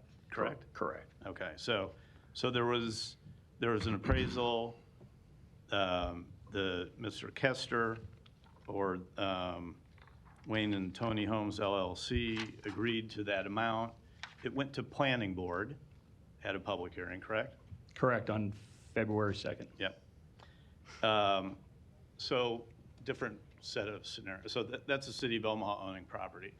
If Councilmember Palermo owns a home or a piece of property, and I want to buy that piece of property, Are there any requirements of me as a potential property owner? Are there any requirements of me to contact the city council member or the neighborhood association in that area? Private transaction? Right. I'm not Matt Kuzi, but I would say no. Okay. Okay. So, no. All right. So Mr. Kester went through the process described by the city to acquire a piece of ground, went through the planning department, that process, went through the application process, public hearing at planning board, approved at planning board, comes to city council. Again, as a private, the city of Omaha, yes, is the one who's selling the ground, but it's, in my mind, it's no different than the scenario I presented with Mr. Palermo and myself, correct? Sure, yes. Okay. All right, so I guess, and I guess if there are similar arguments for 30 and 31, I'll just say now I'm gonna raise the same issues. I don't see why we need to delay Mr. Kester's acquisition of the ground, because he's done everything that the city has prescribed him to do in order to do it. So if that's a question to me? Yes. Okay, so it is. Yeah, I mean, we wouldn't advance this on to planning board, and then staff would not have advanced this onto city council if we didn't think all of our requirements were met per code. All right, thank you. Thank you. Ms. Johnson, you're recognized. With all due respect to my colleague, I appreciate your concern. However, District 2 constituents voted me in on office on May 16th or May 10th, and they did not vote you in office. So you don't have any idea what the will is for that community. Have you ever gone into District 2 to ask what the will is? We live in a impoverished community. We have community development laws. We have different programs put in place to ensure equities are there so that people in poverty can have a uplift in life. That's why we have this community development law. So the city of Omaha owns this property. And this gentleman, I have no problem with that. However, the neighborhood has a weigh-in as to whether or not we can get information from him what his intent is. Currently, the city owns the property. I would agree with you if you own the property, you could do whatever you want to do with that property. However, the city owns that property, and the city needs to be respectful of the community in which it resides owning that property. So I disagree with you. And until you walk a mile in the shoes of District 2 in terms of what the constituents want, until you go and ask them what they want, you can't really speak to what their needs are. I was called into office to speak for District 2. Please respect that. Thank you. Mr. Harding has his light on, which I'll get to him next. I saw Mr. Kester waving, though, who I think we forgot was there. I want to recognize you if there's something you would like to add at this point. Hey, I'm sorry, my internet's dropping, and I did miss a couple of minutes early on. Happy to meet with the community. We own a few rental homes in North Omaha. We go out of our way to be good landlords up there because it seems like that's lacking. Our plan is to build duplexes, brand new that we can rent. We figured over the last year with the way properties have gone, we can probably build something better and cheaper than what's really available in the market. The prices have gotten crazy. Happy to meet with the community leaders. You know, I think we have a good plan for that area, but if it's something the community's not interested in, you know, that's fine. I'd love to meet with you folks. Like I said, I've not heard of anything about a neighborhood coalition or anything until just now. Okay, so a short delay wouldn't concern you in that respect? That's fine. A short delay wouldn't concern you in that respect? Yeah, that's fine. Okay. Mr. Harding, your light's on? Is your light on? Yeah. Okay. Thank you. You said with all due respect, Councilmember Johnson, so I'll ask for the same. I represent the taxpayers of the city of Omaha. I don't care where they live. And District 2 is not an island to the city of Omaha. And this gentleman has gone through the process that we have set out for him to legally acquire property. And if anyone would have read the planning board minutes or the planning board application, it does say that he's going to develop townhomes or duplexes. So he has told the public what his intentions are with this property. And if you're telling me that I can't make any decision about what happens in District 2, well, I was elected for the City Council of Omaha. By district, yes. But for the city of Omaha, yes. Thank you for putting words in my mouth. I am telling you that as District 2 representative, I was voted in office to speak for the needs of District 2 representatives. I am also telling you that you have not walked one day in District 2. You haven't spoke to any members in District 2. Have you attended any meetings in District 2 to understand the needs of District 2? Yes, I have. Really? Yes, I have. Well, I've sat in this meeting, and every time something is coming up in your district, do I challenge your decision regarding what is being voted on by you? Have at it. You can, Okay. if you have a question with something that's happening I'm not in asking any about district, a question. I'm asking, have I ever done that? that's your prerogative. Okay. You can question it or not. I'm not asking that. I'm asking, have I ever done that? Not to my knowledge. Okay, so, and I'm asking you not to do that at this time. This gentleman just said that he was okay with speaking to the public or speaking to their neighborhood to get their way in on what he's doing. So why are you in objection to that? Because he's gone through Because the process that he's been asked to go through to acquire surplus property from the city of Omaha. Thank you. And I believe your reason is to pull a political move. That's the way it looks. Well, that's not what it is. Okay, but then why is this worth you dying in a ditch over? No, it's not. Okay, okay. You know what, time is money on projects like this. Right. And I know maybe someone will say 2 weeks isn't that much time. Okay, we just had people in this room today talking about Mutual of Omaha and not having the right for their voices to be heard. And you're taking this lightly, in my opinion. It would appear that you're taking this lightly, that the community and what they might want to have a weigh in on city property in this community doesn't matter. District 2 has come up time and time again to talk about not being heard, not having their voices heard.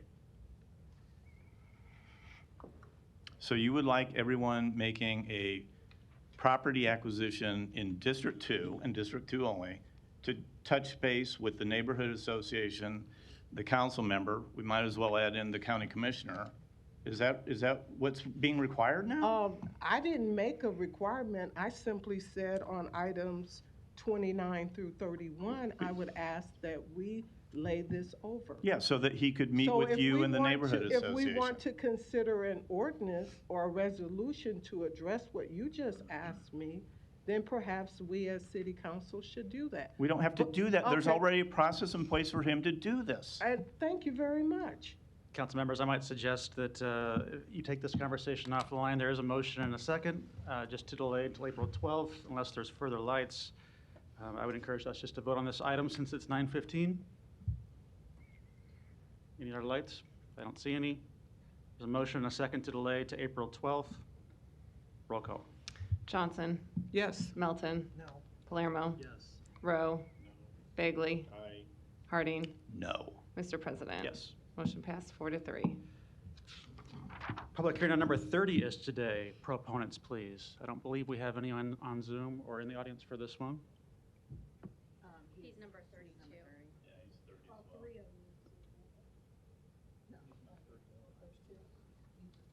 Okay. It is item number,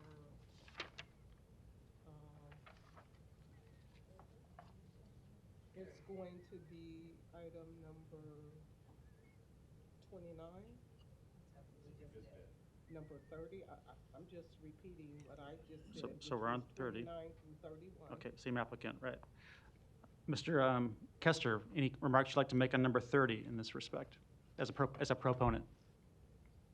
It's the exact same thing as 29. And obviously, we want to move forward with the project. I appreciate all the discussion around it. Again, happy to meet with folks and hear their concerns, but ultimately, at the end of the day, we would like to move forward. Thank you. April 12th sounds fine. We'll be back. Thank you. As long as the meeting can be just as long, though. I appreciate your sense of humor at this point.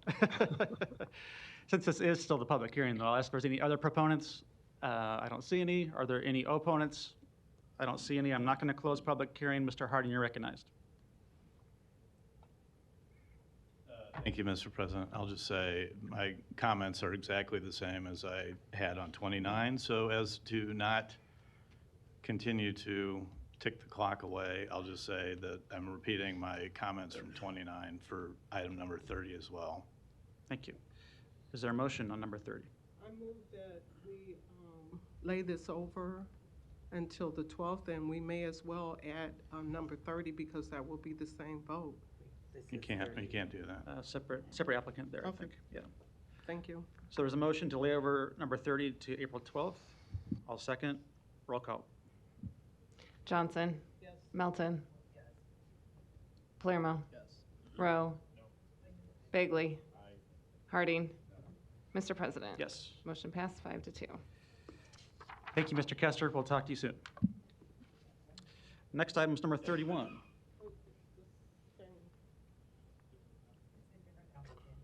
Public hearing on 31 is today. Are there any proponents? Seeing none, any opponents? Seeing none, I will not close the public hearing. Mr. Harding, you're recognized. Different applicant, same comments for 29, 30 go to 31 from me. Thank you. Thank you. Is there a motion? There's a motion to lay this over for the same reason as 29 and number 30. Until April 12th? Yes. Second? Do we know that, Go ahead. do we know that this applicant hasn't met with the neighborhood association? That would be correct. Do you know who the applicant is? It's stated here. There's no name, so I didn't know, maybe you've met with them. Do you know the I name have of the just applicant? as much information as you have, Ms. Melton. Well, no, that's why I was just wondering if you knew. So, no, the neighborhood has not been contacted, nor has city council rep has been contacted on this matter. Okay. Okay. There's a motion and a second to lay over to April 12th. Roll call. Johnson. Yes. Melton. No. Palermo. Yes. Rowe. No. Bagley. Aye. Harding. No. Mr. President. Yes. Motion passed 4-3. Next item. Item 34, an ordinance to approve an agreement with UNO for justice research in the amount of $26,994 is amendment of the whole requested by the law department. The vote on number 34 is today. There's an amendment of the whole. Is there a motion? Second, roll call. Yep, thank you. Amendment of the whole, and I'll second that. Roll call. Johnson. Melton. Palermo. Yes. Rowe. Bagley. Harding. Mr. President. Yes. Motion passed 7-0. Items 35 through 37 can be considered together for agreements with Union Pacific for special billing rates for sewer services. Public hearings and vote on number 35, 36, and 37 are today. Are there any proponents? Seeing none, any opponents? Public hearings closed. Is there a motion? Second, roll call. Johnson. Melton. Palermo. Yes. Rowe. Bagley. Harding. Mr. President. Yes. Motion passed 6-0. Johnson abstains. Item 38, an ordinance to approve the contract with Midwest Laboratories, Inc. for laboratory testing services at an estimated annual cost of $82,980.50. Public hearing on number 38 is today. Proponents, please. Seeing none, any opponents? Public hearing is closed. Item 39, an ordinance to approve sanitary sewage system revenue bond series 2022 in the amount of $24,500,000. Public hearing on number 39 is today. Are there any proponents? Seeing none, any opponents? Public hearing is closed. Item 40, an ordinance to approve the Third Amendment to the 2001 redevelopment agreement with the Omaha Performing Arts Society. Public hearing on number 40 is today. Are there any proponents? Matt Kuzi, Law Department. Mr. I'm drawing a blank now. Tolkien was here with his client regarding this. He did leave a couple of hours ago. He would have said that this was being done several years ago. We had an agreement with the Omaha Performing Arts Society and provided them a certain amount of money. I believe this agreement went back to the 90s. Our contribution has ended, and this is just taking out the provision that the city-appointed member to the Omaha Performing Arts Society, that will no longer be the case, that the city is appointing someone to that board. So I felt an obligation to do that for Mr. Tolkien since he left. Yes, thanks for that background. I did see Ms. Squires was here too for a long period of time, and I do think she's talked with all council members at this point. Are there any other proponents here today? Seeing any opponents? Public hearing is closed. Item 41, an ordinance to approve an extension of a lease agreement with USS Hazard, Inc. Public hearing on number 41 is today. Proponents, please.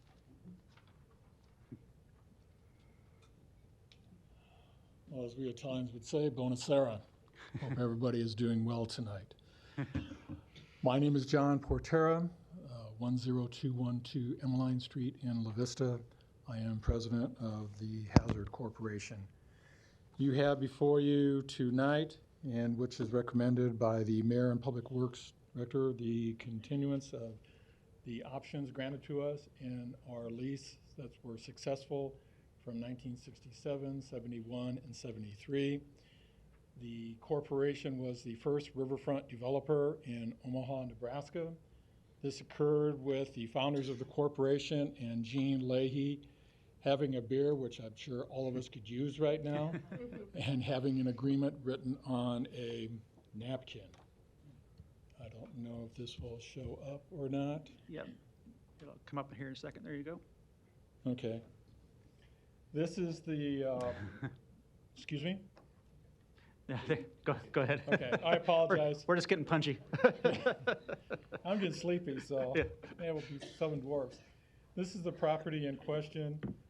This part is, if you see down here, the swing out bridge, if I can, which our property ends at, goes along up through the line, up to here where, I'm sorry, apologize, where Carter Lake is, and that transferred over to them in 1994, I believe.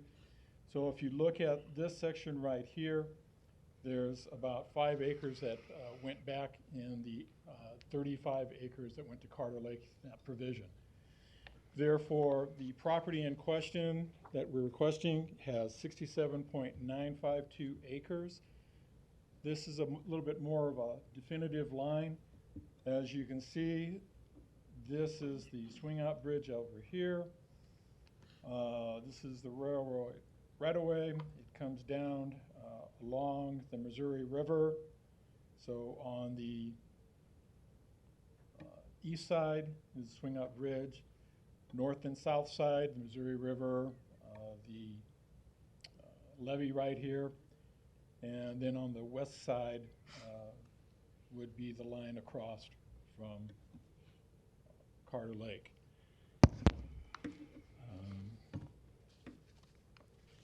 I'll keep this real brief. If anybody has any questions, I will be available. I do have something for the council for record. if you would like. This would give you an idea of what I just discussed. It also has in there the lease agreement, which attaches the 2 options in there, and then also the property that reverted back to Carter Lake that is no longer, it was originally 105 acres and it went down to 67.952.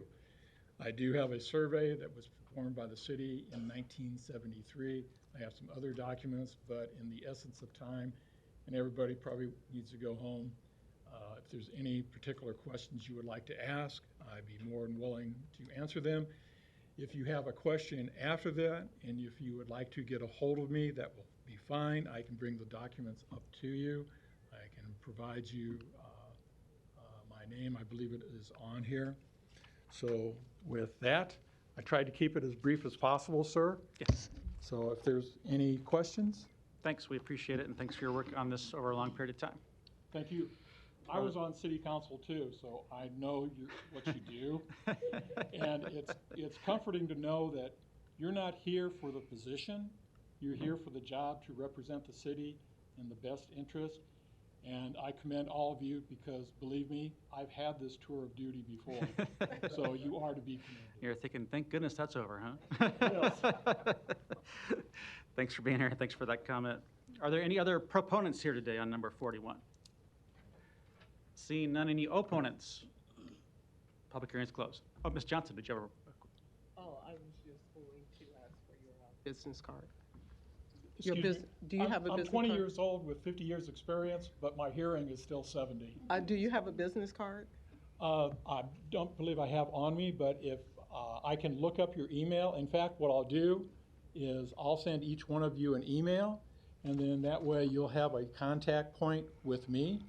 And so if you have a question, if you want to meet with me, that would be fine. I do have a reputation to uphold. We have to meet someplace Italian. Okay. So, Vinny, I've seen you down at the Sons of Italy, and I would invite all of you to go down to the Sons of Italy. It's really great. The best thing that the fire did is burned all the old recipes, and these new recipes are fabulous. Thank you. All right. Thanks a lot. Madam Clerk. Item 43, an ordinance to approve the Blackstone East Mixed-Use Building Redevelopment Agreement, A's amendment of the whole requested by the Law Department. The final item, my apologies, guys. Thanks for sticking with us. I do want to let you know that we're going to lay this over for 3 weeks. No. Just kidding. Public hearing on number 43 is today. Proponents, please. Mr. Dwyer. Matt Dwyer, Green Slate Development, 3814 Farnham. Sorry, I've been whispering for 7 hours. That's the first time I've actually spoken out loud. My voice is a little hoarse. I think most everybody's familiar with this particular project, and we've been kind of working in lockstep with the council for 10 years on the building of the Blackstone District. This would be a continuation of that work. It's a mixed-use project, 161 apartments on top of a 4.5-story parking garage, 385 stalls. That would actually be a city-owned and operated parking garage.